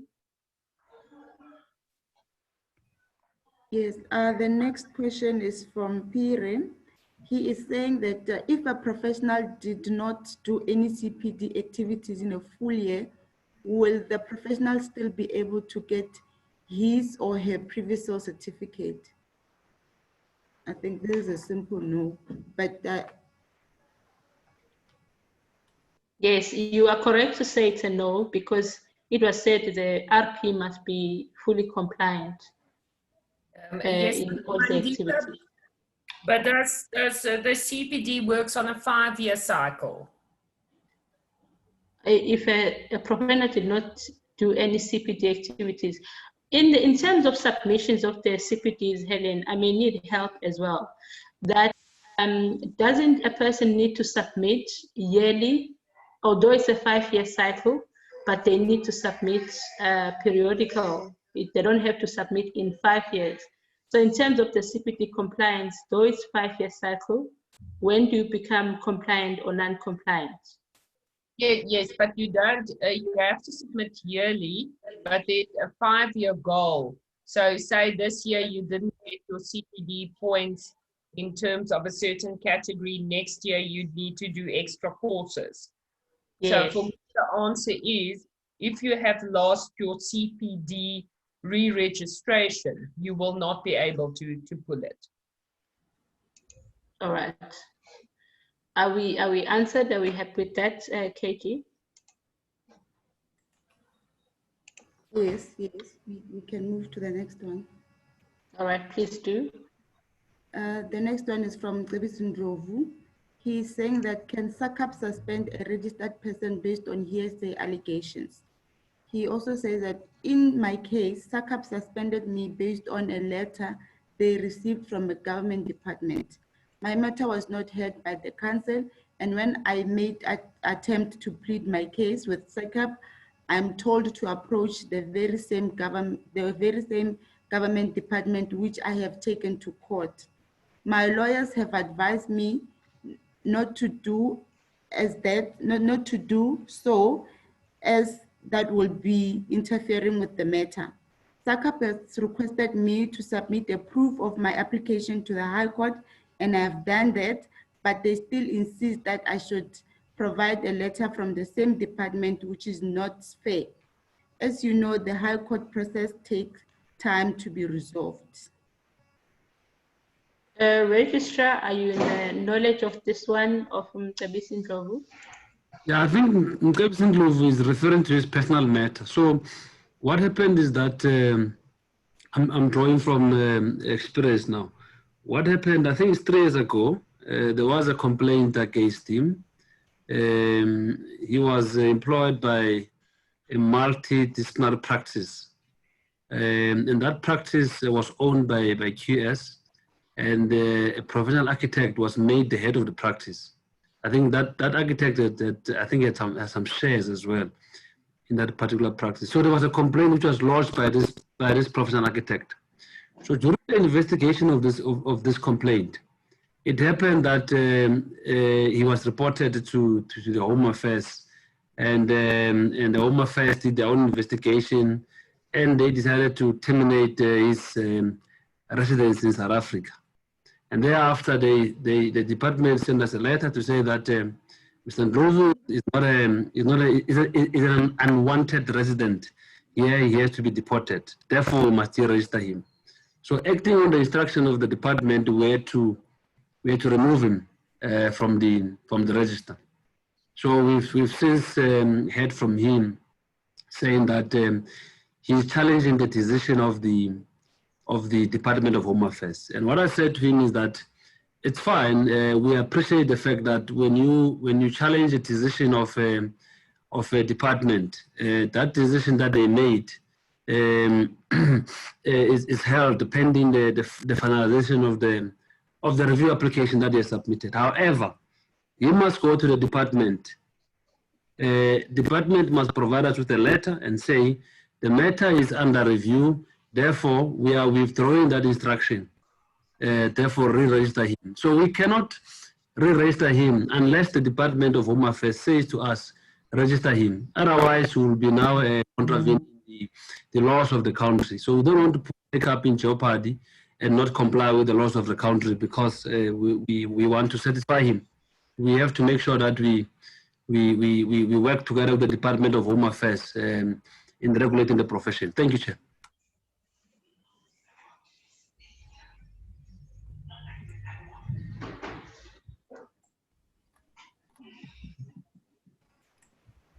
Must I move to the next one, Mrs. Chair? Yes, please. Thank you, Registrar, for that. We know that that was quite elaborative, especially on a personal matter, but because he wrote on it on a public platform, that's why we had to give a response. Thank you for that, Registrar. I can continue, KG. Okay, the next one is from Gio. He says, can you define architectural services in relationship to the question relating to the developing company employing an architect? He says, for example, if the company builds housing designed for developing company by its employees, does these employees require 51% shares in the company?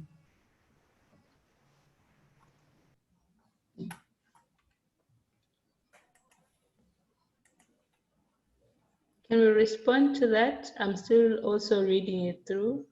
Yes, I think just to start off, if a developer employs a professional as an employee to undertake architectural work, what we know in terms of our rules is that the developer cannot call his or her company an architectural practice, but nothing prohibits a developer from employing a professional to a design, as long as the professional is registered, is in good standing, and is doing work in line with the identification of work policy. That's how I see it. Maybe others may differ. All right. Thank you. And we've dealt with this on the Code of Conduct, that any company that offers architectural services must have a registered person owning 51% of the shares. So I believe that was clear. You can continue, KG. Okay, the next one is from Temba.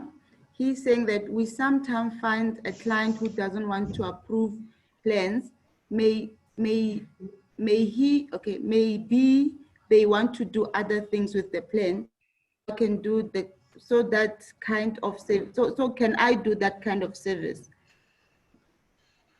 He's asking if we sometimes find a client who doesn't want to approve plans, may be that they want to do other things with the plan. Can he do that kind of service? Can somebody expound on that, please? Is the person asking the question still here? Are you here, Temba?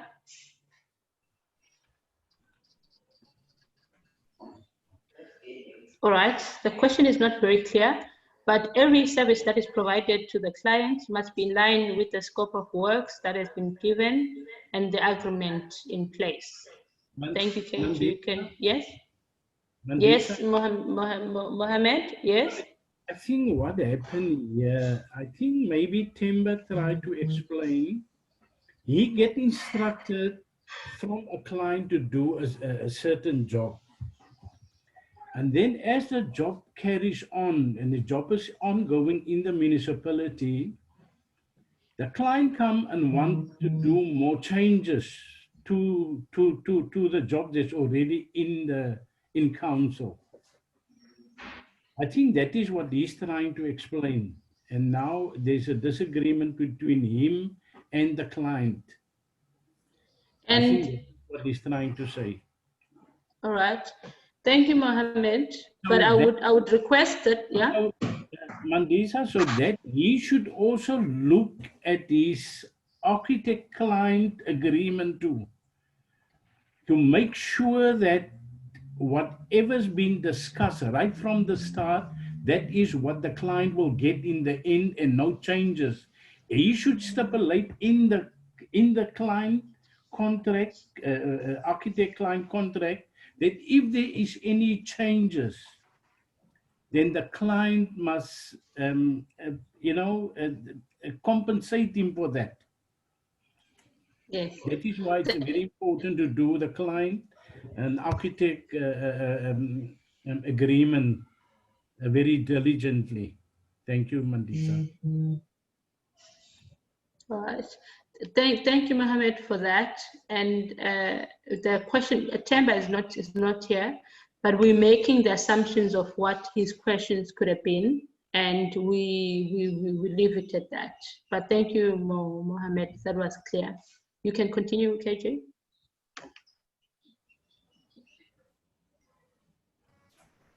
The next one is from Elaine Lem. She is saying that I completely support a minimum fee scale. I also feel that there should be a clause in the code of conduct to cover the practice of charging below minimum fees. Charging ridiculously low fee erodes the profession, sets up an unfair competition profession, and encourages RPs to work beyond their registration category. All right, we acknowledge the comment of Elaine Lem. As the recommended fee scale has been published, but we cannot force RPs. We cannot force RPs on how much they should charge, because that infringes to the Competitions Commission. The law doesn't allow us. So we don't have also a clause in the Code of Conduct that elaborates on charging ridiculously low fees as a misconduct. But we've seen that people who charge low fees, they end up compromising the quality of work, and that places them back into the investigating committees where they are charged with misconduct. So it has implications. The charging of low fees has serious implications and exposes the public. But SACAP is, by law, is not allowed to determine how much fees an RP can actually charge a client. I don't know if you want to add on that, Registrar, and then we move on. Yes, I think you're correct that we are also governed by the competition laws, and we are not allowed to fix prices. And I also want to add that what I've noted, in fact, we've done research and we found that in most African countries, there is a minimum fee. And I'm not sure why in South Africa, laws have deviated from that. But unfortunately, we have to comply with the law and make sure that we don't prescribe a minimum fee. All right. Thank you for that. You can continue, KJ. Okay, this is a comment. It's from Andre. He's saying, I have a problem with big chain stores, spas, checkers, etc., where they have architectural divisions to process renovations, etc. All right, you continue. Yes, the next one is, I suppose the question is why should, it's from Mr. Swanepoel. He's saying, I suppose the question is why should architects pay for the enforcement and administration of the Architectural Profession Act and not the public through the general taxation process? Registrar, you can answer that. Please repeat the question again. The question is saying, why should architects pay for the enforcement and administration of the Act and not the public through the general taxation process? Well, unfortunately, the architecture, I'm sorry to use the word architecture, but the architecture of professions throughout South Africa, you go to the legal counsel, you go to the engineers, you go to the doctors, to the nurses, to everybody else, social workers, all of them have to pay annual fees to their professions. So that's how they've designed public regulation in this regard. So we can't change that. That's how Parliament it and the executive, unfortunately. Thank you. Thank you, KG. Okay, the next one is from Anonymous. He's saying that as a representative of the municipality, who do we contact at SACAP for queries on registration of RPs or to report plan submissions that are consistently of poor quality? Then also, he is asking if there's a limit of candidate that can be mentored by.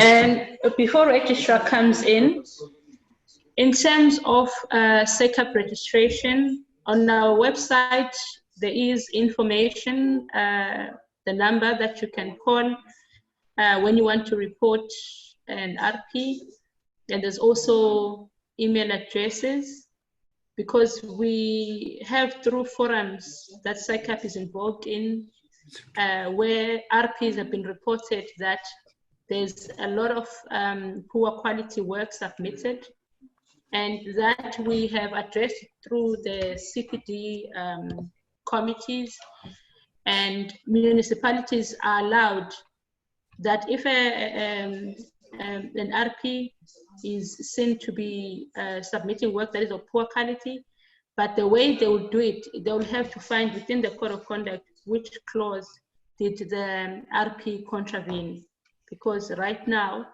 it's mainly that there is no system that allows them to do that. But the contact detail for SACAP to check the query and the status of an RP is through the website, the number and the email that is on our website. And when it comes to the limit of candidates that can be mentored by a single RP, I don't believe that we do have a law. A registrar can correct me on how many RPs can be mentored by a single RP. Do we, registrar, you can elaborate on those comments? Yes, thank you, Chair. I think the first point that I want to make is that with regard to the referrals or rejections letters from the local municipalities, we've been working together with the Invest SA. SACAP has a representation there. There's the vice president sit there, Mr. Cholobe, who is an architect. They sit in that committee where they are working together with all municipalities to try and improve the standards of submissions. And also, we started into an interview with the city of Johannesburg. And part of the issue that we've agreed upon was that the city of Johannesburg will provide us, SACAP, with a list of all referrals at a time, so that SACAP then, through the CPD committee, is able to put together relevant CPD activities to address those shortfalls. Also, we are currently engaging the SABS. We're in the process of entering an MOU.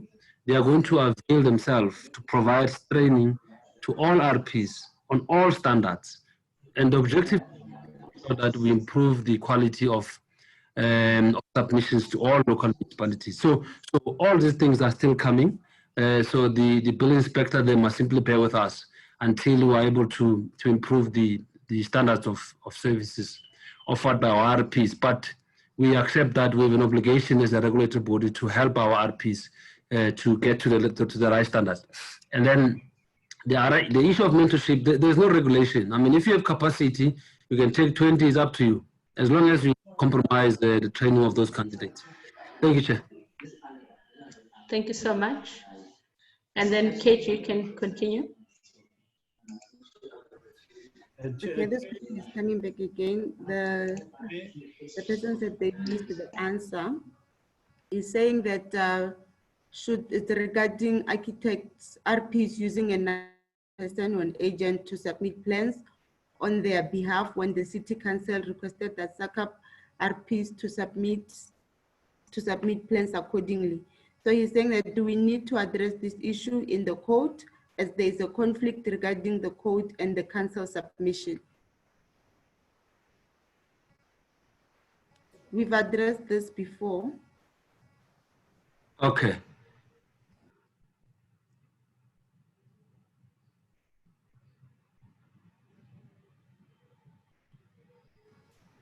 Must I continue, Mrs.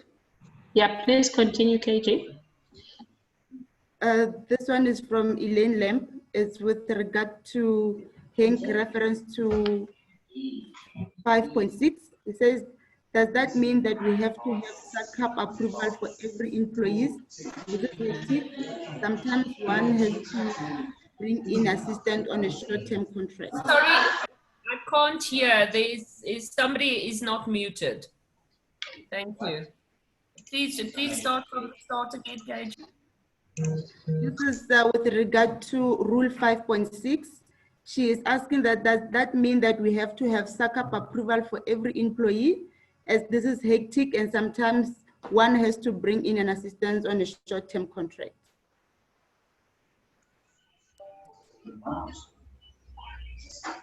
Yes, I think that's been asked and answered. If they perform architectural work, yes. We continue, KG. Okay, the next one is from Monica. She's saying that council, specifically Johannesburg, tends to put plans into pending without notifying us via email. This results in delay for approval. As specialists in retail compliance, we should find a 5.5, okay, it's 45,000 Square meter plan approved within a week, whereas a cell shop of 55 square meter can take months approval. Repeat pending for the same issue, which often is not as an issue, but security fees and oversight by the plan scrutineers. Okay, this is a comment. Yes, so on this one, KG, as we have said, that RPs that are experiencing problems with municipalities, they can write to SACAP for intervention. Otherwise, we have no jurisdiction over municipalities. And then if the question was raised in terms of the investigation committee, again, it's practicing professionals on the committee who has a good feel the difference between submitting a garage addition to a R1 billion project in terms of council submission timelines. Thanks, Kelly. Continue, KG.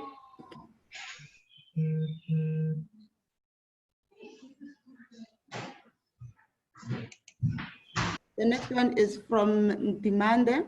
He's saying, how does SACAP intend to assist and develop illiterate but gifted by God a talent in architectural design? I know some of them.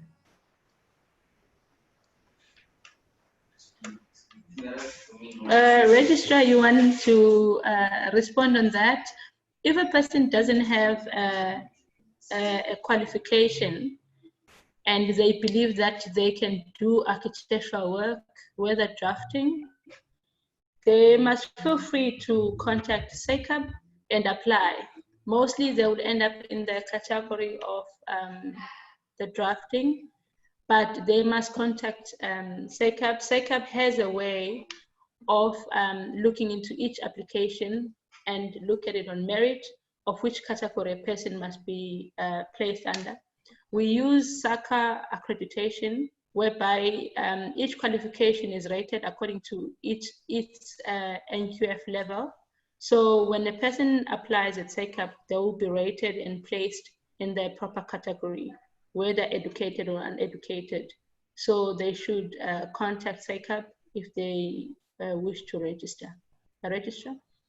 Yes, I think you're correct. So basically, we've got a category where if a person has 2 years experience, that person is able to apply to SACAP and request to be registered as a candidate draft person. So if you think that you are talented in architecture, then at least you have to work under a professional, at least for a period of 2 years, for you to be considered registration. And then you'll thereafter have to do another 3-year mentorship for you to be able now to upgrade to become a professional. So it's quite a lengthy process. Thank you. Thank you. You can continue, KG. Okay, it's a comment from Rotha. He's saying, yes, as Dio just mentioned above, we have a private development here, a security village. The homeowners insist on a CAD drawing before they will approve any drawings. They can give these CAD drawings to all and sundry to work from. And the next one is from Nicolette. She is saying that I am a candidate that has not submitted enough monthly reports due to no work, and with moving, and I'm currently 4 years in March 2017 and have requested to write now in October 2020. It was denied. I would like to know what I can do to become registered. All right, before we get to that, that one of Rosa, Helen or other committee members, Johan, we've spoken about issuing of live drawings to the owner. So what can we comment, how can we comment on that? The issuing of CAD drawings, not as a PDF, but as the live drawing, if you understand what I mean, the electronic drawing. Nothing in the Code of Conduct says architects have to do that. There is no requirement for an architectural professional to provide CAD drawings at all. Yes, I agree with you, Leon, Madam Chair, that if you buy a book, you don't insist on getting the author's original script. You get the copy of the book. The original script is the intellectual data or the intellectual property that remains vested with the author. You don't give that away for free. All right. You can continue, Katie. Thank you for that, Helen and Johan. To the next one, regarding the candidate who's unable to write because of the monthly training records. Registrar, please advise.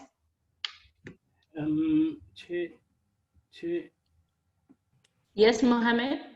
Chair, she need to get the necessary experience.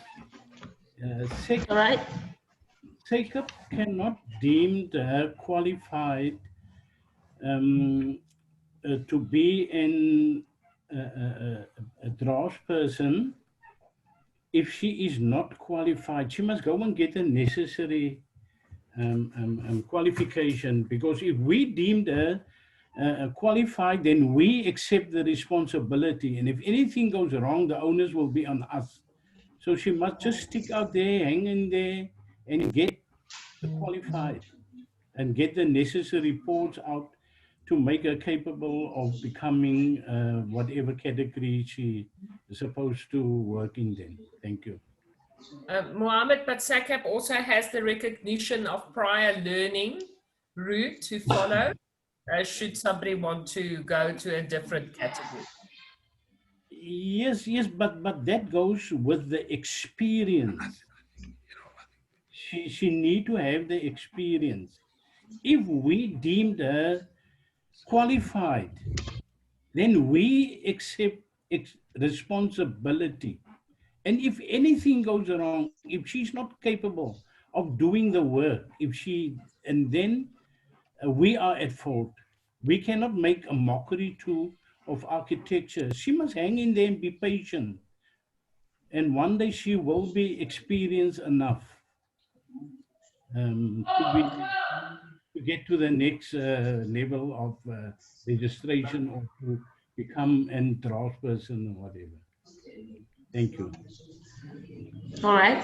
Thank you for that response. Mohammed, yes, Registrar?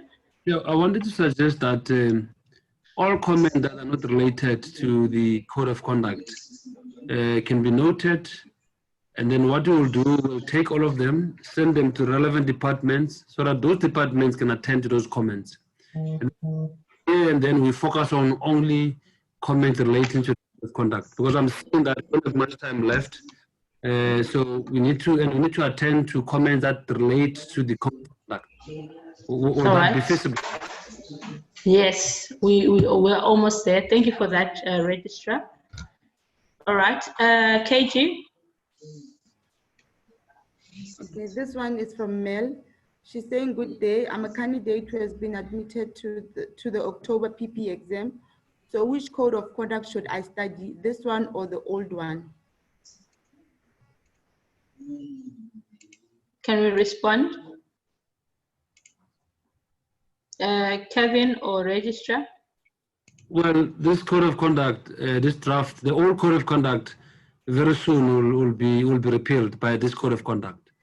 But if you check both of them, there's still a lot of rules that are in that code, and they are also still in this one. But it will be repealed very soon, that one. So he or she must focus on this one, because this one is a more updated one. And if they're writing in October, do we believe that this code of conduct will be in effect? No, it will be enforced, I'm sure, Chair. Come again? I'm sure by October, this code of conduct will be enforced, yes. All right. And then I know that Kevin is here because Kevin is chairing education. You've noted that question, Kevin? Yes, I have. Thank you. Noted. All right. Thank you so much. Yes, KG, you can continue. The next one is from Anonymous. She's saying that SACAP have published a notice that they will go after RPs whom are erroneously reducing their fees. This is certainly true, but how will SACAP assist the industry from lowering billing professionals whose fees are ridiculously low and leaving other professionals having to compete with them? And how does the coincide with the Competition Act? Developers specifically are honing into the fact that they can take advantage of this and are having professionals competing against each other after bringing their fees unreasonably low. All right, we will jump that comment. We've extensively elaborated on it, that we have no control over how people charge, and because it's against the law. So on that, we'll just leave it at saying that RPs must comply with the code of conduct and the provisions thereof. But in terms of pricing and low fees, we have no jurisdiction. Thank you.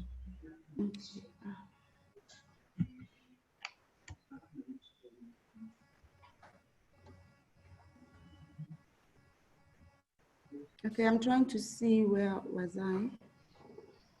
You can, yeah, you can. We're on 2:38. That was the time.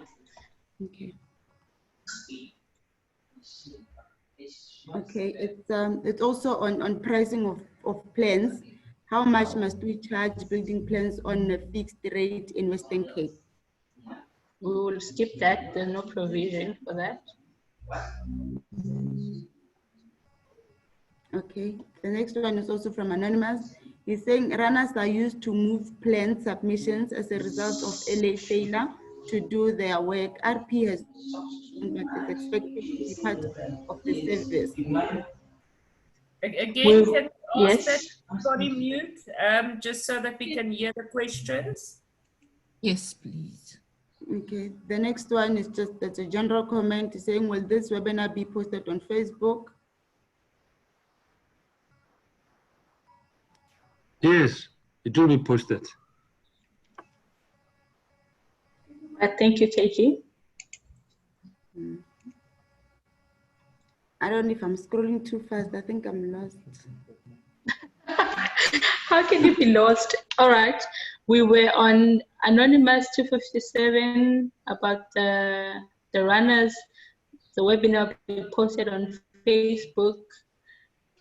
There's a statement approximately at 14:54, the discussion regarding a representative. Okay, thank you. The conflict with City Council. Yes, yeah, you got it. Yeah, I found where I was. Okay. This one is from Wood. He's saying this is a statement. Okay, this is a statement saying the discussion regarding having a representative or an agent or a runner called in the olden days, there's a conflict with the City Council, requires SACAP RPs to submit plans, but there is still an option for an agent to submit. Now it was a statement made, NBR states the registered owners who is responsible. Sometimes it conflicts. The author of the DOGs hold the responsibility. This must be aligned with SACAP and City Council. This one is from... all right, we've noted that because it was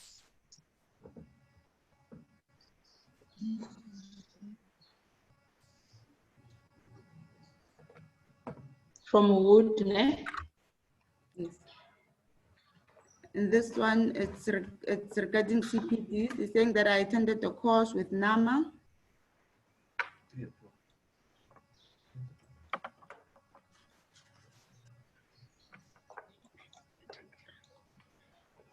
What is the time you're reading on, KG? Yeah, I think mine are moving.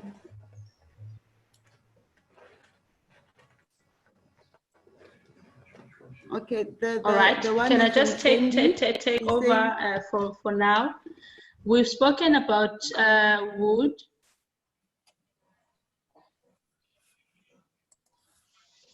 KG, can you hear me? Hello, KG. Registrar, can you hear me? I can hear you, Lisa. Helen, can you hear me? I can hear you, yes. I think we lost KG perhaps. All right, let me take over here so that we can finish. Thank you, KG. Yes, I think it was a network. Right, we have Sandy Stevens. May a professional deviate from the standard client professional agreement that SACAP provides? In essence, may a professional draw up his own agreement with his and the client's own terms? And Danga elaborated on this, that the SACAP agreement is a guideline, but the RP can deviate and draw up their own as long as it covers all the provisions that need to be included in the agreement. That is correct. And then Kulile. Yes, Helen? I just agreed with you, Madam Chair. Yes. So, and then there's a comment by Kulile. What should the architect do to solve the client's demand refund due to their change of minds? That was Dando Mabaso. With this one, we always refer, we've had complaints and cases regarding to clients changing their minds and demanding refunds. If you have an agreement, it protects the RP, that a client cannot just change their minds. If you've done the work that you agreed upon and you've reached a stage and they signed it off, they pay you what is due, you cannot refund them unless they had overpaid you. And you also have a provision of termination and dispute resolution. So it's all in the agreement of how to work around that. We have Bongan Zama. If I'm being appointed to design a structure in the Ngonyama Trust area and the council refused to admit my drawings as courtesy submission, can I advise the client to do geotech report, submit to structural engineer for structural design, and proceed with construction, keeping all relevant certificates, soil poisoning, electrical, commission, and the completion certificate? This particular comment is not relevant here, may be referred to a mentor of that person or municipality that is in question.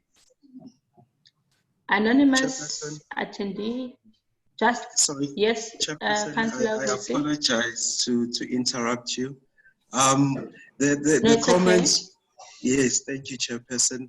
The comments we are receiving from our RPs out there are all valuable, and we appreciate you know, their input. Chairperson, may I recommend, seeing that we only have 15 minutes left for the webinar session, that perhaps we can allow the RPs to make written submissions, because certainly we will not be able to go through all the comments, and some of these comments, you will note, Chairperson, are not core or relevant to the code of conduct. So I recommend that perhaps that we allow members of the Voluntary Association to make written submissions within a stipulated period, so that the committee will then reconvene and then go through these comments and then evaluate to see whether they are core to the code of conduct itself. I think perhaps with the given approximately 12 minutes, Chairperson, if you agree, that we could allow the panel to make closing remarks, and then the committee will continue with their work. But I really appreciate the inputs and the contribution. It's really valued by SACAP. Thank you, Chairperson. Thank you so much, Councillor Vusi. Your suggestion is accepted. Time now is 13 minutes to 4, and we're supposed to be finishing our webinar at 4. Therefore, the suggestion made by Councillor Vusi is accepted, that all the written submissions have been noted. They will be consolidated by SACAP team and be considered by the committee, whether to be included in this particular code of conduct or in the next amendment. I will therefore ask now that we'll go through the list of our panelists that we have here, and I'll go through and I'll call a name. If you can please submit your closing remarks. And if I happen not to see you in my list, you will pardon me. And after everyone has commented, and you submit your name and just raise your comment. And then after that, we have Councillor Shongwe, who will be submitting a vote of thanks for us and closing the meeting. She was going to be out of this meeting earlier for a short while. If for any reason she is not back at that particular time, when we have to close, I'll ask Councillor Vusi to run the vote of thanks and close the meeting. Then I'm going to look into our participants list. Just give me a second. I have got, just give me a second, I want to open it up. Yeah, I've got Isya. Isya, if you can please render your closing remarks. I'm not sure if you want us to raise the comments. Okay. Yes, I'm speaking. Hi. The one thing that was not raised, at least if it was, then I missed it, is the issue of professionals signing off work by others whom they have not, who do not work under them. I don't know if there's any comments on that. All right. So you are saying if there's anyone who signs off work that they did not do, the signing off work, that comment that we had earlier. Yeah, I didn't, if there was a comment like that, I'm sorry, I missed it, but it is it's this concern that there are professionals which are signing off work done by others to enable them to do council submissions when those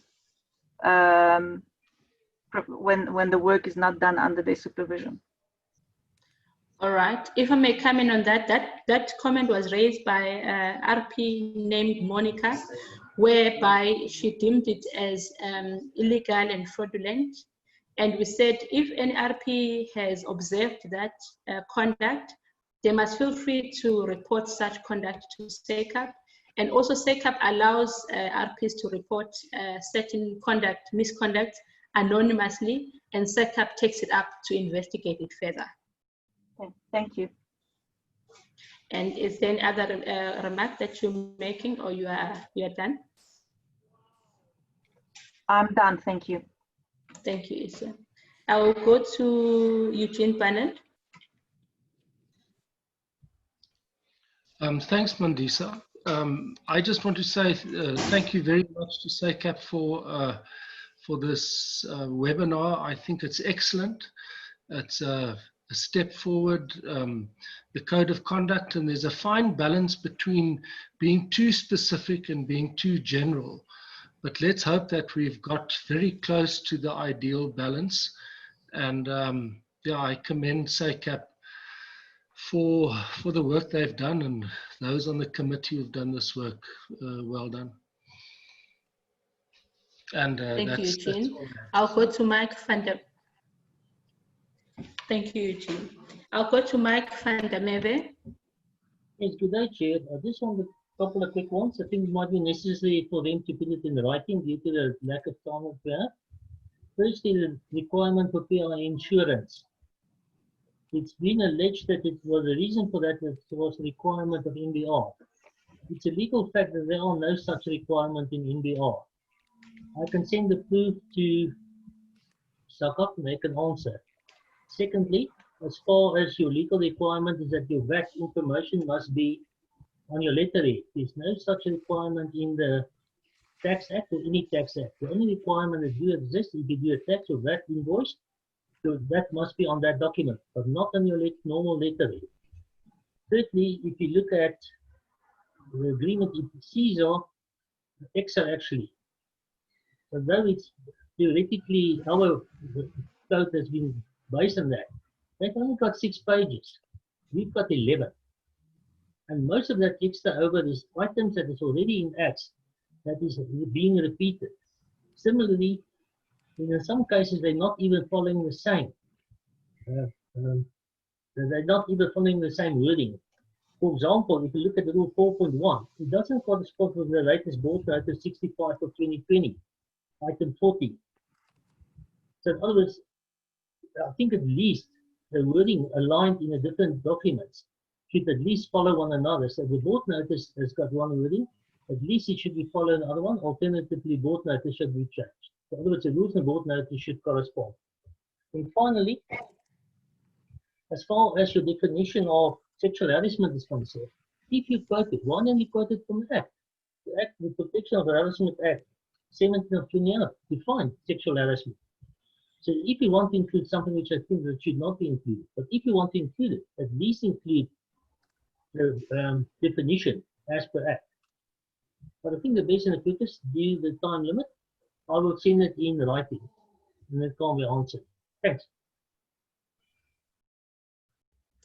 Thank you, Mike, for that contribution. Please just send it in writing. We'll appreciate it. I will go to Pilar Jalabe. Thank you, Chair. Firstly, a job well done. Great seminar. I noted a couple of items. I thought the hands would have been noted, but maybe in closing, it could be noted. I think it's more clarity on my side. The teaching of architecture, would that fall under the definitions on page 3 under architectural work? But how is the teaching of architecture dealt with? So it was just clarity on that one. Other than that, well done. Thank you very much. Thank you, Pilar. And then, and also, even as we go through these remarks, if you believe that you need a response on a particular remark or item, please do send it in writing so that we can follow up on it. Thank you. Bobby Pillay.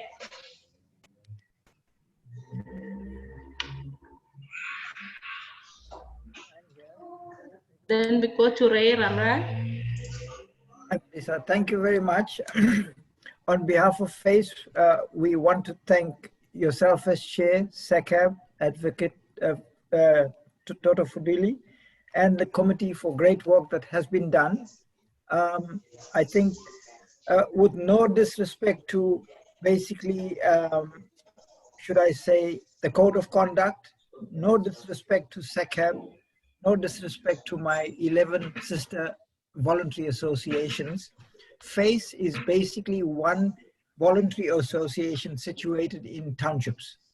Now, this is related to the code of conduct.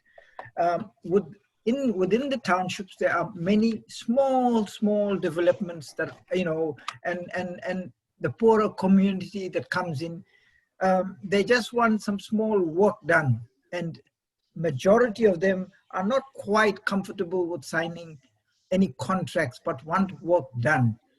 What advice would Advocate Tutu Fuduli be able to give us, and how we can guide these people in the lower brackets where you get people are very wary about signing thick contract documents, and this is where we get stuck up in townships? Thank you. Thank you very much. Registrar, I will not allow you to respond. Are you okay with that? Yes. Yes, we'll respond. Hopefully he'll put in writing and then we'll be able to respond. Yeah. I will put that in writing. I will put it in writing. I think it's good that I do that because it will save some time. Thank you. All right. Thank you so much. And then we'll go to Carol Dipier. Is Carol Dipier here?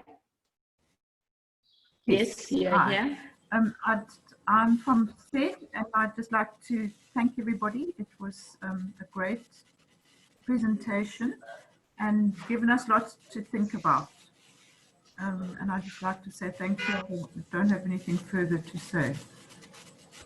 Thank you so much. And we go to Charles Lowe, Saya Isi.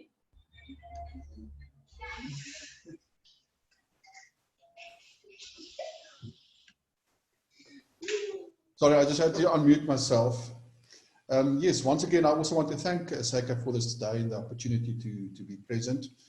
I must say I'm very impressed with the Privy Seal contribution today. I think it's got a lot of mileage, especially I think where we find that the old certificates are widely used in tenders. I think it will be a good tool to go forward to actually create compliance going forward. And yeah, in general, thank you very much for the day. It was a very well presented and I think represented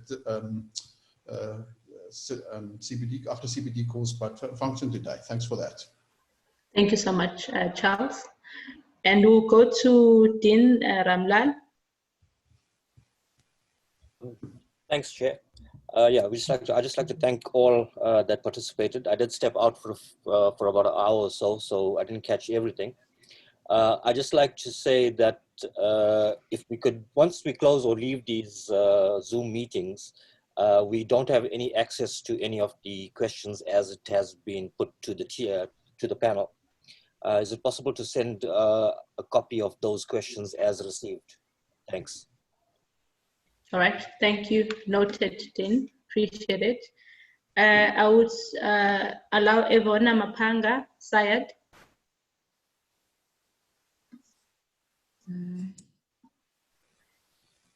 Yes, I just want to thank everybody involved with drawing up the draft of this code of conduct. And I feel like it's more structured and with the comments that were added, because some of them are gaps that were picked up during tribunals. And as a VA, we will also try to get all the key points raised today out to our members. Thank you very much. Thank you, Ivona. And Eugene, you've been commenting a lot. I don't even know if I've asked you to do your closing remarks. I don't want to go back to you. And I think I have asked you to do your closing remarks. But I see you on my list here. No, thank you so much. I go to Franz Decker, Syed.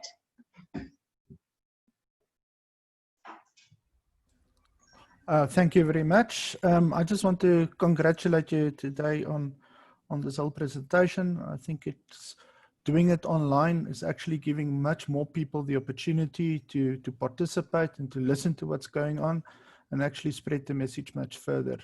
Being involved previously with the investigation committee, I can see a lot of things that were discussed 3, 4, 5, 6 years ago being now incorporated into the code of conduct. And yeah, and I think we are quite happy with it. Yes, there might be here and there a little bit of fine-tuning still to be done, but in general, it's a good code of conduct. And the Privy Seal thing, I've already tested it out. It works like a bum. Thank you. Thank you, Franz. Appreciate that. We'll allow Justice Liebenbeck to comment.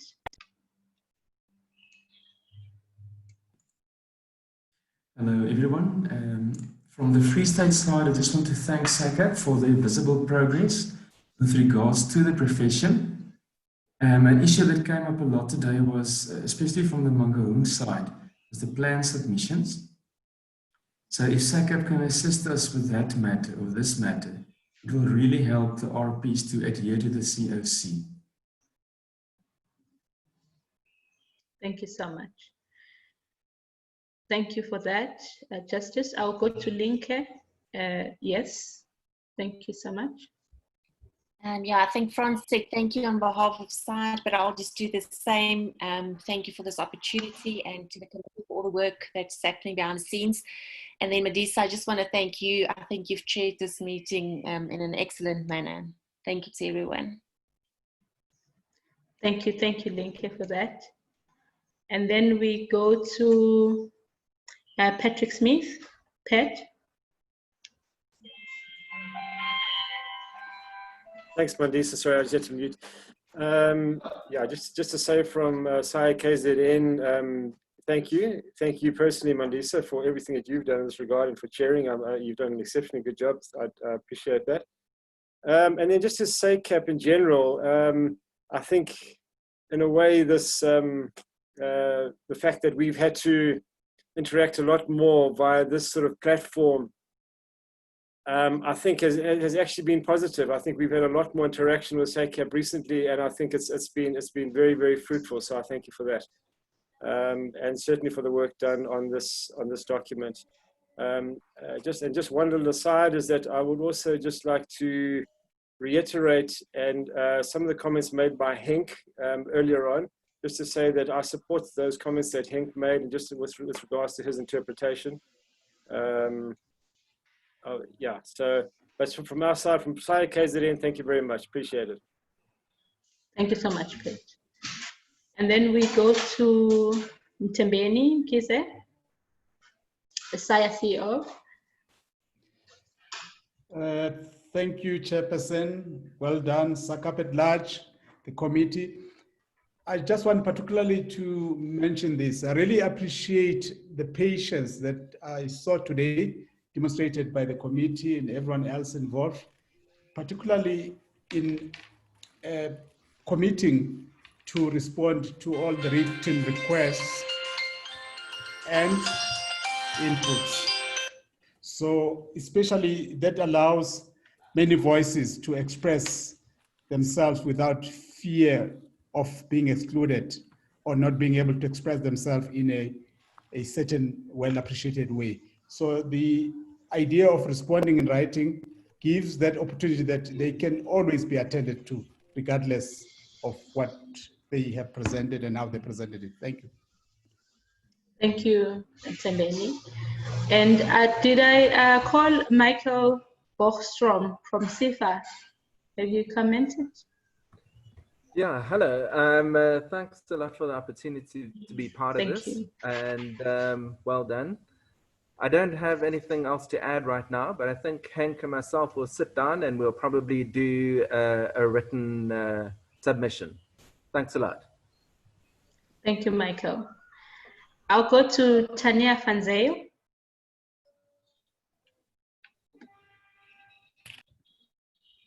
Thank you, Mandisa. I did not raise my hand, but I would also, from the Free State side, thank you very much, SACAP, for all you've done in the last couple of months or years since the new term council took over. Thank you. Bye. Thank you so much, Tanya.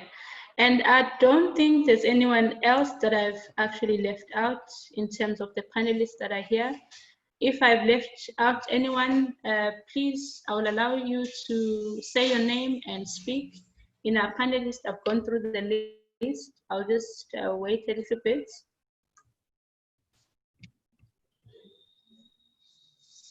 Yeah, I think we've covered.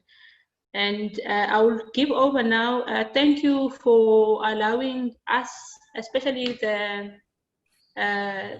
investigating committee. It's been a lot of hard work. All the committee members are present, And as much as I'm chairing this meeting and presenting the work of the investigating committee, it's been a collective work and we've worked very hard. And also today is a huge success, especially with the attendance and the responses. I just want to acknowledge the committee members that we are all present and really appreciate, because I will not speak again. Councillor Vusi will be speaking and closing. I just want to appreciate all of you. It's been great. Thank you so much. Over to you, Vusi, you for the votes of thanks and the closing.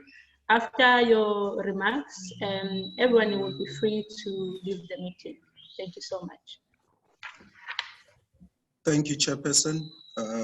Thank you, President of SACAP, the Registrar, Advocate Toto Fiduli, various members from the Voluntary Association, RPs who've connected online. We really thank you for contributing today. On behalf of SACAP, I'm really grateful and happy that we have a fruitful webinar. So thank you so much for helping us. We would like to thank you for assisting us in fulfilling Section 27 of the Act, which relates to the Code of Conduct, in that SACAP needs to consult with CBE, voluntary associations, members of the public and RPs out there in drafting the Code of Conduct. Today we intensively went through the code. We interrogated a lot of the provisions and clauses. Some of the queries which we received from the panel we were not able to answer immediately, but I would urge that the panel submits written submissions to SACAP within the next 2 weeks, so that the committee will then reconvene and then assess and evaluate the submissions to ensure that we've consulted extensively with everyone in the industry. So on behalf of SACAP, I really appreciate the time you've made today. It's really grateful, and I thank you all. The chair has adjourned the meeting. So Hi, sorry to bother you. I'm just going through my emails and it goes far back. I presume the meeting September, that's about a week ago. Okay, thank you, colleagues. An email about webinar color